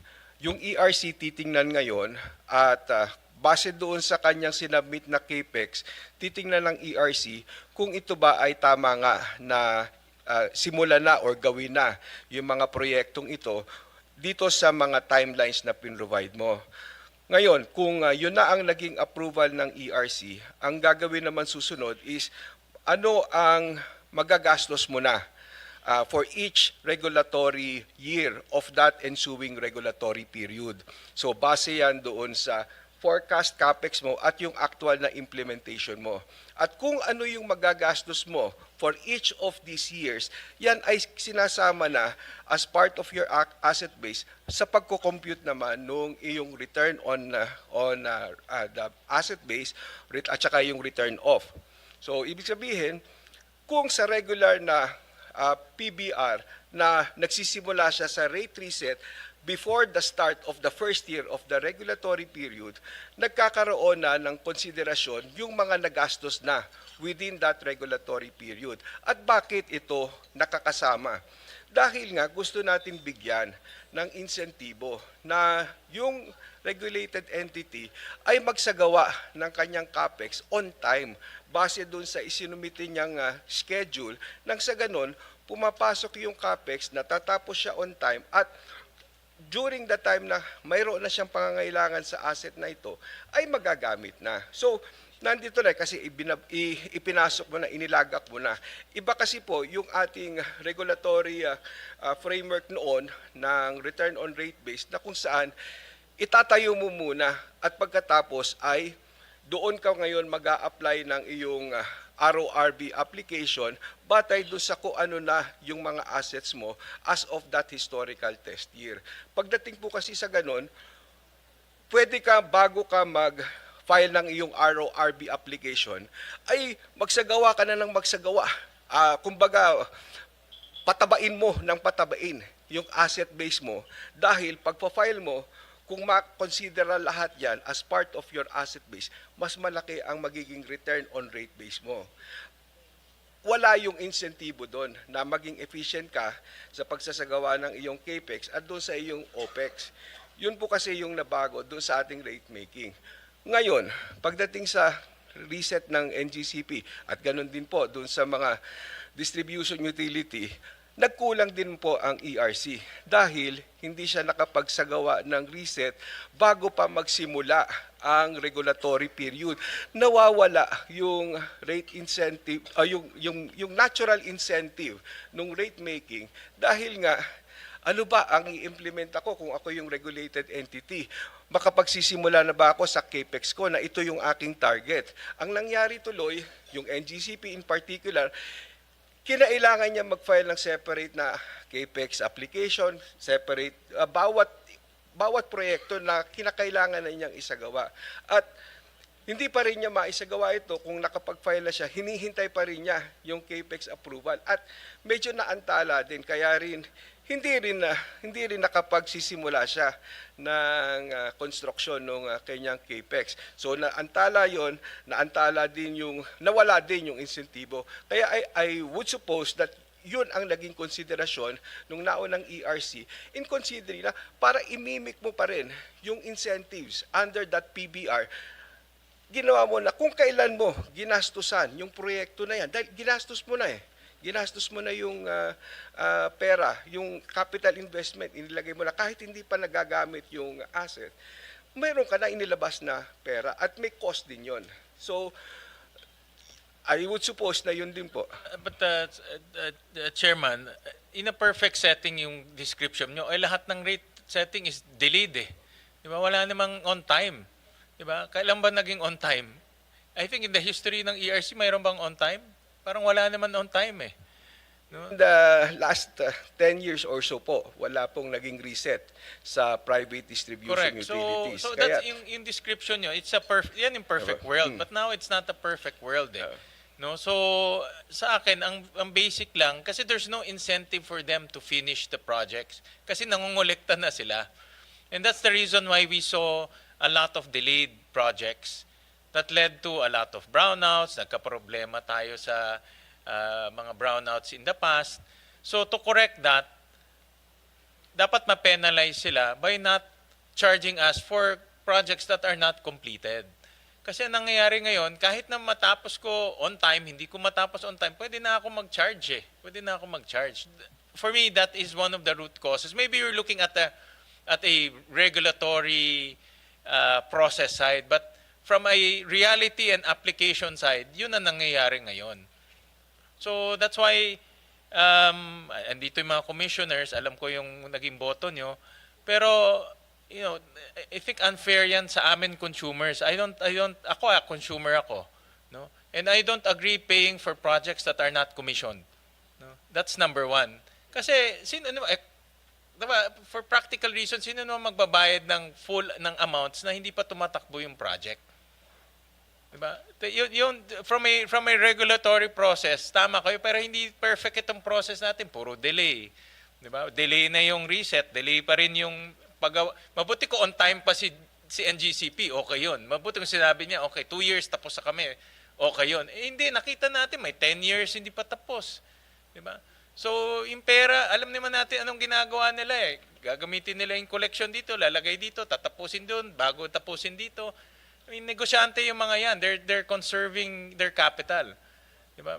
So, we have to be also very analytical on how they are managing their cash. At yun ay nakikita natin. They're just switching from one project to the other project. Yun ay nakikita rin namin eh. Kaya hindi nila talaga matatapos.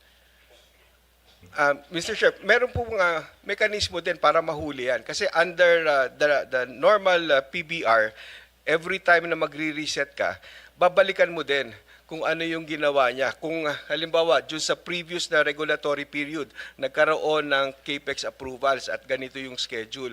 Kapag ka nagkaroon ng delays or hindi na isagawa, pagdating sa susunod na reset, nagkakaroon po ng recalculation, yung mga net efficiency adjustments. Lahat po nito nakukonsidera para kung ikaw nga talaga ay hindi mo tinupad yung schedule ng pagpapatayo mo nung asset na yon o yung pasilidad na yon, pwede yan na bawiin or bawasan yung susunod mo magiging taripa moving forward.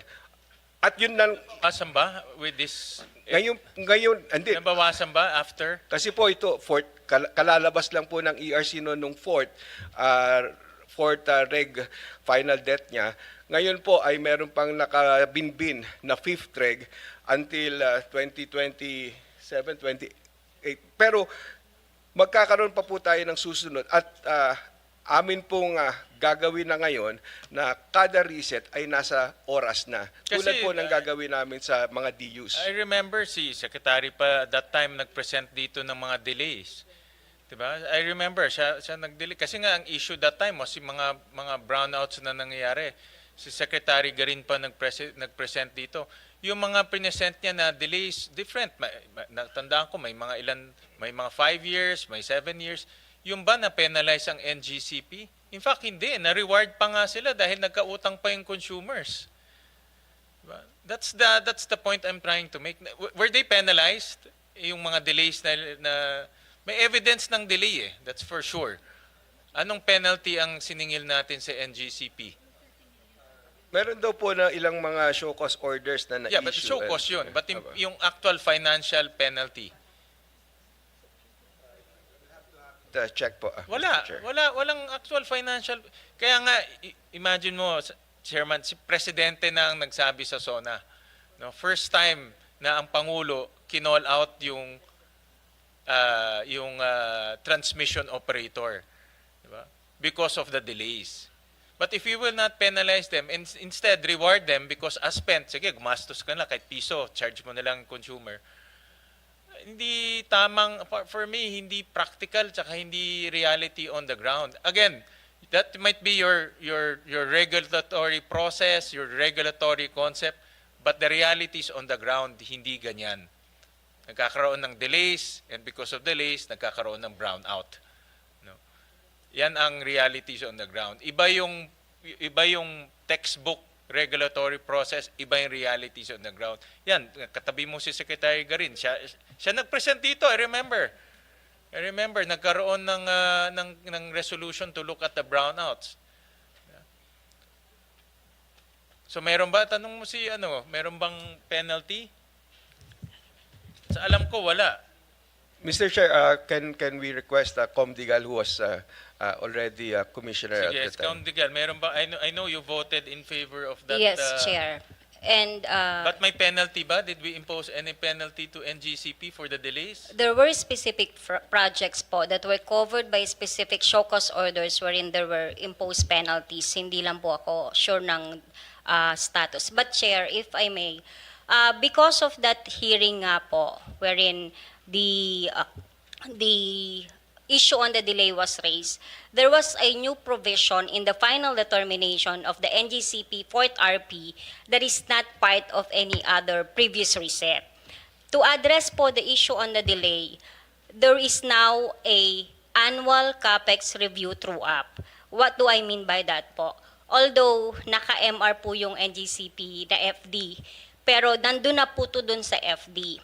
Ang sinabi po namin doon, itong RAB na binigay namin sa iyo, may kasamang CAPEX na meron kang kinumit na timeline. But at the end of the year, pag ni-review namin na meron kang hindi nasunod dun sa timeline mo, that amount pertaining to that asset will be removed and there will be adjustment. Yun po ang naging parang bagong provision dun sa final determination ng NGCP para po ma-address natin, yun nga pong nasa kanila na po yung parang naging budget, tapos hindi po na sunod yung delay. So tatanggalin po yun. There will be a true-up po. That's forward. Paano na yung na-delay na? Paano na yung na-delay? Yun ang tanong ko. May mga delays na, may mga brownouts nangyari due to delays. Yun pong mga delay, na po siya, na-covered po siya nung specific project na na-delay because all the decisions of the Commission in approving the CAPEX, meron na po siyang timeline na kinumit or inapprove. Minsan nga po yung sinasabi nilang timeline, hindi po namin yun ang ina-approve. We approve a timeline in accordance dun sa isinasubmit nilang TPSR o kaya yung number of months na kinumit nila nung sila po yung nag-file ng application. Meron po mga specific cases yan na nakalagay na po yun para pag po na-delay sila doon or may delay silang na-incur, there will be penalties po. Tanong ko, yung mga investigation ng DOE na na-prove nila may delays, na penalize ba ang NGCP doon? Yun ang tanong ko, simple lang. Meron ba o wala? Ang alam ko po may na-isyong mga show cause Yeah, orders show cause, po. oo, Hindi show pa, wala lang Show po cause, akong slap data in the- ngayon. Apo. Slap in the hand lang yun. Apo. We will submit na lang po siguro kung meron na pong nabayaran or meron na pong na-evaluate na may penalty. Yeah, Wala kaya- lang po sa akin andito ngayon naman yung sila, data. Alvin, bakit i-check nila kung meron? Mr. Chair, Yes. I think there was once for 5 million pesos. Yun lang yung maximum naman talaga pwede nila impose. Yeah, but 5 million. Very small. But 5 million is compared to NGCP, wala yun. Naglolokohan lang tayo pag ganyan. It's not because of ERC, it's because of the rules that's So sa batas yata, my sir. point of the matter, Chairman Nino, is let's be fair to the consumers. I know what you're saying. Naintindihan ko yung inyong regulatory process, naintindihan ko yung regulatory concepts, but the reality is on the ground, nagkaka-brown out because of delays. At hindi natin pwedeng i-baby ang NGCP. No? We need to be tough. Kasi kung gusto nating disiplina, kailangan ni regulator mahigpit.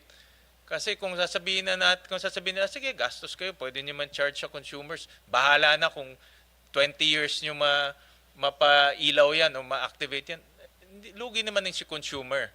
Di ba? Nangongolekta ka na, konti-konti mo ginagawa, in-collecta mo, gawin mo muna yung isa dito, gawin mo muna yung isa dito. Di ba? Hindi naman tama yon. Di ba? We have to be fair to the consumers. I voiced this out. Alam niyo yun, nung last budget, sabi ko, hindi pwedeng ganyan. Yeah, but then, hindi naman nangyari yon. No? So, ngayon, nandito yung mga consumers, nandito yung mga commissioners. Let's be fair. No? Reconsider that concept ng ASPENT. I don't agree with that. That's unfair to us, the consumers. No? And ngayon, may bagong ng chairman, you reconsider nyo yan kasi hindi maganda yan . No? It's not an incentive for NGCP to do its job. In fact, we're rewarding bad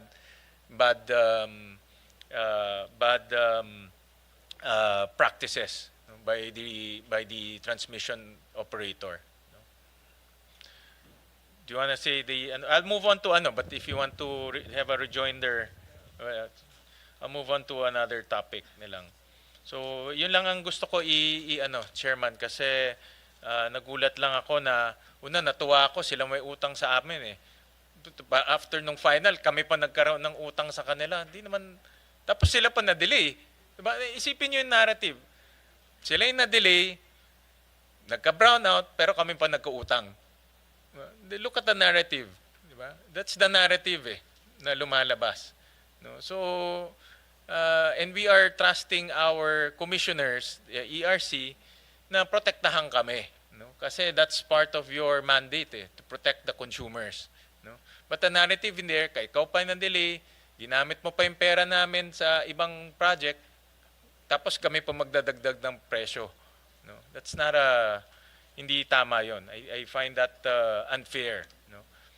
So, let's leave it at that. I-review na lang ng commissioners. Andito naman lahat ng mga commissioners and we have a new head. So, I trust that the new head, kilala ko naman si Chairman Nino, I trust that he will protect the consumers and put the consumer interests at the forefront. No? I'll go to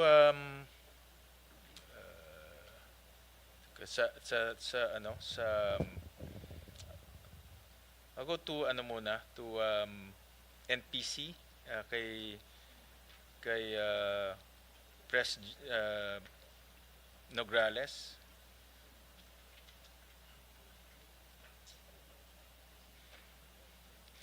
And I Pres Nograles, I am quite teka, pull out ko lang yung notes ko .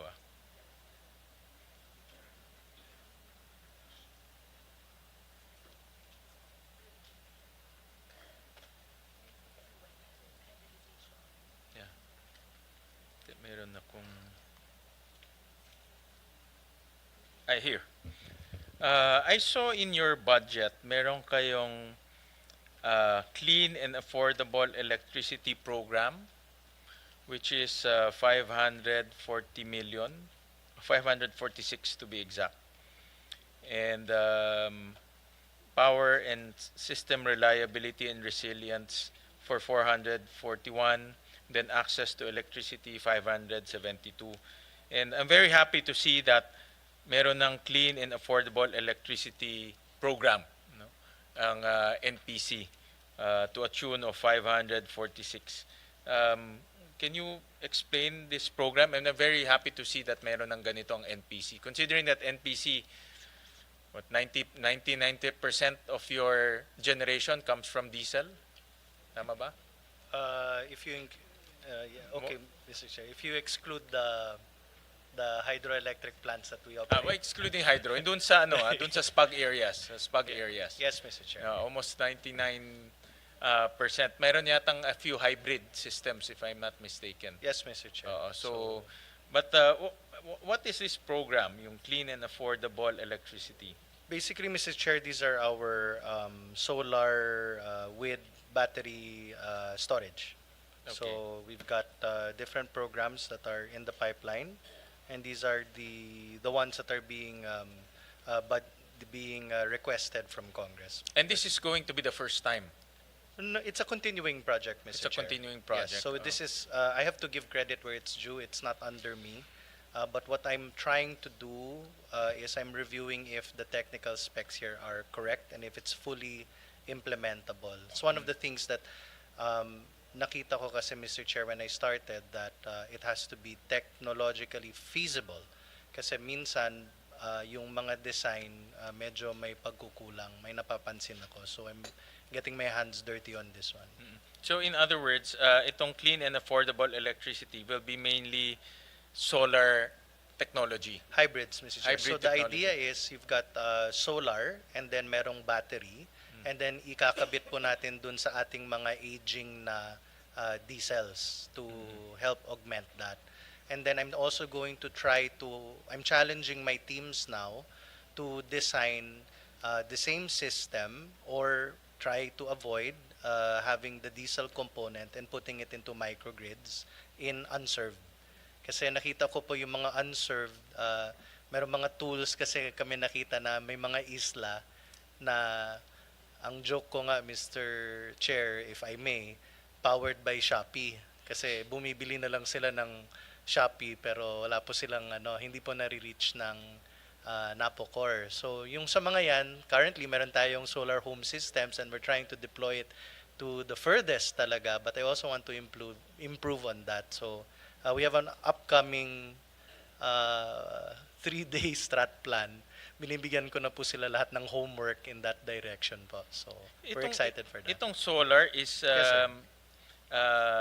battery and solar and diesel combination. So yung diesel po, hindi po tayo bibili ng diesel. Existing diesel, to ididikit po Okay. natin yun. Alright. I think ang report sa akin ng teams, the biggest challenge is the controller. So this is the non-human intervention kung kailan sisipa yung diesel kasi from the battery or direct ng solar. So dun daw nagkakaroon ng technological challenge yung dun sa controller. So like I mentioned earlier, personal po ako bumababa at pumupunta dun sa mga young engineers at sina-challenge ko. To sabi ko, alika, punta tayo sa mga existing and working projects because these guys, they're open to teach us and we should be willing to learn. So yun po yung tinutumbok ko po. And then I saw here meron na tayong 27 existing areas na hybrid. Tama ba? Press. Let me And verify then three that new, I ang don't target want to be... next year is 3 new areas. I know, more than 3 new areas. po More tayo. ba? How many ang target? Kasi like right now dito sa kodigo ko, Mr. Chair, merong Naro, Gilotongan, Osmeña, San Pascual, Cabra, Tingloy. Ang daming mga lugar na hindi ko pa po napuntahan. Mahaba-haba po to. So how many new areas ito? And I support this. In fact, nung nabubuhay pa si Pio Benavides, yung predecessor mo before, we were already flagging him about the rising cost of UCME. Kasi UCME galing yan ng diesel eh. No? So tayo lahat nagbabayad niyan sa on-grid areas. So I think he started the conversation of hybrids. No? So nag-umpisa doon. But right now, how many hybrid areas ang meron tayo? Ito yung binilang ko po dito sa 1.5 billion natin na hinihingi. Yung 546 million po na hinihingi specifically for renewable energies, 30 areas. 30 Yung sa existing... 30 existing areas. No, ito po yung sa 546. Yung target. Yung ating Yes. pinag-uusapan na if a fund for 2026, we are looking at Dami, yung 546, 30 areas. Yung sa existing, 8 lang po and with ongoing 7 na mangyayari. May And then I'm secretary, also, wala eh. Meron palang 8. Ikaw naman, Sharon. yung isang ang example, But, Mr. Chair, but kidding aside, matagal na nakita ko, kasi madalas namin pag-usapan to during budget hearings eh, na palakihin yung hybrid. Ang problema kasi, and I'll show you yung UCM. Mayroon ba tayong slide ng UCM?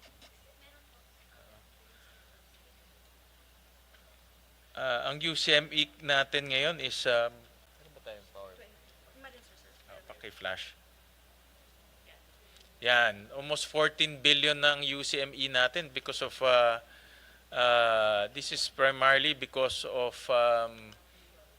diesel prices. Diba? Ang diesel naman di bumababa, pataas eh. No? So pag pataas ang diesel prices, tataas rin yung UCME natin.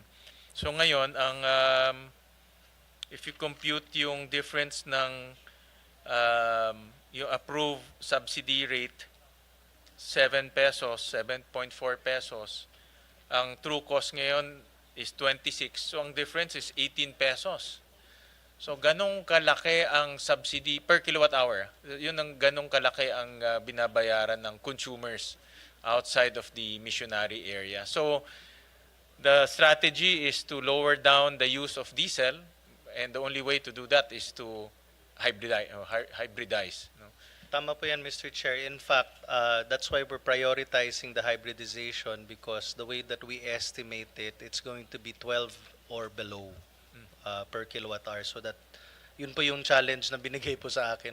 Napakalaking challenge, pero sige lang po. Okay. Well, ano ka naman, ikaw kilala kita as innovative eh. So and very aggressive. So hopefully we get meaningful impact with the hybridization projects kasi that's the only way na bababa yung consumption natin. And this is related to diesel consumption eh. Kaya yan lang ang only way natin eh. Yes. Just to add, we're also talking already with NPC on giving them more microgrid areas and use the microgrid concept in some of the islands, Mr. Chair. And that's my question. Meron ba tayong plans for microgrid areas this coming 2026? Ang concept natin dito naman is to invite the private sector to invest in microgrids. Sila na bahala, no? Including distribution. No? Sila nang bahala. But regulated, of course, by ERC. No? But sila nang bahala doon sa generation and distribution. But microgrid lang, maliit na areas. No? NPC is the one who will bid that out eh. DOE ba? DOE. Sorry, DOE pala. Sorry, Sanskrit. Meron po tayong existing microgrids and 1, 2, 3, 4, 5, 6, 7, 8 existing microgrids also. We plan on expanding. Yeah, we're working on it, Mr. Chair. Our expansion. That's for 2026. Identified areas na yan. Meron na ba tayong USEC GEV na mic operating MGSP? Wala pa, no? Wala pa. QTP, but in MGSP? Wala pa. Can you use the mic? We awarded it December 2023. Okay. They have 18 months to build it. Okay. Wala- But they're already mobilizing? They are mobilizing, Oh, sir. how many areas? 8 lots. 8 lots. Okay. sir. Okay. Okay. That's for 2026, Mr. Chair. That's Daan Bantayan, Cebu, Medellin, Cebu, Burdeos, Quezon, Panukulan, Quezon, Dumaran, Palawan, dalawang areas sa Dumaran, Palawan, Coron, and Busuanga, Mr. This is Chair. for microgrids. Yes, for Candidates 2026. For 2026. Okay. All right. So hopefully ditong 2026 yung microgrid plus your hybridization magiging ano na ito, magiging may impact na ito sa pagbaba ng UCME. The goal is to bring down UCME. Taas na ngayon eh. No, 14 billion ang linalabas na ngayon ng consumers, no. That's a way to lower down electricity rates because it's being charged to all of us.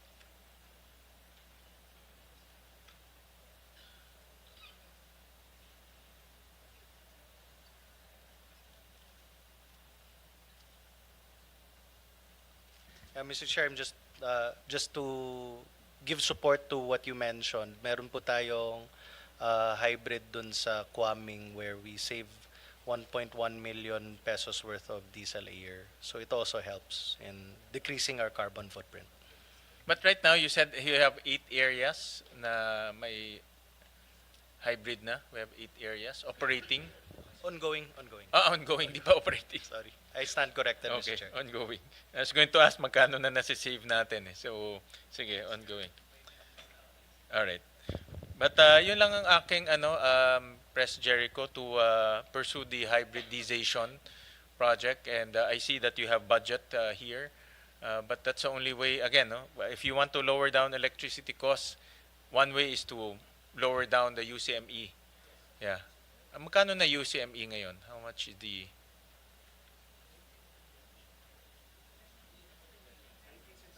So that's 19 centavos rin. No?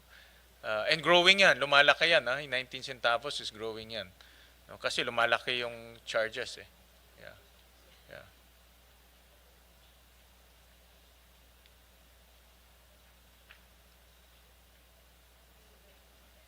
Meron pa tayo sa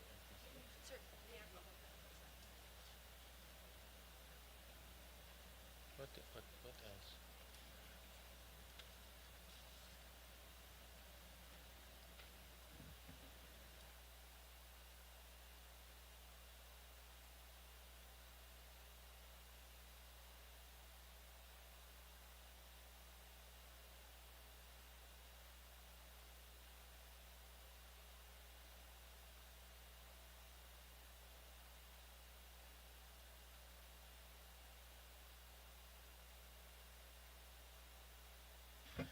Aside from yung Siquijor and Siargao, meron pa bang areas tayo na problematic because of the NPPs? Meron bang ano? Yeah, Okay, go ahead. Mr. Chair, this is a multi-agency and everybody wants to answer. Daming gustong sumagot. I eh. know, but I just want to point na lang Daming gustong who sumagot. does what, no? Actually, on the part of DOE, we have a task force for the islands in which Mario has several islands targeted this year and next year. That's together with the rest of the agencies. They visit these islands, mag-evaluate ano yung sitwasyon and what are the proposals. And sila Nani also has their own set of cooperatives, let's say, no, not just specifically islands. For example, Basilan is one of their major, or Zamboanga, which is not an island but also a problem. But they have certain areas also. But between the two, DOE and NEA, always involved will be Napocor also because sila yung power producer. So, if you don't mind, Mr. Chair, maybe Mario can answer and then Nani can follow through. Huh? I just want to know, kung meron pa tayong mga problematic SPUG areas, particularly NPPs. Pag NPC naman, di naman nagiging problematic eh, kasi may generator sila. But yung NPPs, kagaya ng nangyari sa Siquijor or sa Siargao ba is an NPP? No, it's on the grid. On grid siya, kasi yung cable Yung cable ang naging problema sira, po, sir. no? Oh, yeah, maybe Sikihor, mga ganyan type. Yeah. Meron pa ba tayong ganyan na areas? Yes, Mr. Chair, we have several islands that we are continuously monitoring, and in fact, on Monday, we're scheduled to visit Catanduanes. So that is included for the year. But aside from that, so we have to revisit several off-grid areas that covers not Luzon, Visayas, and Mindanao. So may mga program po kami, like Northern Palawan, we're looking at Busuanga, Coron, and adjoining islands. We are also looking at the interconnection of Camiguin Islands. Masbate, but Masbate is under rehabilitation at this time, so we still have to, we are recognizing that the rehabilitation will improve the system already in Masbate. Camotes is already under our monitoring. We have already visited that. But we have Calayan Islands in Cagayan and several others. Marami po, sir. But for this year, we are confined with first Sikihor, Camotes, then we have remaining Catanduanes and Camiguin for this year. These Camiguin and Catanduanes are NPPs. Catanduanes is NPP provided with sole provider, but Camiguin is grid connected.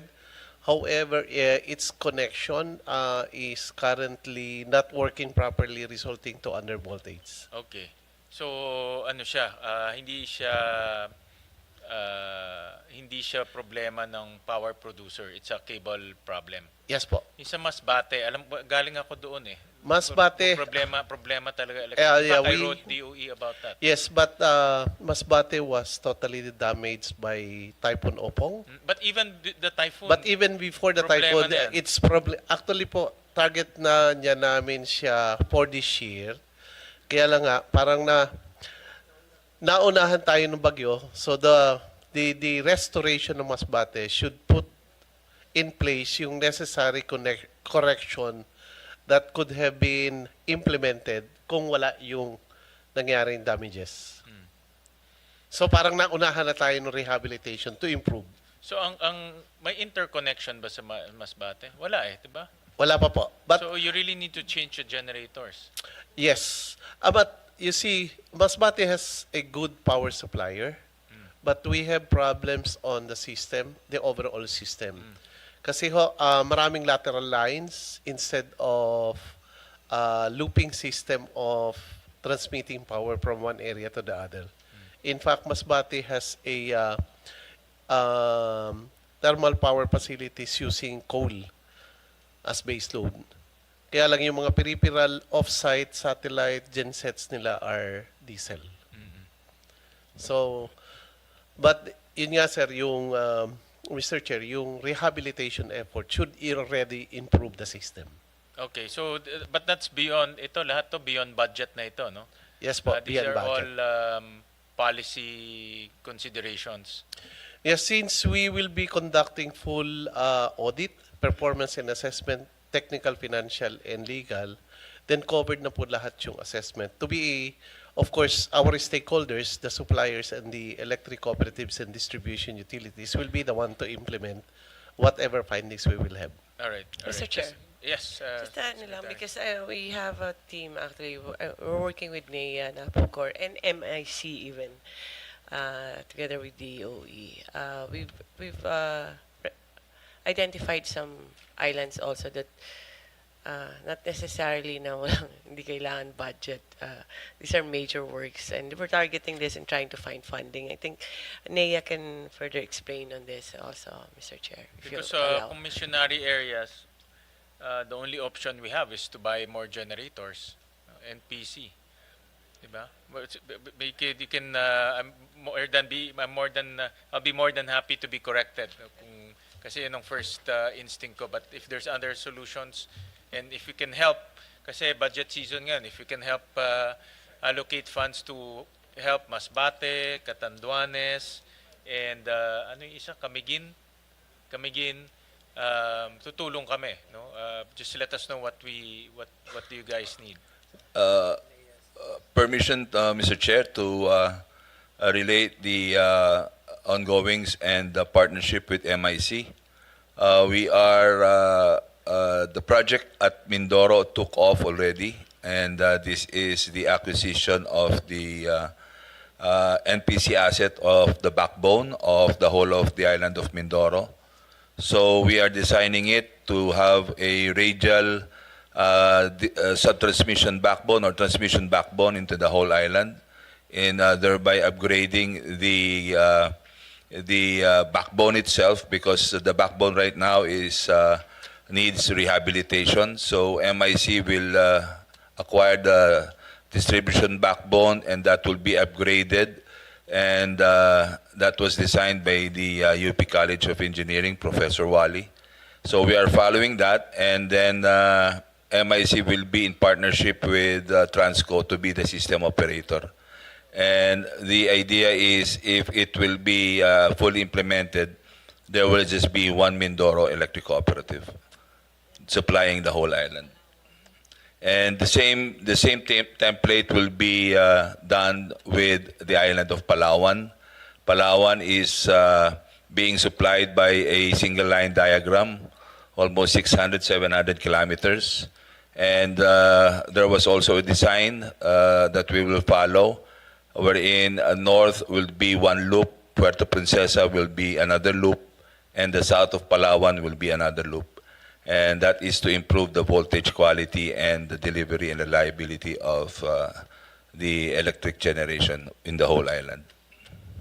In addition lang, Mr. Chair, that's Palawan, Mindoro, and we're also assessing Siargao, Basilan, Siquijor, Catanduanes, Masbate was supposed to be there, naunahan lang na, and Camotes pala. Now, so when we talk about Siquijor and Basilan, it's the lines inside eh. We have to improve that kasi isang dapo lang ng ibon dyan, it's really an old system. So we have the numbers already that's needed for Siquijor and Basilan. Siargao and Catanduanes, other than improving the lines, pwede siya ma-connect through submarine subsea cables.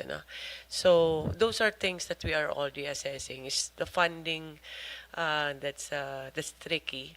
That's why we're trying to bring in MIC in some of the projects.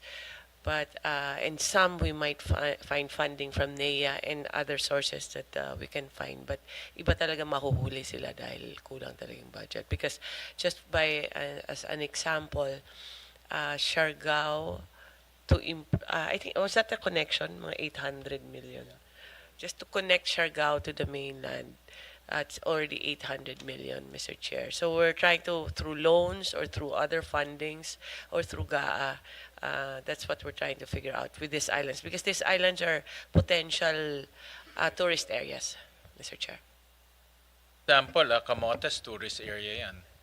Of course, Basilan is a thriving province, and then you have Siargao, Siquijor, these are tourism. Most of these are very important tourism areas. We have assessed already Basilan, Siargao. Ano pa bang mga napunta niyo? So the funding will come from MIC, Maharlika. Only with regard to Mindoro and Palawan, Mr. Chair. In Siargao, the circumstance is that last December, nagkaroon ng glitch yung submarine cable nila. So we are now trying to put an N-1, no? So NEA loaned in the tune of 840 million to Siargao to do an N-1. So mahirap, baka biglang bumigay. I mean, dugtong na lang kasi siya, Mr. Chair. So it was apparent that Congressman Dagook really would put an N-1 submarine cable connecting the three islands. And the same thing with Basilan. Kahit na magdagdag kami ng generation, if we will not put a rehabilitation or do a rehabilitation of the distribution backbone, the whole island will still suffer a poor quality of electricity. And that is what we're doing right now. We did a study. It's in the tune of 400 to 500 million. I already started pouring in 100 million before the end of this year, and we'll just be doing it in phaseology. Although generation NPP, there's a pending CSP that is being conducted, and the new NPP will come in. So I heard earlier, Administrator, that ang Maharlika papasok sa ganitong mga projects. Yes, Mr. Chair. Specifically transmission projects. Yes, sub-transmission. Actually, 2 years ago, Mr. Joel Consing visited in my office, and they want to put money into the power energy industry. So these are the things that were suggested to MIC. We developed it, and now we are implementing it in Mindoro already. What will be the arrangement? Obviously, they will be the funders, but who will own the asset? They will be the asset owners. They'll be the asset And they owners. will be actually bundling with the franchise of Transco for Transco to do the system operation so they can recover from the investment of the And assets. mostly this will be in the SPUG areas. SPUG areas, sir. Mostly in the SPUG areas. Yes, sir. But these are not small SPUG areas like Palawan. Well, Mindoro and Palawan, I believe, consist 60% of the UCME, consumes correct, 60% of the UCME. So hopefully, with the rehabilitation and upgrading of the distribution backbone, a lot of renewables can be accommodated. And the same is true with Palawan. Sila na rin dapat mag-fund nung hybrid. Kabit na nila doon, hybrid system para mapababa yung UCME. Hindi pa namin napag-uusapan, Mr. Chair, but they are just limiting themselves into the transmission assets. Okay. All right. Well, I'm inquiring because I know that marami mga problematic areas and it's the budget season. So if the Senate can intervene in allocating some portions to improve the electricity situation in those areas, now is the time. And I know that NPC, hindi lang ba NPC ito? Kasi typically pag SPUG, NPC ang kausap eh. So it will be a multi-agency Actually, it's a approach. multi-agency coordination already, Okay, Mr. just Chair. let us know how we can help. Because, Mr. Chair, we more or less we've identified where MIC should come in, and some other parts maybe private can come in as whether it's a PPP or a solicited proposal from them. But there are other parts talaga na we need government support, especially Siargao and Basilan, I would say, right now. So we'll just prepare the papers, the documents, and we can send it to your office. Let us Mr. know, Chair. lalo na Siargao kasi ano yun, tourism areas yan eh. So kung walang kuryente, kawawa yung mga hotels. Hindi naman rin sila pwede mag-generator all the time. Lulugi sila. That was what happened, Mr. Chair, last time. They suffered 13 days of no electricity. Magpapasko pa naman. So, Imagine kung generator sila, ang cost nila pagbili is 26 pesos per kilowatt hour. No? or more. Oo. So, hindi magso-survive yung negosyo nila pag That's ganyan. true. No? So, kailangan talaga nila ng electricity. Yeah. Just let us know how we can intervene and support. And then my last question to NPC, nakita ko yung, this is about missionary electrification. In 2023, the utilization rate is 72%. Then in 2024, bumaba siya to 55%. And how are we doing in what seems to be the problem with missionary electrification? This is one of your core mandates. And I saw in your presentation earlier that meron pang 450,000 na mga households na in the missionary areas na hindi pa electrified. So, have you improved the utilization rate?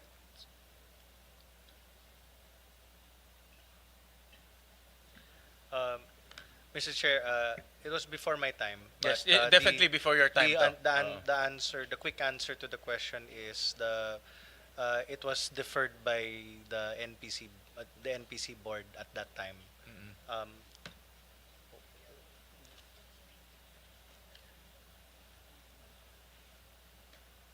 But mababa kasi yung utilization. In fact, in 2022 is only 14%, 2023 is 58%, 2024 23%. This is a core mandate Yeah, missionary electrification. Mr. Chair, these are actually the implementation ng mga tie lines, distribution lines na hindi natuloy. Ito. Yeah. So merong sa Holo na mga tie lines. This one is Palawan also, no? May mga tie lines din sa Palawan na hindi natuloy yung implementation because it was deferred. So that's why yung utilization bumagsak at that time. And what's the action plan to improve utilization?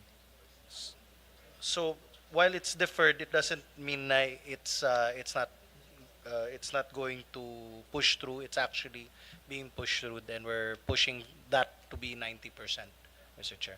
Okay. Kaya ba within the year? Is that feasible? Before 2025? Yeah, naka-target now, Mr. Chair. Okay. 90%. All right. Sige, we'll monitor that. Thank Yes. you. Thank you. Thank you, Mr. Chair. I'll go to NEA, to Administrator Almeda. And I just want to get some updates on the solar home systems in mainstreaming. I think this is a good project. Alam ko na Yes, Mr. You Chair. explained this very well last time. I remember. Yeah, we did a presentation Oh, in your maganda office. siya. No? So Yeah. I just want to get an update. Kumusta itong solar home system project natin? We are able to energize, installed already about 30,000 units. There's an ongoing installation of 12,000 units, and there is an ongoing procurement bidded out already of another 10,000 units. So we are expecting at least 50,000 units to be installed within the year. I withheld the bidding first because it was programmed to bid out about 80,000 units this year, Mr. Chair. However, I will be lacking already in manpower to validate and issue certificate of final inspections because I was precluded by some COA findings regarding my EAW. So I wish to appeal, Mr. Chair, that this special provision on the use of EAW as part of the operational revenues be granted to NEA because with the bulk of subsidy projects NEA is implementing right now, we are having limited source of manpower to validate everything. And we are also about to, if I may, Mr. Chair, we are also about to implement 294 energization of the last mile schools, powered also by solar home systems. And we're just awaiting downloading of the funds from DBM.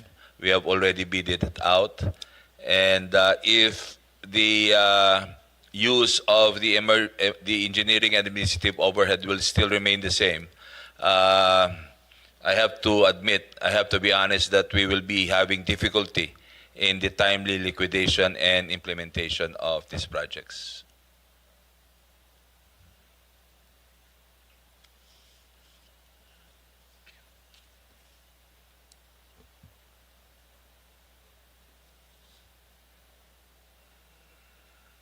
Mr. Chair.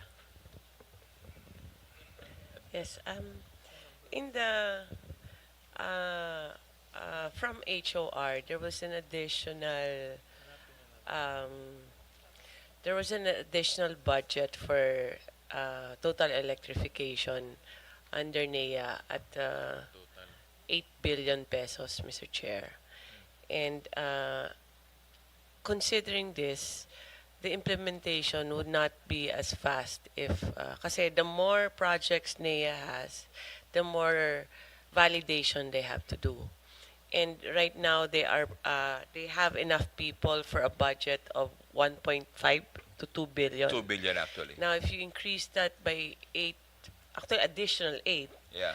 then the manpower won't be enough. Now, NEA has a proposal of allotting a certain percentage for, ano ba, hindi ko No, makita. the administrative expense is really something that is ongoing right now. It's rather the use of that administrative fee of 3% per project that is that should form part of the engineering and administrative overhead. However, I can understand COA because based on the provisions before, this EAW can only be, as per the provision, it can only be utilized on the project itself. No, so if we identify one project, we can only spend some engineering staffing or field validators just for that project, as compared if it will be considered as operational revenue and it will form part of the internally generated funds, then we can hire regular engineers to beef up our manpower to validate and inspect all these projects. I mean, these are all last mile schools, PVMs, to the farthest, the unviable and unserved areas. Mr. Chair, you can just imagine the travel time, the logistics involved, and for us to come up with an efficient and accurate validation of these projects. We need warm bodies, really. And not only warm bodies, but rather qualified personnel to issue and sign the certificate of final inspection and audit. We'll break it down one by one. No? We'll start off first with yung solar home systems. And the reason why I asked this because I want this to connect to schools. No? And right now, for school year 2023-2024, according to to DepEd, meron pa tayong 2,000 schools na walang kuryente. Well, on the last mile schools alone, Mr. Chair, per DepEd, there are still 2,359. Okay. 2,359. So as per our MOA, which we recently signed last February, all their electrification budget will be downloaded to NEA. Okay. So NEA can implement the energization of the last mile schools. However, the budget can only accommodate 294. That is my next question because one problem that I want to solve, actually two problems I want to solve is one with education. Number one is dapat lahat ng school natin may kuryente. No? I agree, Mr. Chair. Ang susunod, dapat lahat ng school may internet. Kasi hindi naman pwede may internet, walang kuryente. Diba? So, umpisahan muna natin yung kuryente. So, and based, siguro ito, no? I'm just off by 300. Actually, Mr. Chair, if I may share, the pilot school we energized in Agusan del Norte, the first school that we did as a pilot project, of which Secretary Angara and myself energized and inaugurated. We were able to energize, put electricity to supply 4 classrooms. And we also brought with us that Starlink. And when we inaugurated that school, actually, we had a Zoom meeting with the president then, who was somewhere. And we were able to donate also smart TVs that can give the professors or the teachers an interactive method of teaching. And that also the setup is designed also to accommodate charging tablets for the design. We came up with the design that can do charging of 40 tablets per classroom. And that would give the students the opportunity to receive tablets that are normally given to public schools here in the metropolis. In assumption natin itong 200 ang 2,300 schools na walang kuryente. Assumption natin na sa co-op sila, co-op areas. Yeah, within the franchise area of the electric Okay. cooperatives. And the way to reach those 2,300 schools through solar rooftops. Solar with battery. Solar with battery. Solar with battery, Okay. Mr. Chair. The design are for 2, 4, 8, and 16 classrooms. Okay, but some of the schools yata malalaki. But sige, how much per school ang investment? Parang, if my memory serves me right, Mr. Chair, parang nasa 1.2 million for the 4 classroom setup. 1.2 million for 4 classroom. If I'm not mistaken, Mr. Chair. And then how much is the investment to cover the 2,300 schools? Well, we just have to qualify, Mr. Chair, because there are schools that are 8, there are 16. Yeah. Pero, Mr. Chair, pag tumataas yung bumababa yung koste. Okay, so assuming Parang ganun, pero pag bumababa siya. assuming 1 million siya per school, assuming lang I'm just Yeah. making some easy calculation. So lalabas mga 2 billion, 2.3 billion Something there. ang Something kailangan there. natin. Something there. Oo. I'm checking, alam ko ang DepEd allocation is about 1.2 billion ang electrification nila. So ang kulang na lang natin is another 1.2 to make it 2.4. Something there. Ha? Oh, I'm just ano lang to initial calculation lang to para lang mayroon na akong working figure. Para may target na working figure ako. So to complete all 100%, to complete all the 2,300 schools, kailangan natin roughly lang 2.4. 2.4, but ang additional na lang is 1.2. Okay. Kasi may 1.2 na sila eh. No, roughly lang to, roughly. Sabi nga ni Sharon, ni Secretary, mas malaki pa yan. But roughly lang. So, para lang ma-complete na natin. Kasi yesterday, DICT was here and we managed to work out provision with them na yung mga wala pang internet, lalagyan na ng internet through the free Wi-Fi Yeah, but the program. electricity should be present. Kasi free Wi-Fi program is about 5 billion pesos and more. So, malalagyan na yung schools. Ang problema ngayon, walang kuryente. No? So, that's why I'm working with NEA to electrify those schools na wala pang kuryente. So, we'll take note that we need to add 1.2. Pwede bang idiretso na yan sa NEA? Actually, ng transfer. Actually, Mr. Chair, what happened for 2025, nagmowa kami, but it was already downloaded to DepEd. And ni-request lang nila sa DBM to download it straight to NEA Sige, by virtue of the MOA. We'll work na lang with Secretary Angara Yes. kung anong prefer niya. Yeah. Kasi iniisip ko, since kayo naman kaya ko tinanong, the assumption here is nasa co-op area siya. Yeah, it's maganda idiretso na lang with the provision there na these are to electrify the remaining 2,300 schools. Para tapos na tayo doon, wala na tayong problema with the schools. Mr.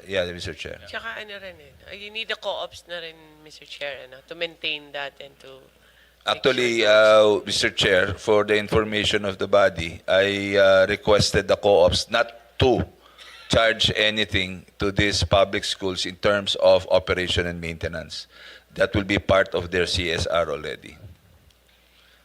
But they are the ones who will be the one to be the lead in the installation of the solar panels and the installation of the battery energy storage system. Thank you, Admin. So at least na-solve natin yung sa schools because we want to solve one problem at a time. And 1.2 billion is not that much naman. I think Yeah. we can source it out somewhere. I'll go to itong presentation ninyo, admin, just to understand. You started, we'll flash yung ComSec, yung SEP accomplishments. I want to understand where we are in terms of electrification. So we started off with 19,000 unenergized sitios. Ngayon, ang natitira, 8,800. Tama? Yan ang, Yeah. yan ang natitira natin Yes, for Mr. Chair. 2026. And that will completely, tama ba? That will completely energize the entire Philippines. Itong 8,800. Sitios lang to. Yeah, sitio ba? Yeah. Okay. Kasi ang ano, pag kinabit mo yung sitio, di mayroon ng kuryente doon. O iba pa yung household connection. Iba pa siguro yung household connections, Mr. Chair, because this is a moving target. The sitios are moving target. Anyway, I think it's better that we submit the 5-year program of the total electrification. I mean, this is kind of misleading, I have to admit. Maybe just to present the budget utilization in terms of the prior years, we presented this one. But I would submit, Mr. Chair, to your office, the 5-year program starting 2023 of the total electrification, strategic total electrification roadmap.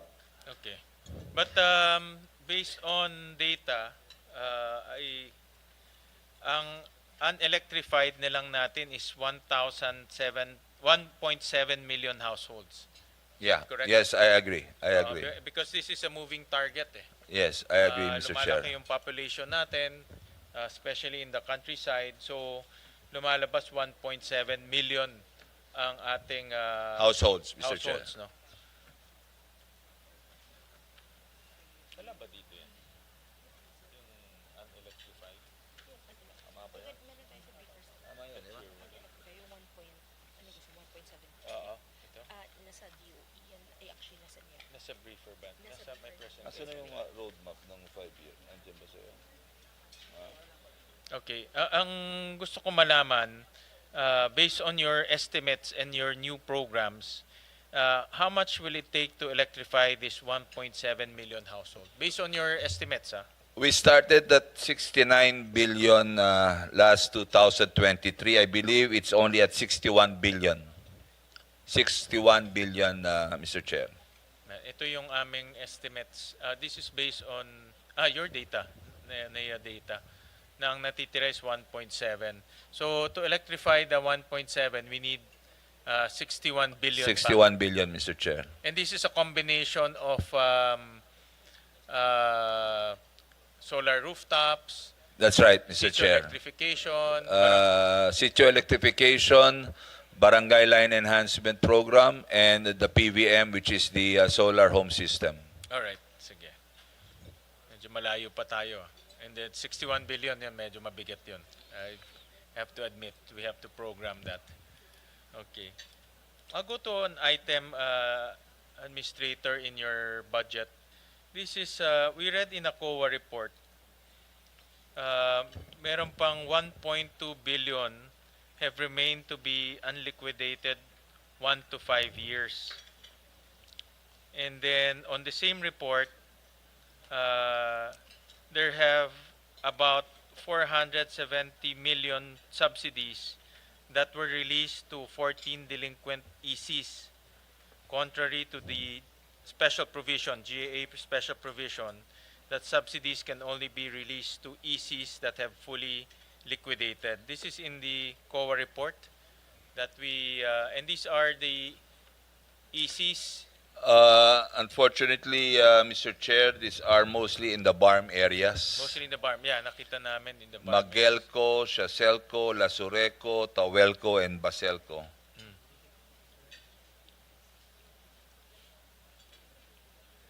Ito yung mga unliquidated, itong 1.2.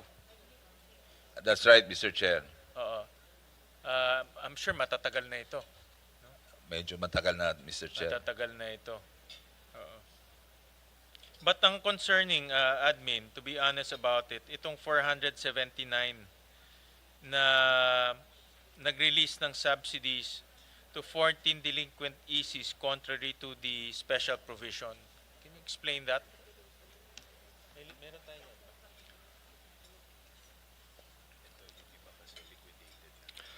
Out of the 479, Mr. Chair, 208,487 were already liquidated. So there exists a balance only of 270 million that are still pending liquidation.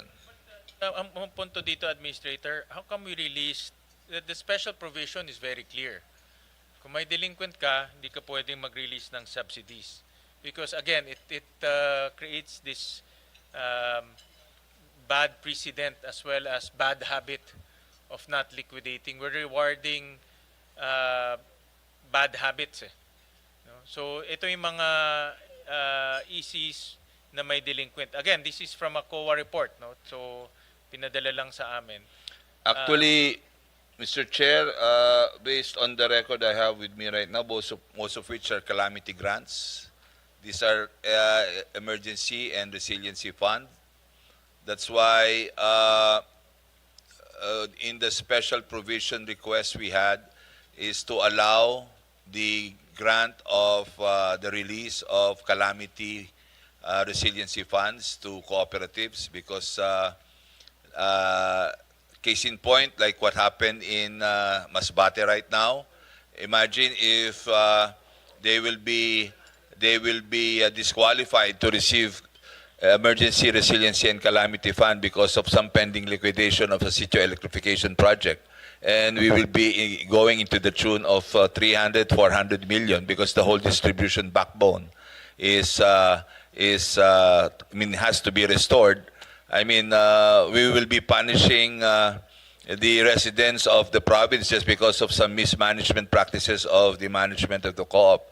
And I believe, as administrator, I mean, it will just be fair and right that the release of the Calamity and Resiliency Fund be treated on an emergency nature rather than as just a subsidy by itself. We will consider that. We will study that. But it seems to me that logical naman siya dahil di naman nila kasalanan ng calamity. So, and they need help. So we can release calamity loans. But yung mga hindi naman tinamaan ng calamity, pero nakapag-release kayo ng loans, meron bang ganyan? And then granted na tinamaan sila ng calamity, but the special provision is very strict na kung kung delinquent ka, huwag ka munang kumuha ng loans hanggang maayos mo yung iyong delinquency. No? That's the special provision that we included. No? So it's a direct violation of the special provision, no? Unless you have a legal basis that can defend your actions.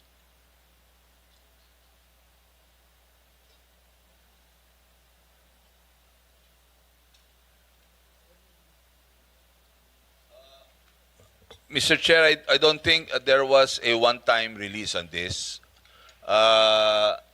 It was a series of releases. Prior to this special provision or after the special provision?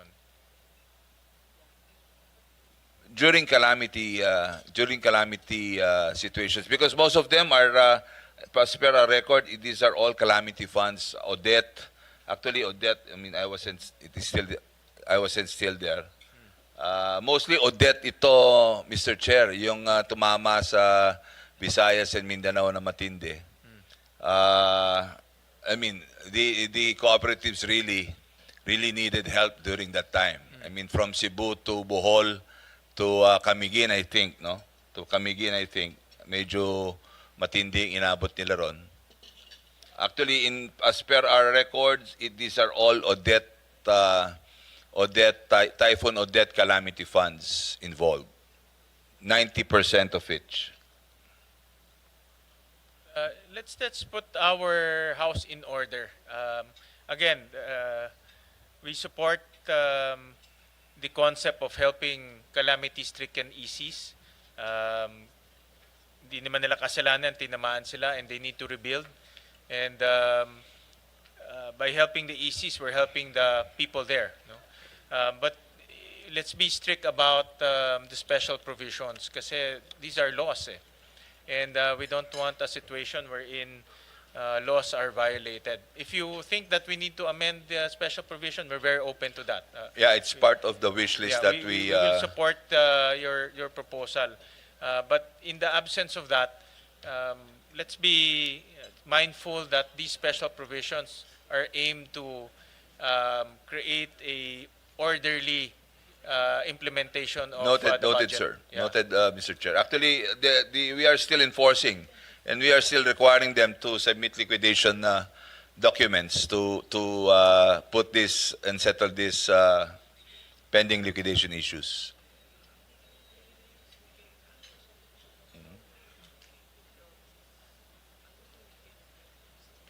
Now. Kasi these are base sa COA report, it's na-release 2024. So these are just kalambang Odette. Di ba Odette is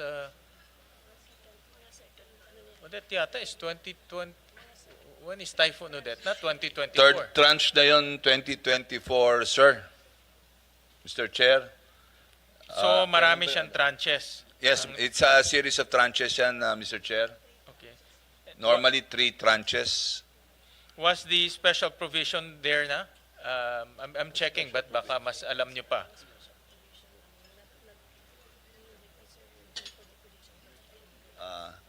I think the special provision only happened last year. But Oo nga, before that, we were allowed, NEA was allowed to release in tranches pending certificate of final inspection of sitio electrification projects. Okay. I'm checking when this special provision came about. But definitely this special provision came about 2024. Yeah. No, and there were releases 2024, no. So may violation siya. Even though in tranches, the argument might be in tranches, but then again, we're not looking at tranches, we're looking at the releases. So meron ng special provision. Mr. Chair, I would put things in order in NEA about this. Okay, yeah, just be mindful of Yeah, that, no? thank you, and like Mr. I Chair. said, Administrator, if you think that we need to amend this, you need to Yes, please, Mr. Chair. tweak it. We're very open to that.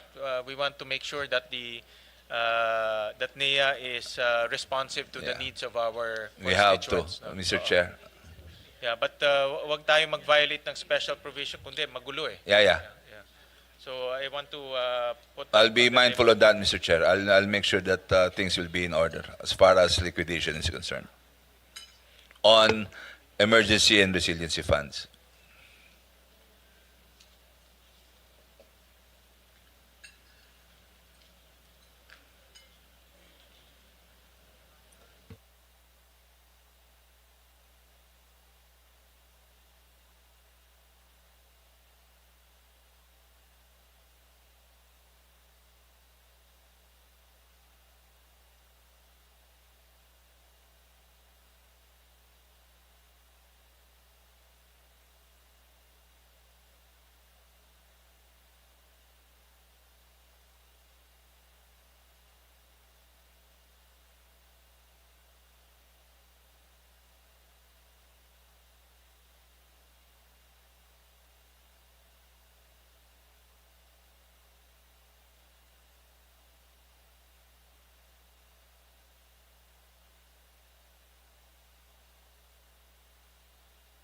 A better way is taasan yung e-surf eh.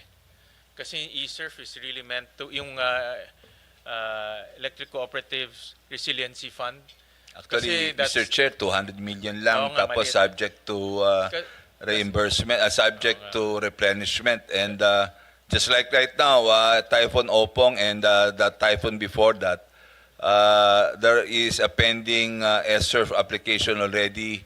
Yung 200 million may pending application na on 3 other cooperatives at 80 million. So I'm left with 120 million na lang.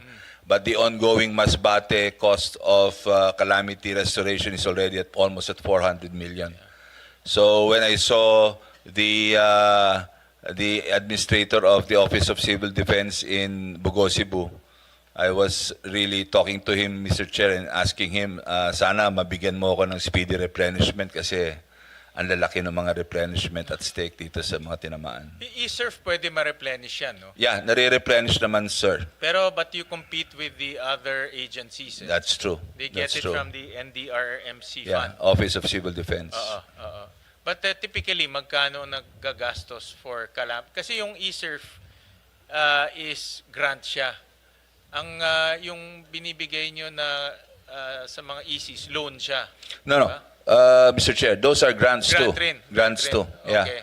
So ang nasa GAA is 200 million subject for replenishment.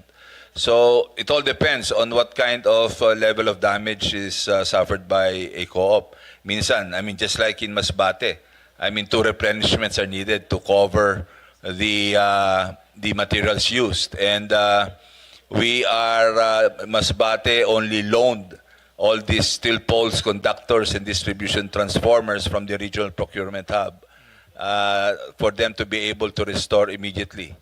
That's why they were able to restore the backbone in less than 20 days. And now, in less than 30 days, they will be able to restore the whole province. The ones you gave for Typhoon Odette, is that grant or loan?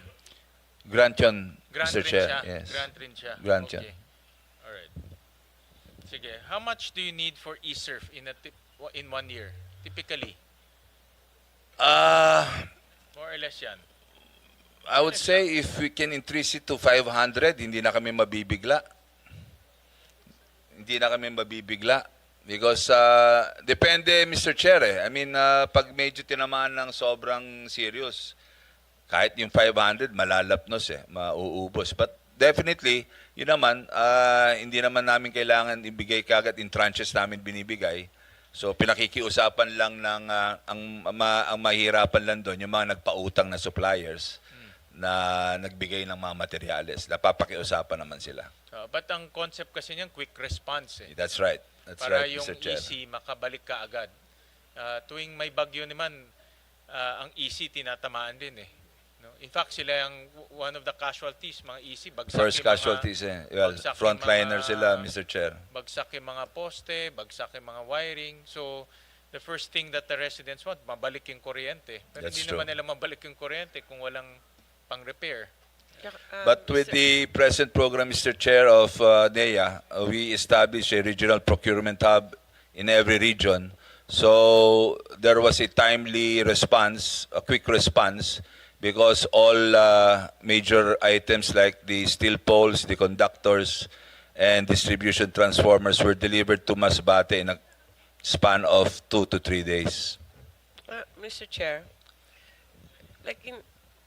kasi I do support the increase of their quick response fund kasi dapat kasi nauuna talaga yung electricity doon eh. Otherwise, the hospitals won't go.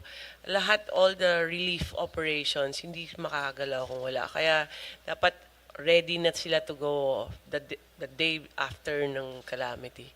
Thank you, Mr. Chair. Thank you. We'll work on that. Pag umiikot rin ako pag after the calamity, talagang yan request ng tao. Kailan babalik ang kuryente? Pero maraming bagsak kasing mga poste. So, That's true, Mr. and the Chair. co-ops nakatali yung kanilang working capital. So it's a way to help the co-ops without passing on the cost to the consumers. Just to emphasize the point, like Masbate, even the evacuation centers, the control command center, and even cash, Mr. Chair, walang cash doon dahil walang electricity.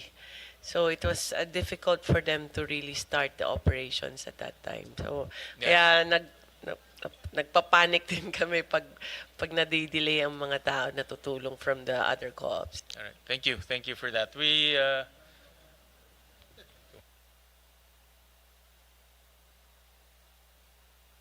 Senator JV, who has also questions to the energy sector.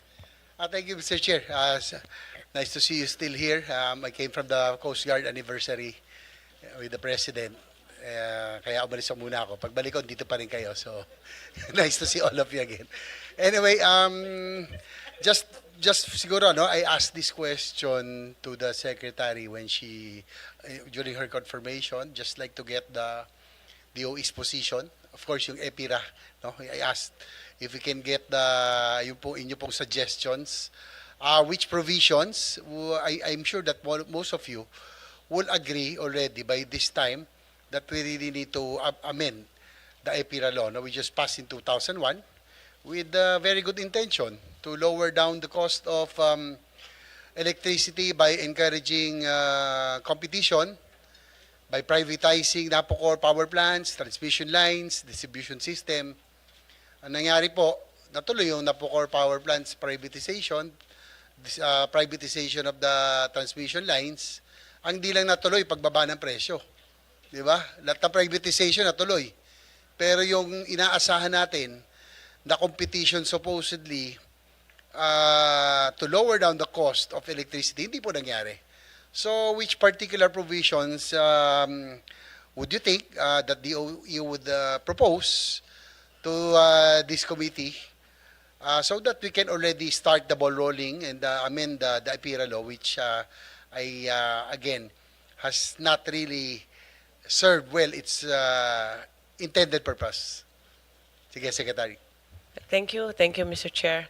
We have a draft of the possible amendments.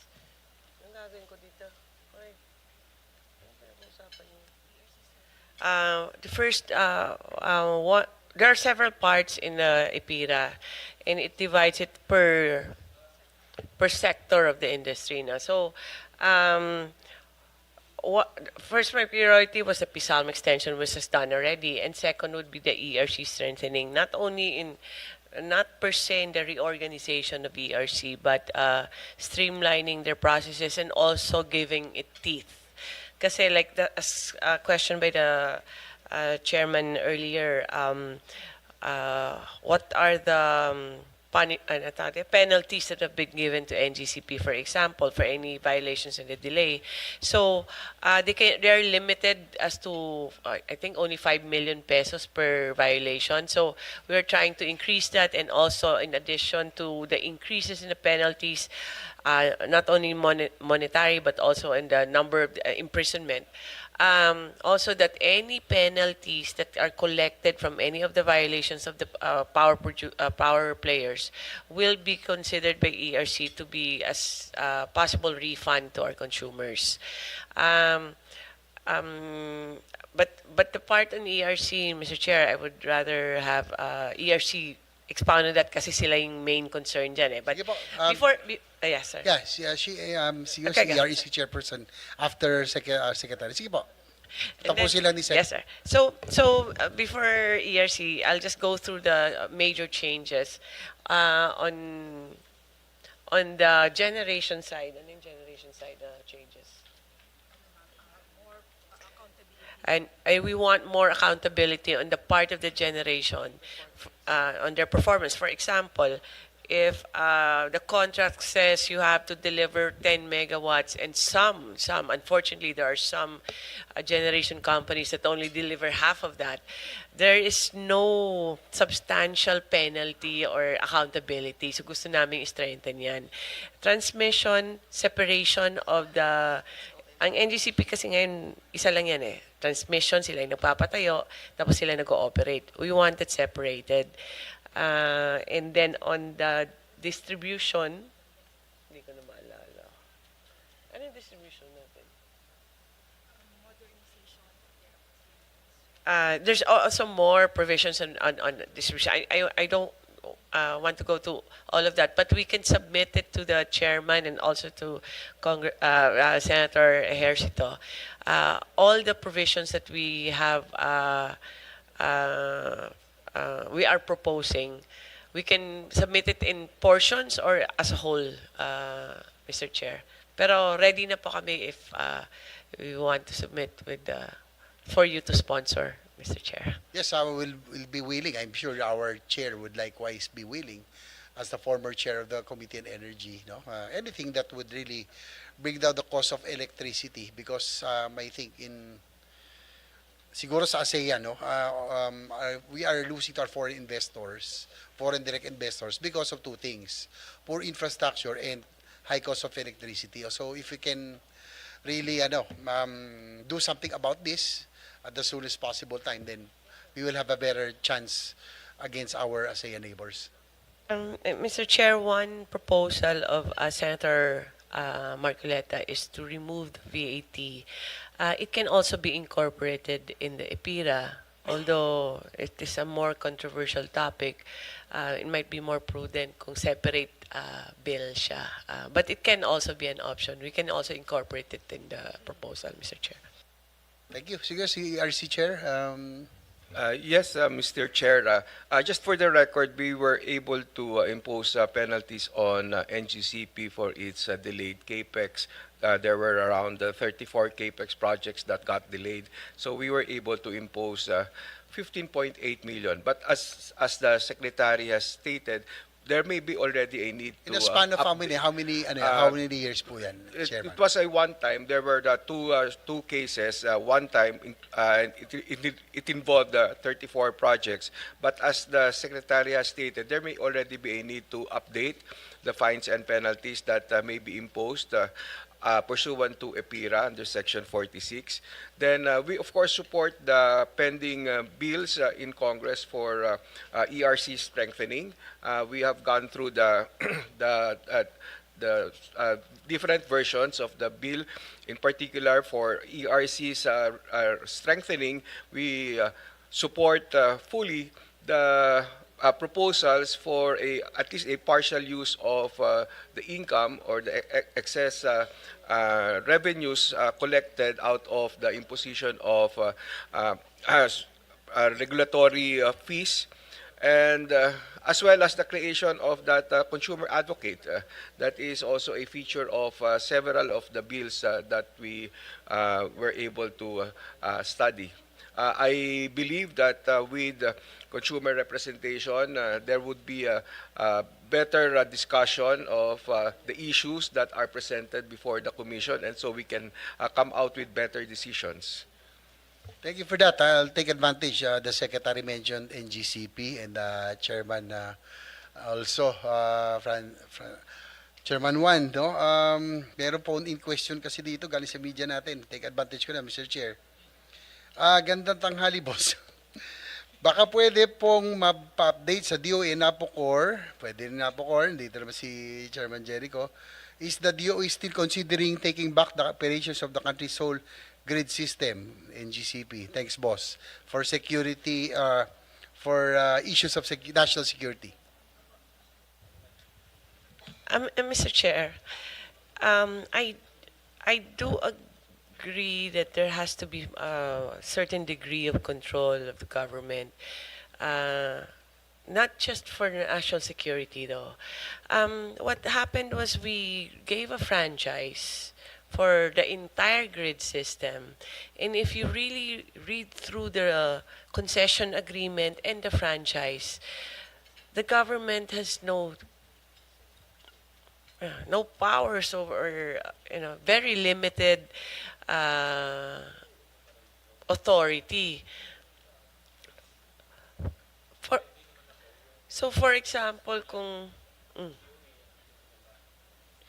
So what I remember also, I was conferring with our chairman. DOE one time, if I remember it right, tried to go and inspect, and you were not even allowed by NGCP. And yung Transco, papaalam muna kami. Nagpaalam pa sa sarili nating Mr. Chair. no, parang may mali di ba? So, And ang concern lang natin doon, of course, with if everything was normal, especially with the precarious situation in the West Philippine Sea, We know for a fact that big share is owned by the State Grid Corporation of China. Yun ang worry namin dito no? Na with one flick of a switch, baka pwede tayo maparalyze Sana yun yung mga, those are the things that hopefully will not happen, no? Mr. Chair, I would like to expound on that. For example, NGCP's budget per year is about, I can't remember na the earnings would be about 20 billion a year, and that's less the cost of capital outlay that they do, no? Which means it's a huge budget per year to construct all this infrastructure. This is not from my research, but based on our hearings in the House of Representatives. And most of the construction that is done are actually by non-Filipino construction firms, meaning the money that is being paid by our consumers so that NGCP can fund this construction are being used for materials and people from outside, Mr. Chair. So in that sense, you're correct that there is no security and the money does not go back to the economy of the Philippines. So that's one danger there also, and that was expounded on during the hearing in the House of Representatives, Mr. Chair. Okay, thank you for that. So we'll just await. Anyway, we'll be willing to sponsor amendments to the APIRA law. Sad to say, no, sabi na alala ko, 2000, that was 2001, just 6 months after the assumption of the GMA administration. Talagang pinasbreak di ba? Mura pa noon ng 500, tagi-isang envelope lang. Di ba? Para lang maipasa ito. Ay, nako. Tapos buong buhay nating pinagdudusahan, no? Yung 500,000 para mabigay yung ewan ko, totoo yun. 'Di ba? Parang buong buhay natin pinagdurusahan, 'di ba? So hopefully we can make amendments and at least correct a wrong that was done before. Mr. Chair, it can also be done through a review or amendment of the franchise of NGCP. It can be done through EPIRA or maybe more effectively through the franchise. Thank you, Mr. Chair. Okay, thank you. Senator JB, before we move to another topic, because this is a very important issue, but I was surprised to hear from Secretary na hindi pa done deal yung Maharlika deal, because what I was thinking is yung gobyerno, okay, na-privatize na ito, pumunta na sa kamay ng private sector, 40% nasa State Grid of China, but our way to have eyes and ears is to buy out the local partner or the local entity, no? And which I support and which I think it's important. Kung wala man tayong kung nagkakaproblema man lang tayo dito sa whether pinapapasok ang DOE o hindi, but kung may ownership ng Republic of the Philippines, wala silang choice kundi papasok talaga tayo doon dahil tayo na may-ari noon Pero I was surprised to hear na that's not a done deal yet. It's not as per our conversations with MIC, Mr. Chair, wala pa yung how do you call it, the contract itself. There was a letter of irrevocable letter of intent, or I thought we were celebrating na mababa yung nakuha natin.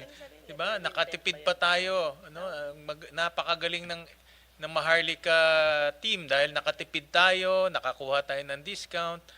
Pero wala pa pala. We are supposed to get parang nabudol yata tayo no? But I'm just saying, hindi naman it's beyond the bayad It's really, sabi nga ni Senator JV, it's for national security purpose. That purchase, I am not looking at making money out of it I'm looking at securing the country, no?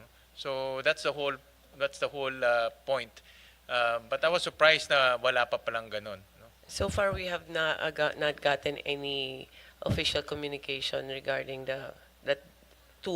we have 2 new members of the board. There's supposed to be 12 and an additional 2 to accommodate Maharlika.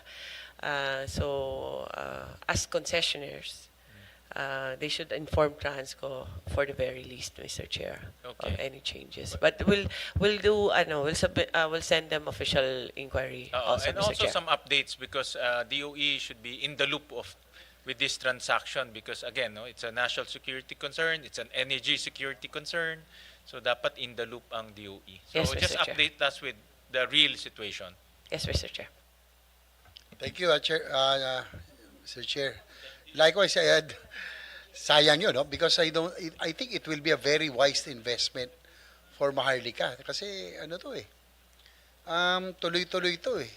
This will be a cash cow instead of putting it in investments that are not that have no certainty. At least this, tingin ko walang talo rito, and we'll hit two birds with one stone. We'll have a very good investment for Maharlika. At the same time, yun nga, yung binabagit ni Chairman din, binabagit natin, yung issue of national security. I'll move on to another topic, yung one of the things that I was really happy during the SONA PBM, nung nabanggit niya na magkakaroon tayo ng 200 bagong power plants, no? Siguro if just ilan po ba sa halos 200 power plants itong base load plants, ilan ang renewables, siguro yung breakdown lang kung talagang 200 nga. Siguro kung renewable, marami siguro talaga ito. So can you give us yung update on this? Yes, Mr. Chair. The President mentioned, I think it's 195 power plants. May renewable tsaka yung non-renewable. Totaling to about 11 gigawatts, if I'm not mistaken, Mr. Chair. For that task, we have created a special task force for 200 power plants, headed by Undersecretary Fontebella and Undersecretary Marasigan. If you allow, Mr. Chair, Yusek Mario can explain further. Thank you. Yes, Yusek Mario. So for the record, ilan po yung base load rito, power plants? Because I'm more particular, Mr. Chair, doon po sa base load kasi I think this is what we really need. Okay, we support renewables, but whether we like it or not, still intermittent eh. Iba yung base load which we will need to power our needs in the next coming decades. Sige, Yusek Mario. Thank you, Honorable Senator JB. Actually, what we are monitoring is about 196 projects and also battery and storage systems. Then for the coal facilities that we are envisioning in the next 3 years, that would be equivalent to 970 megawatts. For the natural gas, we are eyeing for 440 megawatts. And then the rest would be in the form of renewable energies.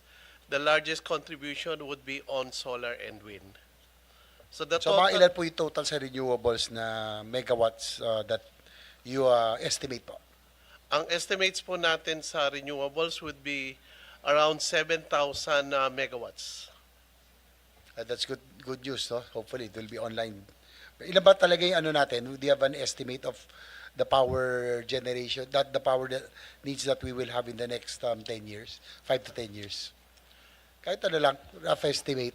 We can provide with you the actual data, which is in the form of our power outlook. Sige po. For our better appreciation, we'll know. Thank you very much po. So, of those, Yusek Mario probably can answer. Ilan naman dito ang committed, ongoing, or indicative pa lamang? Lahat po yung binanggit kong projects na 196 are committed projects. So we are closely monitoring not only the administrative side of it, coordinating with concerned agencies that are involved in permitting and licensing, but also the actual, yung physical construction po minomonitor natin. And according to DOE, am I correct, by 2040, we magdadagdag tayo na higit kumulang 46,000 megawatts. Yan po ang target Yun po ang natin. target natin for renewables. So, gaano kalaking bahagi ng gap na ito ang masasaklaw ng kasalukuyang pipeline? Yung po, yeah. Kung ang nasa pipeline po natin ng renewables, it will be in the tune of 20,000.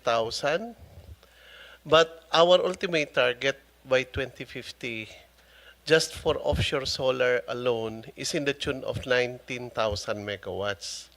So yun po yung ultimate target natin, particularly on the clean energy scenario. But if we want to push through with more renewables, that could even be larger in terms of offshore solar wind, which is in the tune of 50, all those challenges. Thank you. Yung po sa Yusek Mario, about sa base load, alam naman natin we're still heavily dependent on coal. If I remember it right sa yung presentation, nasa 40% pa rin. So of the base load power plants that you intend or yung pong planong itayo ngayon, Well, basically po, thank you very much for the question, Honorable Senator JV. Basically, the base load capacities that we are looking at remains to be the coal thermal facilities that are not covered by the coal moratorium. But our intention for renewable energy in complement with natural gas and pump storage hydro is to make the intermittents base loads. So makikita po natin yung first project natin ng solar with battery. This is the biggest solar facility that we will have, the Terra Solar. While it is at the tune of 3.6 gigawatt in terms of installed capacity, to make it base load with a battery, it will only generate at 850 megawatts. So that means po mag-operate siya 24 hours. If that scheme can be developed further, then we are looking at renewables also turning into baseload capacities. Notwithstanding that geothermal and some other storage hydros can already serve as baseload facilities. Also, our initiatives for nuclear will provide us additional baseload capacity. Your Honor. Thank you, Yusek Mario. I think yun ito yung low-hanging fruit natin, geothermal. Yan na marami tayo eh. Also LNG, kaya lang medyo very expensive to build, no? Nabanggit niyo na rin po yung nuclear power.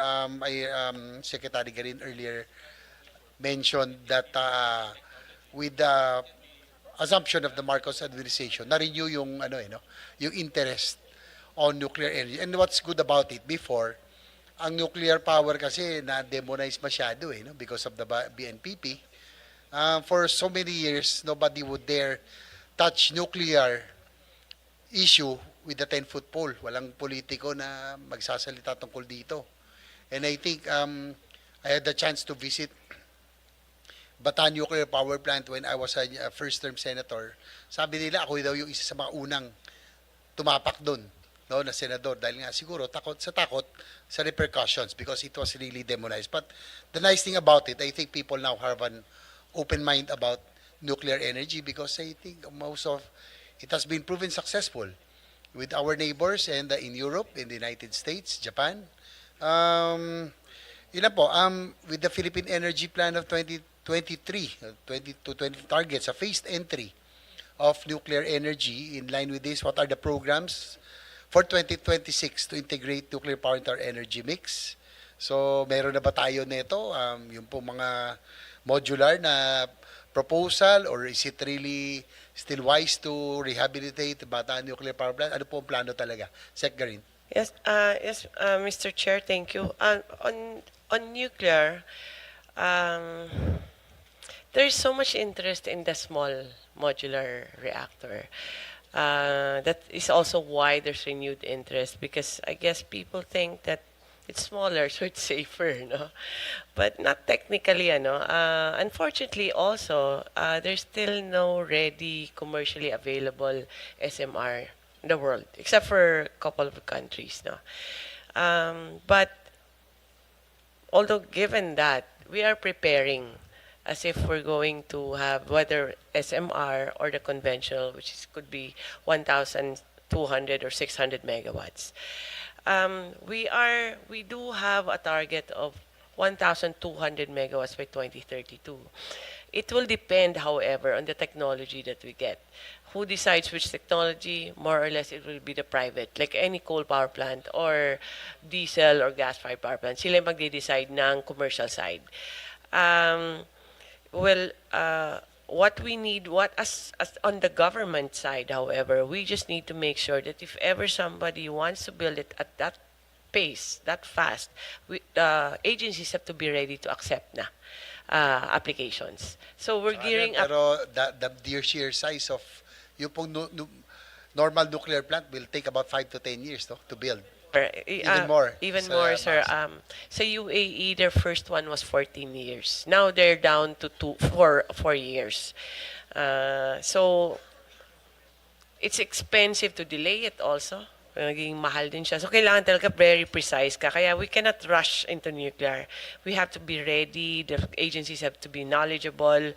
Our operators have to be knowledgeable, have to be trained. Kaya ang gusto lang namin na by next year, capacity building, we're done already. Preparations for the permitting, we should be finished already. Kaya, para pa may nag-apply, we understand it can be more than 5 years, but at least they can start na, we can grant a license na within 2 years or so. Yun yung objective. Construction, we cannot control, Mr. Chair. But we're really, it's really part of our roadmap to have nuclear energy, at least a licensed one by within this term, Mr. Chair. Thank you. Nice to hear that. At least everybody's open about it. And I think there are a lot of good stories about it. Yung mga good, mga successful energy mix, no? Yung France, I think 70%, 70-30, no? Yung pong ano. So, Can I yes. just add lang? There's always a question of kaya ba to ng Pilipino? We've proven that already. We built Bataan Nuclear Power Plant actually and almost turned it on.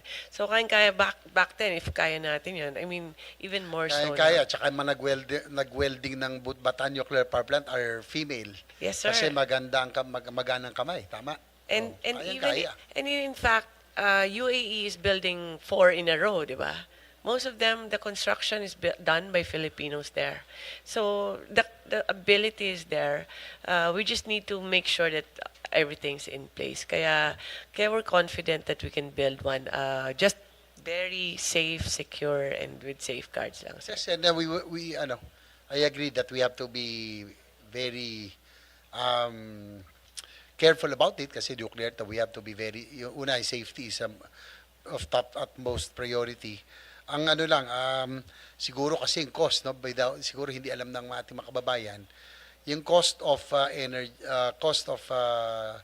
power yung generating power ng nuclear is really parang 182 pesos lang, no, compared to the other power sources of energy, nasa 6 pesos. If I don't know, Yusek Mario, tama ba yun?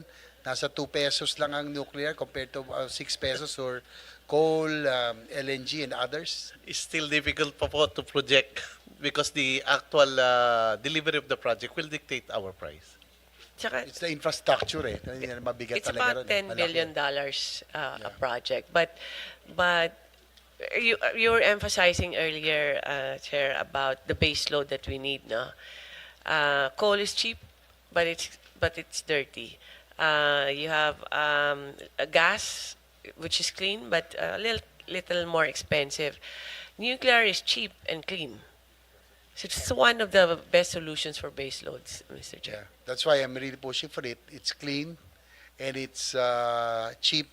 Yun lang, ang ano lang doon, drawback, yung the time to build, no? At least 10 years, at least.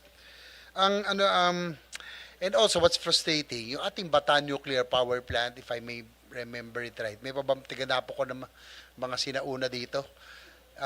It was built in 1970s, completed in 1986. Ang twin plant niya is the Cory 1 of Seoul, South Korea. That's the very first power plant of South Korea also.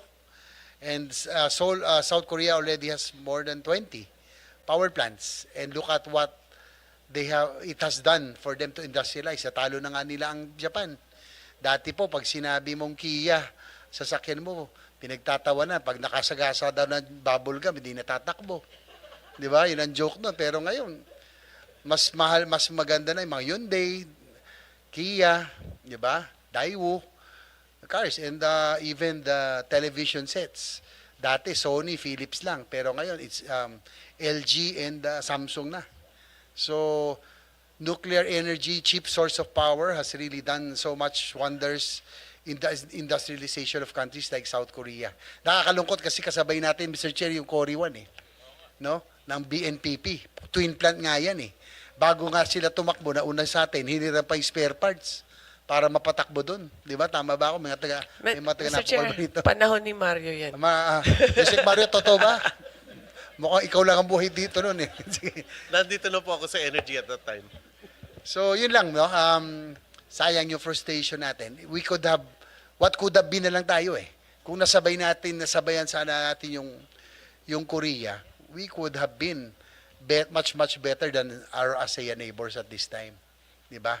So we have one na hindi tumakbo, sa kanila nasa 20 plus na. Kasabay pa nun sa atin, no? So I'm glad that the DOE already has this position on nuclear energy and developing it better in the future. Thank you for that. Last na lang po, nabanggit kanina as the chairman of Committee on Tourism, nabanggit na rin po kanina ni Senator Pia, yung mga areas like Siargao, ginagawa naman ng paraan, Palawan, Bohol, Mindoro, because I go around a lot, promoting tourism on my motorcycle, my personal advocacy. Yun nga lang po, talagang nakakaano pag nawawala ng energy. Siguro dagdag nyo na lang po yung Mindoro, yung mga island destinations in our and please update us from time to time so that sige pa. Yes, sir. Mr. Chair, like for the tourist island areas natin, would be, I think, Palawan, Mindoro. That is being studied na for Maharlika, hopefully, or any investment, private investment or public investment to improve the distribution system within. Siargao, hoping to improve the system within also, but add a connection. We're already doing the computations for that. Basilan is also potential for tourism. There's also a study on improving the distribution lines in the backbone. And then Camotes, there is no major problem with Camotes. Actually, it's just the potential that it will grow bigger and bigger, and we just need to make sure that all the players there are behaving.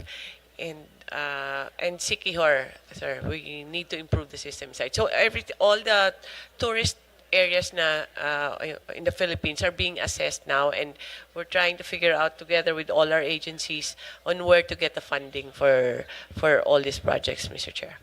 Okay, thank you for that, Secretary Garin and the DOE family. Mr. Chair, thank you. That's all for my questions. Mr. Chair, maybe the good senator can bring Chairman Nino for his inspection of the lines of the Philippines. Nagbabike din pala to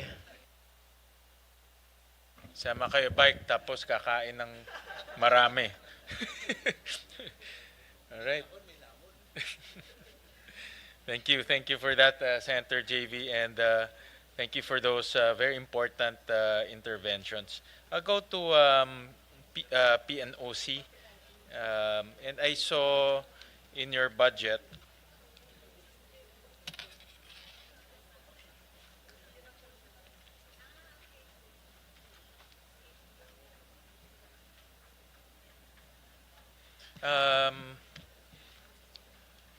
yung kaninang na-present na 4.7 billion, these are, wala na ito, if I understand it correctly.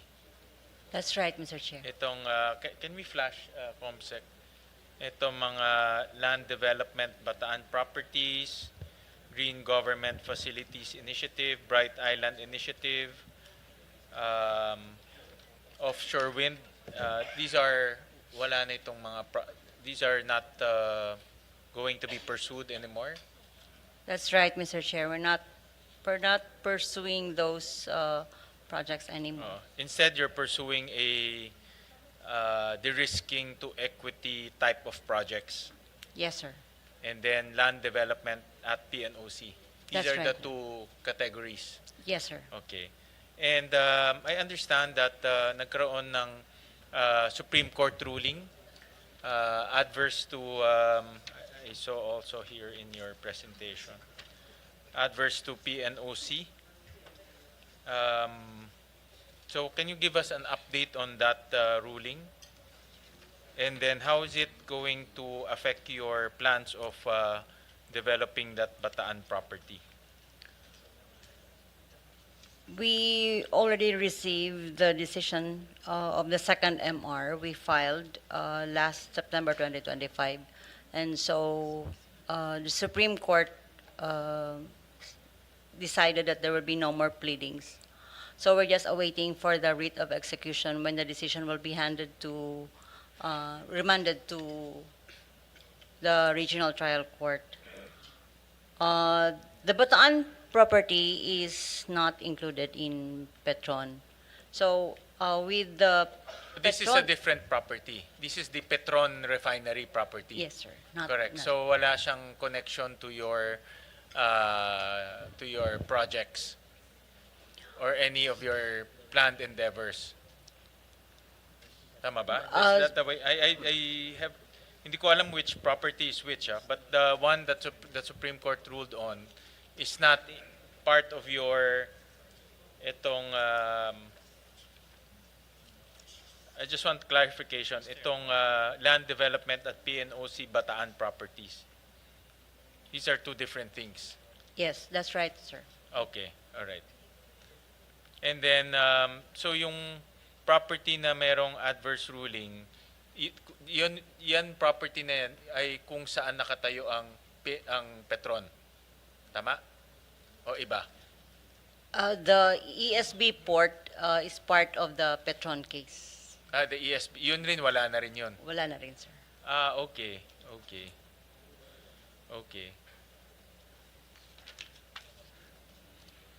So how big is the property that was na nawala? Is that the 30 hectares? More. Or how big? Actually, can I say in terms of the market value? How come you cannot say in terms of land area? What's the difference? Okay, Is there any- the Petron case would cover bulk plants, the service stations, and the refinery, around 52 hectares. 52 hectares. Okay. And then, yun ang nawala, no? Yes, sir. Itong land development at PNOC property, how big is this? That's about 520 hectares. So 520, so malaki pa pala. That's right, sir. All right. Sige. So I'll go to some items in your budget. Itong mga offshore wind, wala na ito. Wala na. You're not gonna pursue that anymore. That's right, sir.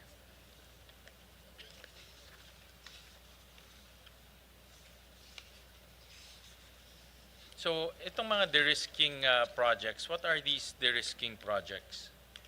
These are renewable energy projects which we will be developing. However, we would only do those pre-development before the financial close, and then we convert our de-risk activities, the pre-development, we convert them to equity. Okay, I understand. And what are these RE projects? The solar, the battery, the wind, hydro, and geothermal. Okay. Can you flash that on the screen? Ito ba yung itong de-risk to equity? So you're gonna put in, tama ba? 31 billion? Tama? No, sir, we're only putting up about 520 million. Okay. for a total of the 380 megawatt. This one? Yes, sir, that's And right. capex, project capex is 31.9 billion. But since our budget is only for 2026 520, the total project capex would be the project cost for each technology and the corresponding capacities. Okay. So where is the investment that will be put in by PNOC? The third to the last column, 2026, the 520 million. Okay. Yan ang ilalagay nyo. Yes, sir. Okay. And so these are the de-risking projects. And then next year, you're going to put 350 million. And then 2028, you're going to put another 100 million. That's right. Okay. And the risking is, the concept of the risking is risky para sa private sector in the initial phase. Tama? Papasok mo na yung gobyerno para mawala yung risk. That's right. Tama? Yes. Pag nawala yung risk, ibebenta natin sa kanila That's right, sir. ng mas mataas kasi wala ng risk. Yes, sir. Tama? Okay. What is the risk of government rooftops? What is the initial risk for government rooftops? There are technical risks. There are regulatory risks also in the rooftop. What's the regulatory risk? Just to correct, the government rooftops there are not new builds. But since we have already have government rooftop projects, we intend to convert them to equity. We invite project developers convert those what we have started to equitize them. We are not putting up new built government rooftop projects, sir. But we're going to put 50 million. Yes, sir, 50 million.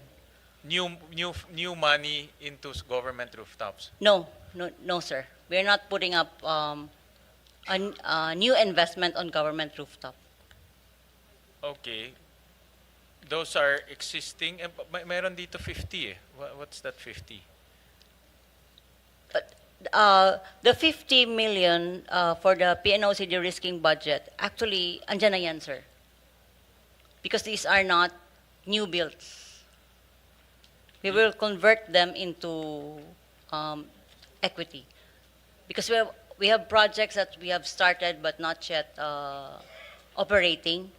So we are converting them to equity. Okay. Who owns the project? PNOC, sir. PNOC owns the project. Like itong government rooftops, 50 megawatts, ang may-ari niyan is PNOC. That's right, sir. And then 2.5 billion ang capex na ilalagay ng PNOC. Or nilagay na. Yes, sir.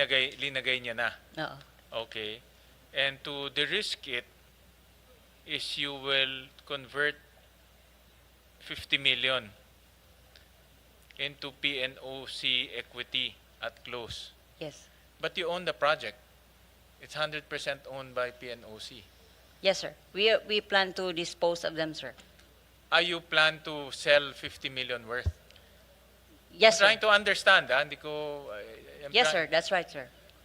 Okay. So 2020, you plan to sell 20% at 50 million.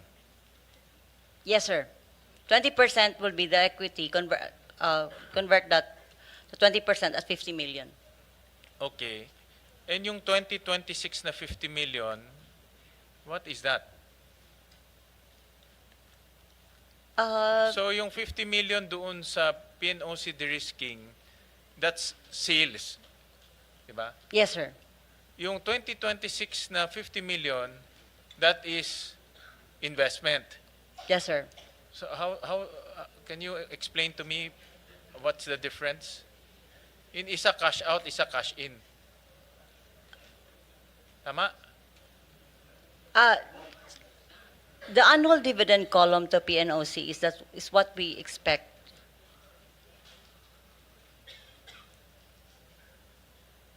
Hindi, yung 2026, the 2026. Kasi the 2026 is part of your capex for 2026, di ba?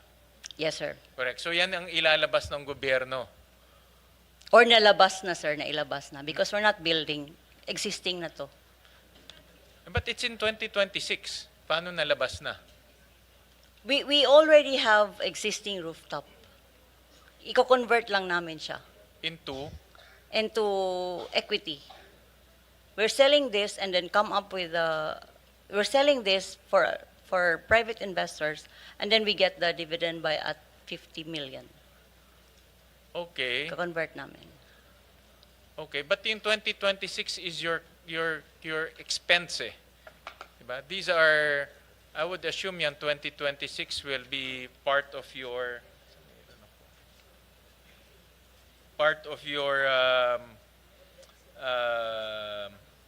investment. Yes, It's in sir. the form of maybe MOE. Or MO, yeah. Tama? MO, yes, sir. So yung 50 million sa 2026 is MOE. To put it simply. Okay. Yes, sir. Tama? Yeah. So naglabas sir. tayo ng 50 million. Correct? Yes, sir. So, ang tanong ko ngayon, maglalabas tayo ng 50 million. The government rooftops is supposed to be, we're supposed to de-risking government rooftops by coming out with 50 million. Ang tanong ko is, anong risk sa government rooftops? What are we trying to de-risk? For the market risk, we look for the markets for government rooftop. We do the permitting. We do the site assessment. For government buildings? Yes, sir. Okay. Eh, di ba, what particular are we de-risking if in gobyerno is a ready market? It's actually, there's no risk. Kagaya nito, pag nagkabit kayo dito, kami naman bibili nung kuryente na kinabit nyo. So what's the risk there? Yung presyo. We will look for the government, well, the structure itself has to be evaluated. So that's one of the technical risk. And we do the permitting. That's also a regulatory risk.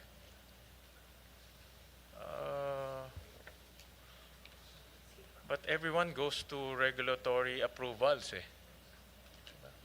That's part of the process eh. Diba? Yung baka geothermal naintindihan ko pa kasi pag nag-drill ka walang steam din problema 'yon. Pag nag-drill ka ng hole ng well walang steam problema 'yon. But yung government rooftops may ready market ka na. Diba? The regulatory aspect everyone goes through it, whether you're geothermal, it's part of the process eh. You factor in already the regulatory requirement. So I'm trying to understand what's the same thing with the solar. No, we're pumping in 80 million. Wind, we're also putting 250 million. But I would assume that the wind service contracts, meron na yung study. Meron na siyang study kung mahangin talaga doon o walang hangin. So, in geothermal, I admit, may risk talaga. Yan talaga rin ni-request ng mga geothermal developers. So, I'm trying to understand yung BESS, yung battery electric storage system. What's the risk there? BSS, solar, wind, geothermal, lahat sila. We identify the risk. Number one, market. The service contract, which falls under the permitting, the grid connectivity, market risk to off-taker. So we do this, and then we sell what we have spent as equity. Yeah, I understand. I understand that the government can de-risk by absorbing the uncertainty. Yes, sir. The uncertainty. So I'm trying to understand per technology what is the uncertainty. Common to this technology would be common to this technology would be the grid connectivity, the resource assessment for each technology, and off-taker. Off-taker, pwede. Kung hindi mo pa alam sino bebentahan mo. Okay. But in solar, in government rooftops kasi, I would assume, ang clientele mo is the government. Kagaya pinag-usapan natin kanina ni Mario, you share on the savings, meaning consumption rin yun ng gobyerno itself. No? So that's my, I'm trying to understand this because we're spending 520 million on this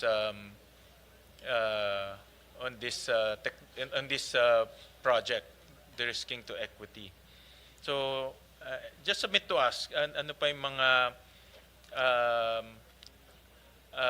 write-up on this 520 million de-risking investment. Yes, sir. Sige, I'm sir. trying to understand anong risk ng batteries, risk ng solar, risk ng wind, government rooftop, geothermal. Oil and gas yan, mataas ang risk. Yes. Sigurado ako. Kaya nga, if you want the perfect de-risking project, will be oil and gas and geothermal. If you want to play that, if you want to enter into that market, yan talaga request ng mga developers. Government should, actually, ang request nga, government should share on the risk. Not completely absorb, but share lang. Pero kung gusto ng gobyerno to absorb, that's fine. At least, upfront nila, mababa. Kaysa drill sila ng drill ng well, wala naman makitang oil and gas, problema rin sila. But problema rin natin, re-reimburse natin sila No? Re-reimburse natin sila. So I want to just send us a write-up on that so that we will understand this concept.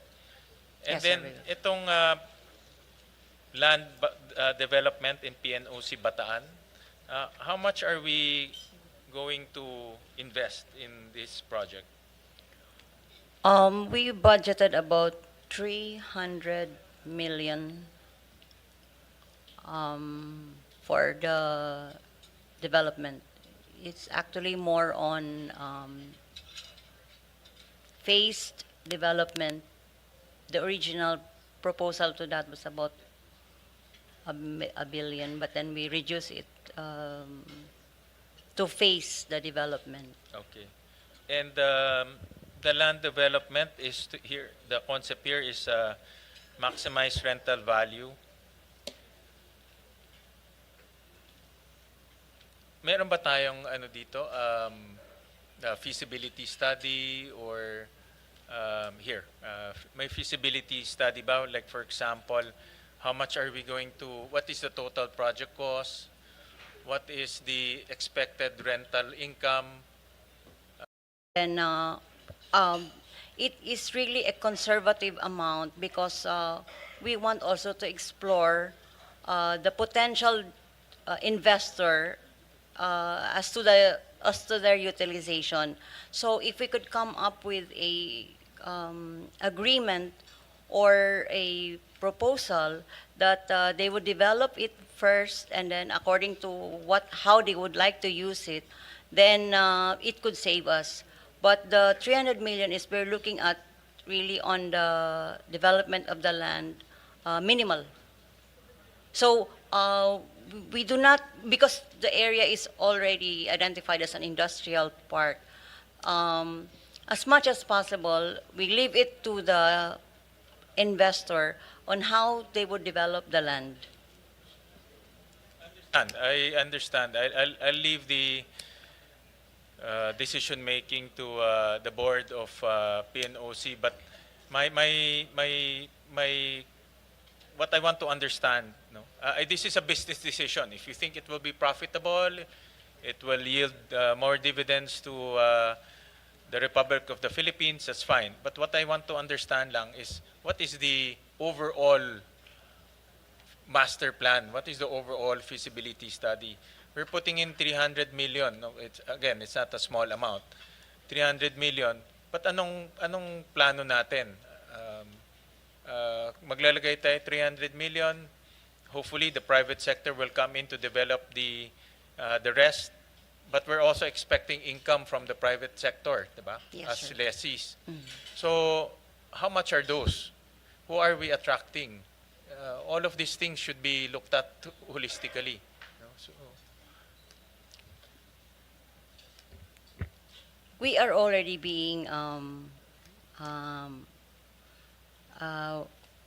lot of, considerable number of investors have already talked to us. yes, but who are they? What type? Are they?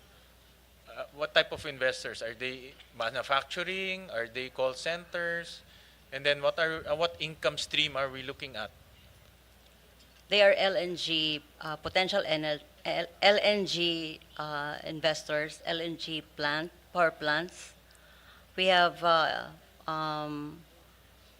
attracted the petrochemical, and then the expansion of petrochemical plants. We have the LNG to power investors.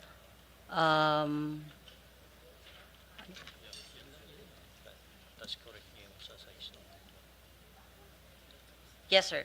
So I think those are the profile of our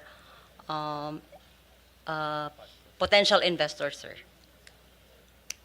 Okay, and then you also have maintenance, industrial port operations and clean energy center, 390 million. Meron pang ganon. Tama ba? That's part of the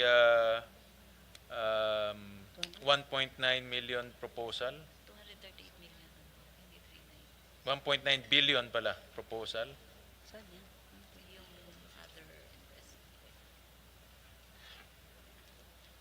There are three items here. 300 million for land development, 520 for de-risking, and then 390 for the industrial park, port operation, and energy center. What is this? Total of? 228 lang yung for industrial park, ASB and head office na maintenance. Okay. Just a small correction, sir. That's only 228,390,000. Covers rehab of the industrial park, Maintenance ASB. maintenance of the ESB. Yeah, I stand corrected. 200, Yes, sir. 228, 390 pala. Million. Yes, sir. Okay. What is that? That falls under the other capital outlay. But what is it for? Of industrial park. The maintenance of the industrial park, 62 million. 62 million.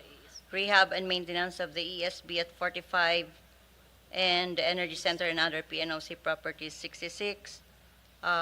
Purchase of various ICT equipment 41, Transport equipment. and transport equipment at 11.9.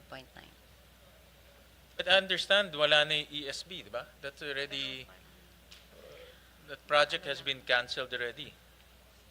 Yan yung sinasabi ko kanina that we invested 88 million for the ESB, pero eventually kinancel. Yun nga yung kinancel. Okay, kinansel.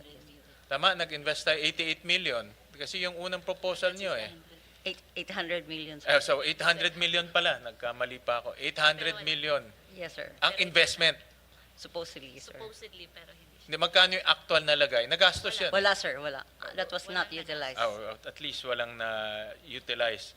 Yeah. No? But yun ang nagiging nagiging issue rin na can you give that ito. Yeah. Here, I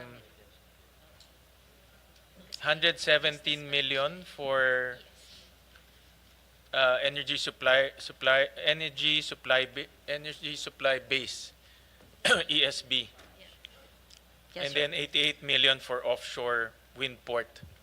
It was not it was Hindi na not nagamit utilized. yung 88. Wala. Yung 177, For the regular maintenance. Maintenance lang, sir. so everyday nagme-maintain tayo. Tama? Yes, sir.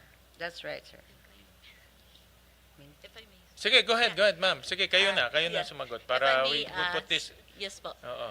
The 107, yung 100 plus million na utilization. Identify yourself first. Para Yeah, I'm on Miss record. Jennifer Racho, the Treasury Manager of PNOC. Sige, okay. Yes, the 100 plus million utilization for the energy supply base that basically consists of the payment of the, kasi the assets sa ESB was previously owned by EC, the PNOC EC. So binayaran po namin in 2024. That is why may ganong kalaking utilization po. But basically, ang pinakano lang doon, sir, is maintenance of the pier ng ESB, ng mga assets doon.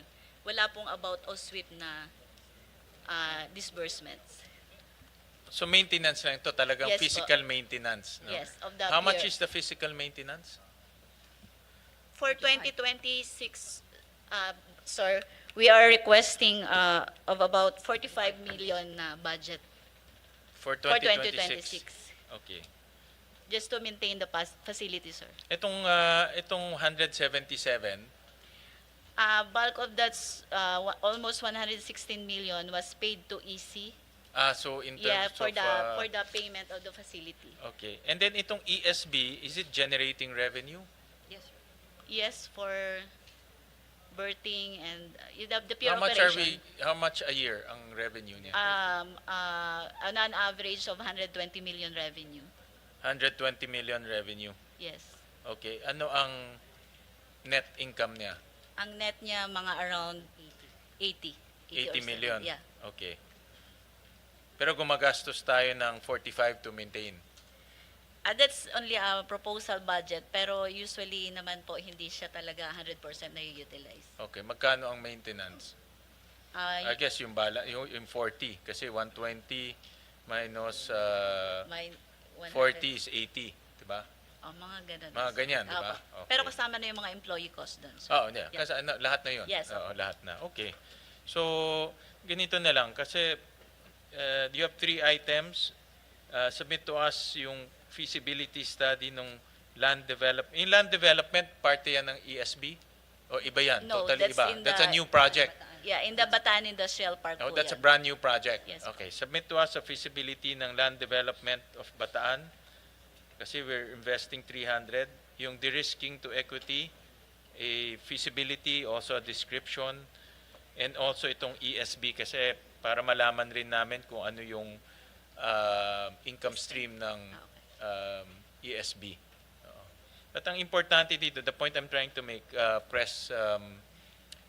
Christina, is, and I've said this many times, alam siguro ni finance officer yan, na itong mga investment na ito, kahit na corporate budget ninyo, these are still public funds. Yes, No? of course. So we need to be accountable to the public. Of course. No? And make sure that all the investments yield to results, especially corporate entity kayo eh.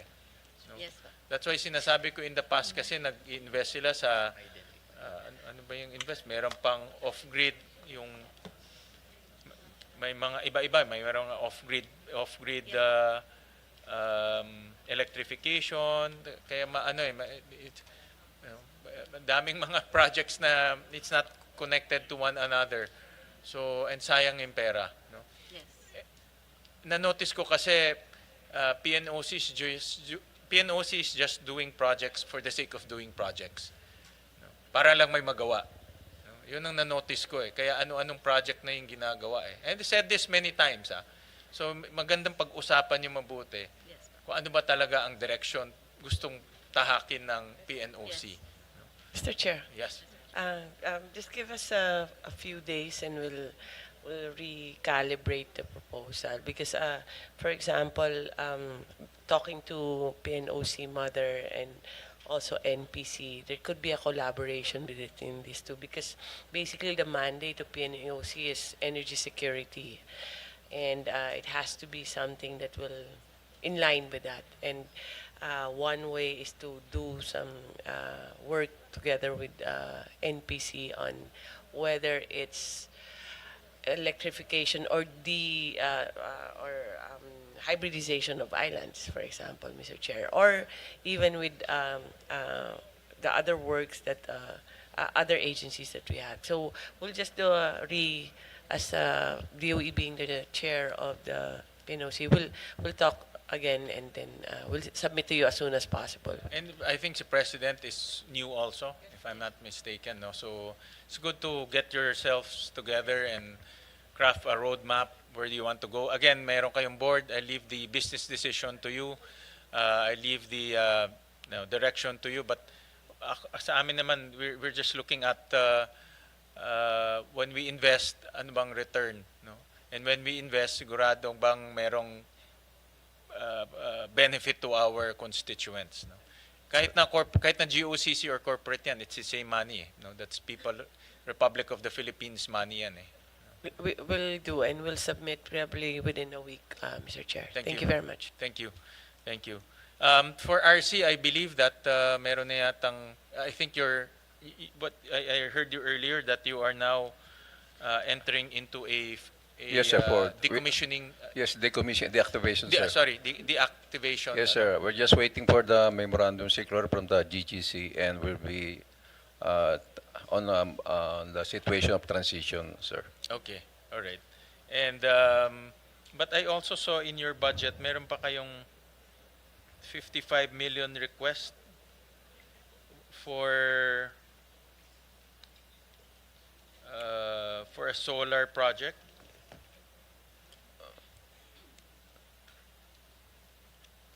Sorry, 44 million request. Mayroon pang allocation of 44 million for a solar rooftop project. No more, sir. No more. Wala na ito? Yes, sir.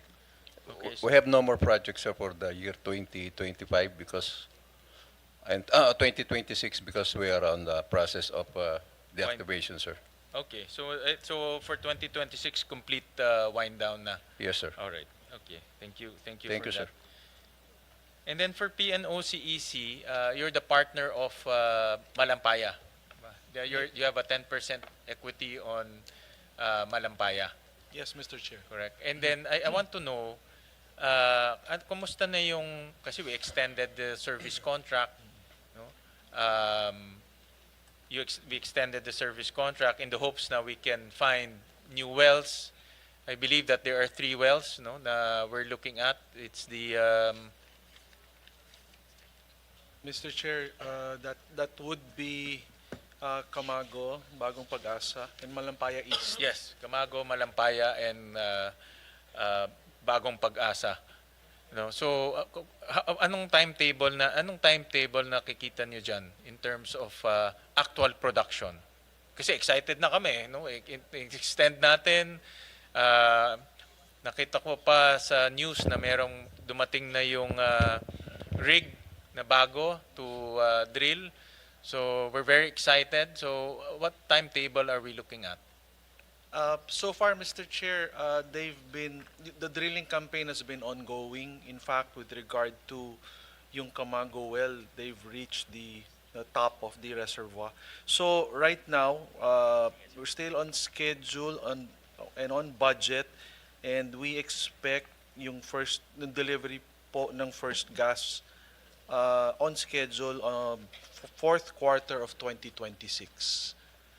So far, yung schedule po na yun and yung target date for first gas delivery is still there, and the operator naman continues to update the consortium and the Department of Energy. And also, all updates po are given to the Department of Energy, and the Department of Energy will also always be in a position to say kung ano po yung status nung drilling campaign. But for now, it's on schedule. And ano bang ang potential? This is purely gas, no? Wala tayong makukuhang oil dyan. Purely gas po. Purely gas siya, Yes. no? And ano ba ang potential, ano yung expected, or ano yung potential for these new wells? Like we said po, yung initially, like the operator was reporting for Camago, for instance, they've reached the top of the reservoir, and according to them, there's positive finding for gas,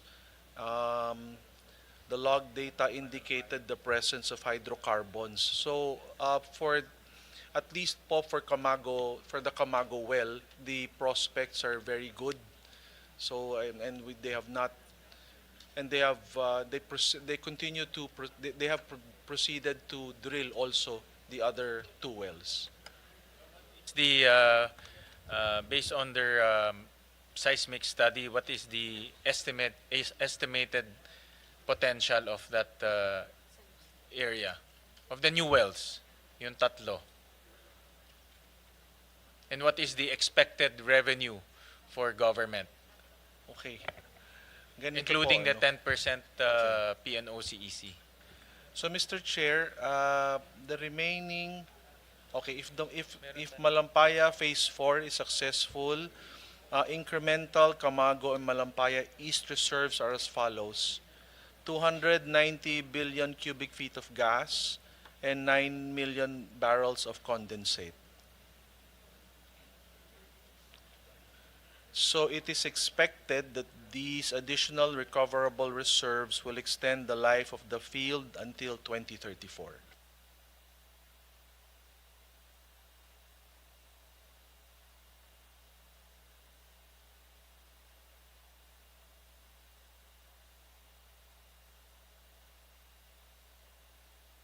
How much is the estimated revenue ng gobyerno for the government side? O how much estimated revenue ng PNOC? Sige, in 10%, siguro alam mo naman yan kasi PNOC side yun eh. Diba? Magkano kikitain nyo, in other words? Assuming the prices remain the same now and until 2034, assumption lang naman to. Loose assumption lang. Kasi on the average, we've actually been making Out of this 219 billion yung present cubic well feet. ho, we've been making probably about a billion net annually. So here we'll probably be making just a little less, no? But close to a billion yung neto po ng PNOC EC. A billion pesos? Yes, that's Or what dollars? neto ho yun. Oo. That's for our 10% share. That's what we've been making the A year? past. Yes, the Liit past. lang ah. Kasi po the past couple of 1 years billion naman peso a year ang kita natin? yung I'm sorry, PNOC. ang PNOC? Opo. So actually, neto po yun, and it's also been, because the past few years po medyo bumaba na po yung production. No?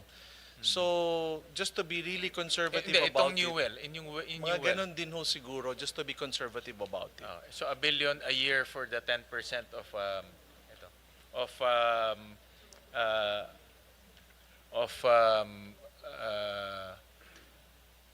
PNOC EC.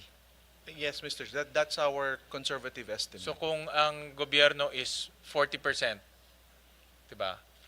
So times 4. Correct? 60% Sorry, po. 60% ang gobyerno, times 6. So Yes, Mr. Chair. So 6 billion pesos a year. Tama ba? Is that the right math? 60. Oh, yes, Mr. Chair. More or less. 6 billion a year ang gobyerno for the 60%? Is that the right math? Mr. Chair, That's not necessarily. It's about, I think, about 10 billion, somewhere there, Mr. Chair. It's dwindling. At a certain peak, it was about 20 billion per year. But the new lang, itong new well, you said ang kikitain, ang bagong discovery, ang estimate is about 290 billion cubic feet ba? Cubic feet of gas. Ang 10% ng PNOC dito is 1 billion pesos a year. So kung ang gobyerno is 6 times 60%, di 6 billion pesos. Tama ba?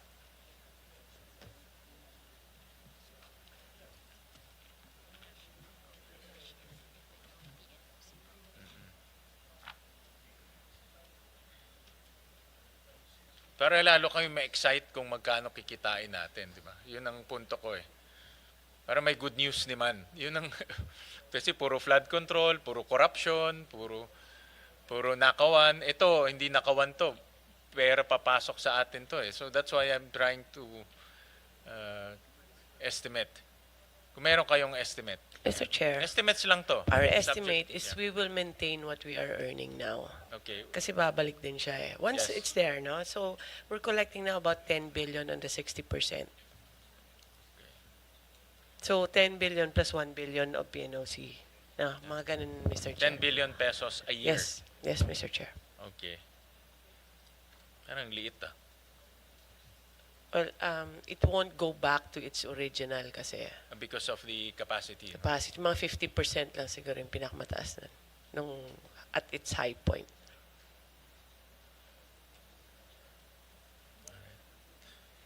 All right. So then that income stream will start coming in fourth quarter of next year. More or less. No, more or less. Technically, may konting delay lang on, there's technical things that they have. Well, it's normal for a drill, no? High risk kasi siya. But if there's a delay, it's a matter of weeks lang, mga 1 month siguro maximum. All right. But they're on schedule so far. But so far, everything is on Yes, track. sir. In addition to the extension, we have the 2 wells for the extension, which is Camago and Malampaya East. And then ang bagong Pag-asa, yun yung bago talaga. Yun yung bago. Yes. Yun yung And hopefully we have- 290. And they're quite positive about the potential of that also. All Mr. right. Chair. Thank That's you. additional on top of the 10 billion na. Sige. Thank you. Thank you for that. I just have some questions to PSAM.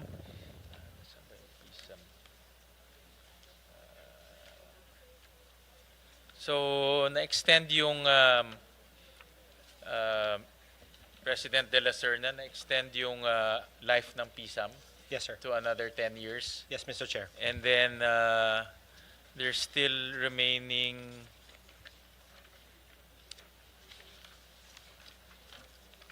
$262 billion Yes, Mr. Chair. in liabilities. And based on the 10-year projection, are we on track to let's flash this nga, ComSec, yung accomplishments of liability management. And malaking accomplishment to kasi we came from 1.2 trillion in 2003. Now we paired it off to 262 billion.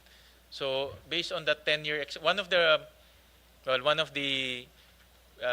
reasons why we extended it is to hopefully pay it off Yes, Mr. Chair. in 10 years. No? Yes, Mr. Aside Chair. from the current obligations that you are undertaking. So based on your projections, mababayaran ba lahat itong utang natin? Yes, Mr. Chair. Actually, part of the 10-year plan that we have submitted to our board, because of the loan amortizations that we are doing now, we don't have any plans to borrow for the first time starting 2027. And we also have, based on that 10-year plan, Mr. Chair, obviously it comes with certain assumptions on the fiscal space of government on the submission of the Mura Corriente Act allocation, the success of the CBK, which seems to be successful, and we hope to receive the funds this year and to close it in February 2026. And lastly, Mr. Chair, the concession of the Agusun Pulangi complex, Mr. Chair, which we hope to be also successful within the term of the President BBM. Mr. Chair. But optimistically, yung murang kuryente, you only get 8 billion every year. Yes, Mr. Chair. 8 billion every year, and we are lobbying with the DBM and the Bureau of Treasury to increase that allocation from 8 to 16 billion a year, because the total remaining MK allocation is about 168 billion in 2026. So starting 2027, we are lobbying with the DBM and BTR for a 16 billion allocation, Mr. Chair. Okay, and let's break it down first. Itong 262, saan manggagaling yung income Reduction. stream niya? Yeah, reduction niya. Thank you, Mr. Chair. So out of that 262, we have about 168 billion of MKA. Okay. So less the 262, let's run it off to about 100 million. And if we receive the CBK proceeds, that's about 36 billion. So there's a remaining about 62 billion or 64 billion, Mr. Chair. So from there, we hope that with a successful concession of Agus and Polangi, it should be more than enough to pay off all of these obligations once they mature, Mr. Chair. Si Agus and Polangi, ang modality will be concession, not outright sale. Yes, Mr. Chair, because there's a specific prohibition in EPIRA, and based on our conversation Actually, sa EPIRA, ang sabi naman, mag-consult eh. Pwede naman, i-consult Pwede naman, lang. sir. Pwede naman, sir. Pero, Pero sabi niya, mag-consult lang with Congress. yes, Mr. Chair. Pero yung the certain people, certain congressmen sir have been very passionate about the anti-privatization. So we've rebranded our plans to a concession and keeping the assets within government, Mr. Chair. What's the time of the concession modality? What's the time frame? Based on we've received a number of unsolicited proposals, Mr. Chair. And we are now in the process of evaluating these unsolicited proposals. There's actually already one that has been deemed completed by the PPP Center.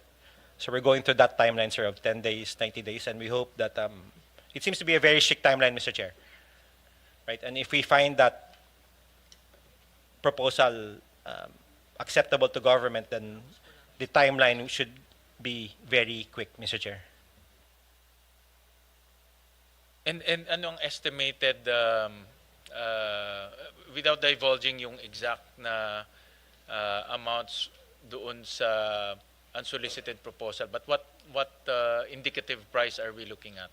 Well, I think we submitted to your officer, Mr. Chair, right? But that's a very aggressive number, Mr. Chair. It can be as low as 40 billion to as high as 90 billion, Mr. Chair. But again, aggressive numbers, Mr. Chair. Okay. But yun ang nakikita nating numbers. Yes, Mr. Chair. More or less. Yes, Mr. Chair.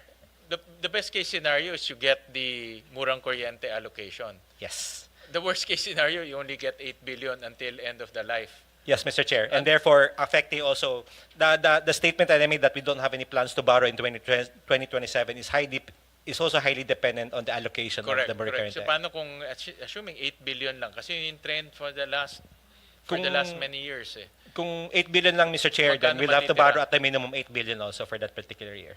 Oh, so pag yung 8 billion lang until end of the year, you have to borrow. You have Yes, no sir. choice eh. Yes. But you borrow and then to roll it over, but you still need to sell assets to completely wipe out the 262. Yes, Mr. Chair. Well, from my perspective, Mr. Chair, I have to wipe out close to 100 billion worth of obligations because the MKA should cater to that, right? To the differential. Tama, So whether or not I receive 8 billion today or receive the balance at the end of 2036, it's now a national government Yes. Liability. liability. So I just need to provide at the minimum 100 billion, which I hope to receive already from Agus Polangi and other privatization Yun activities. that's my point eh. Ang crucial dyan is the concession modality. Yes, Mr. Chair. Because if 8 billion lang ang mabibigay sa inyo, you have no choice but to yung concession, dapat ibenta talaga yung concession. Yes, Mr. Chair. So from upfront payments to, depending on the modality of the proposals coming from the various unsolicited proposals, Mr. Chair, it can be an upfront payment, then an annual amortization of payments, Mr. Chair, and we hope that should be more than enough to pay off the 262 billion obligation, Mr. I Chair. also heard earlier that yung Mindanao coal, it's TEAG, is still it's still in your portfolio. Yes, Mr. Chair. But it's not operating. It's an operating IPP coal-fired power plant Okay. in Mindanao, Mr. Chair, 200 megawatts. The original plan of PISAM there was what we call an ETM, on early transition mechanism, or therefore, in layman's terms, an early retirement of that power plant. However, based on our discussions with the DOE, given the security and stability of the Mindanao grid on energy, we are looking at a no longer an early retirement, but a retirement of the power plant in 2031, Mr. Chair. But you're gonna sell the IPP. No, the Anong commitment of national government, Mr. Chair, is a decommissioning of the power plant. at to decommission sayang naman. But it's an operating plant. But secretary, why will you decommission it? But by the end of the IPP period in 2031, because it also comes with a commitment from international lenders to lend or to build RE power plants as a replacement, Mr. Chair. So yes, we do lose a 200 megawatt coal-fired power plant in 2031, but hopefully it also comes with a Walang interested party to take that? Well, I know coal now is medyo sunset technology na siya, pero walang interested party. at the moment, Mr. Chair, as compared to the market now, I think, in my personal opinion, Mr. Chair, there's a the market for a coal-fired power plant in Mindanao is very small. I'm not promoting coal. I'm just saying asset kasi yan eh.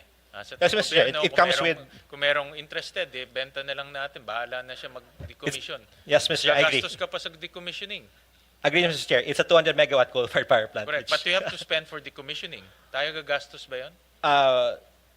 It will be a burden on PISAM. I think we have yet to see the final proposals, Mr. Chair, but it will be a burden on PISAM or national government to decommission the power plant. Correct. However, it goes hand in hand also with the corresponding funding for new RE facilities.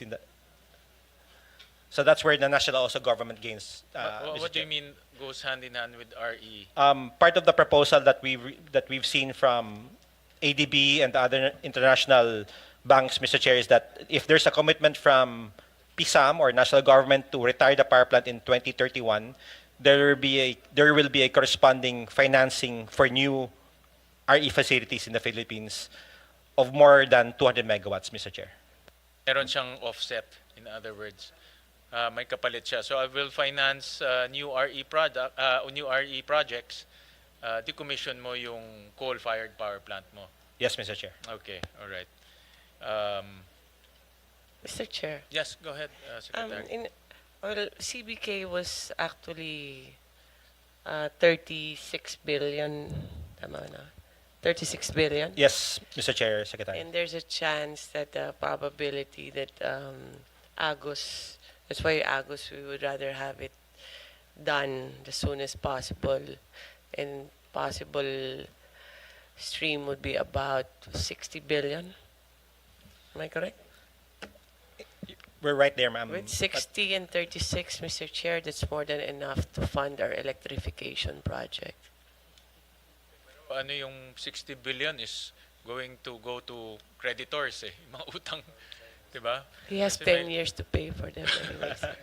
may utang pa tayo eh. 262. So, ang pangtapat sana yung malampaya proceeds through the MKA, Mura Kuryente Fund. Pero kaso lang hindi nabibigay ng DOF.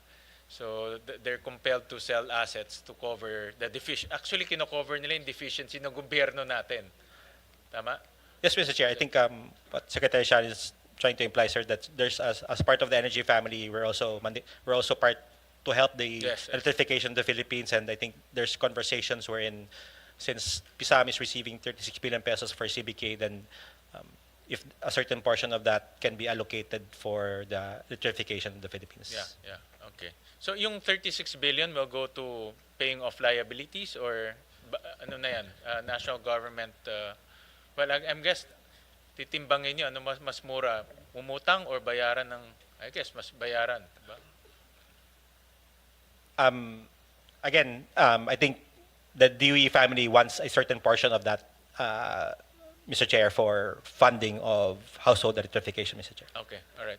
Okay, yeah, it's during the DOF budget hearing, they're factoring in that, they're factoring the revenues from CBK as part of their income stream. So, all right. So with that, I don't have any more questions. Senator JV, do you have any last words? Mr. Chair, thank you to the DOE family, Secretary Garin, the rest of the DOE family. Yun na lang po, yung IPIRA amendments, we would want it already. Kakalungkot yung IPIRA, ipinera kasi noon eh. Kailangan palitan na, kailangan amyendahan talaga. Maraming salamat, Mr. Chair. Mr. Chair? Yes, go ahead. Just a last request lang on our part, Mr. Chair. On top of the others that we've mentioned, we have a request for funding for the Philippine Gradiometry and Scientific Survey, which is 627 million. With this we will have more. Hopefully, with this is small compared to the possible more malampaya income stream that we have. This is continuing lang ato kasi medyo malaki to. But we can start with 627. It's been submitted already.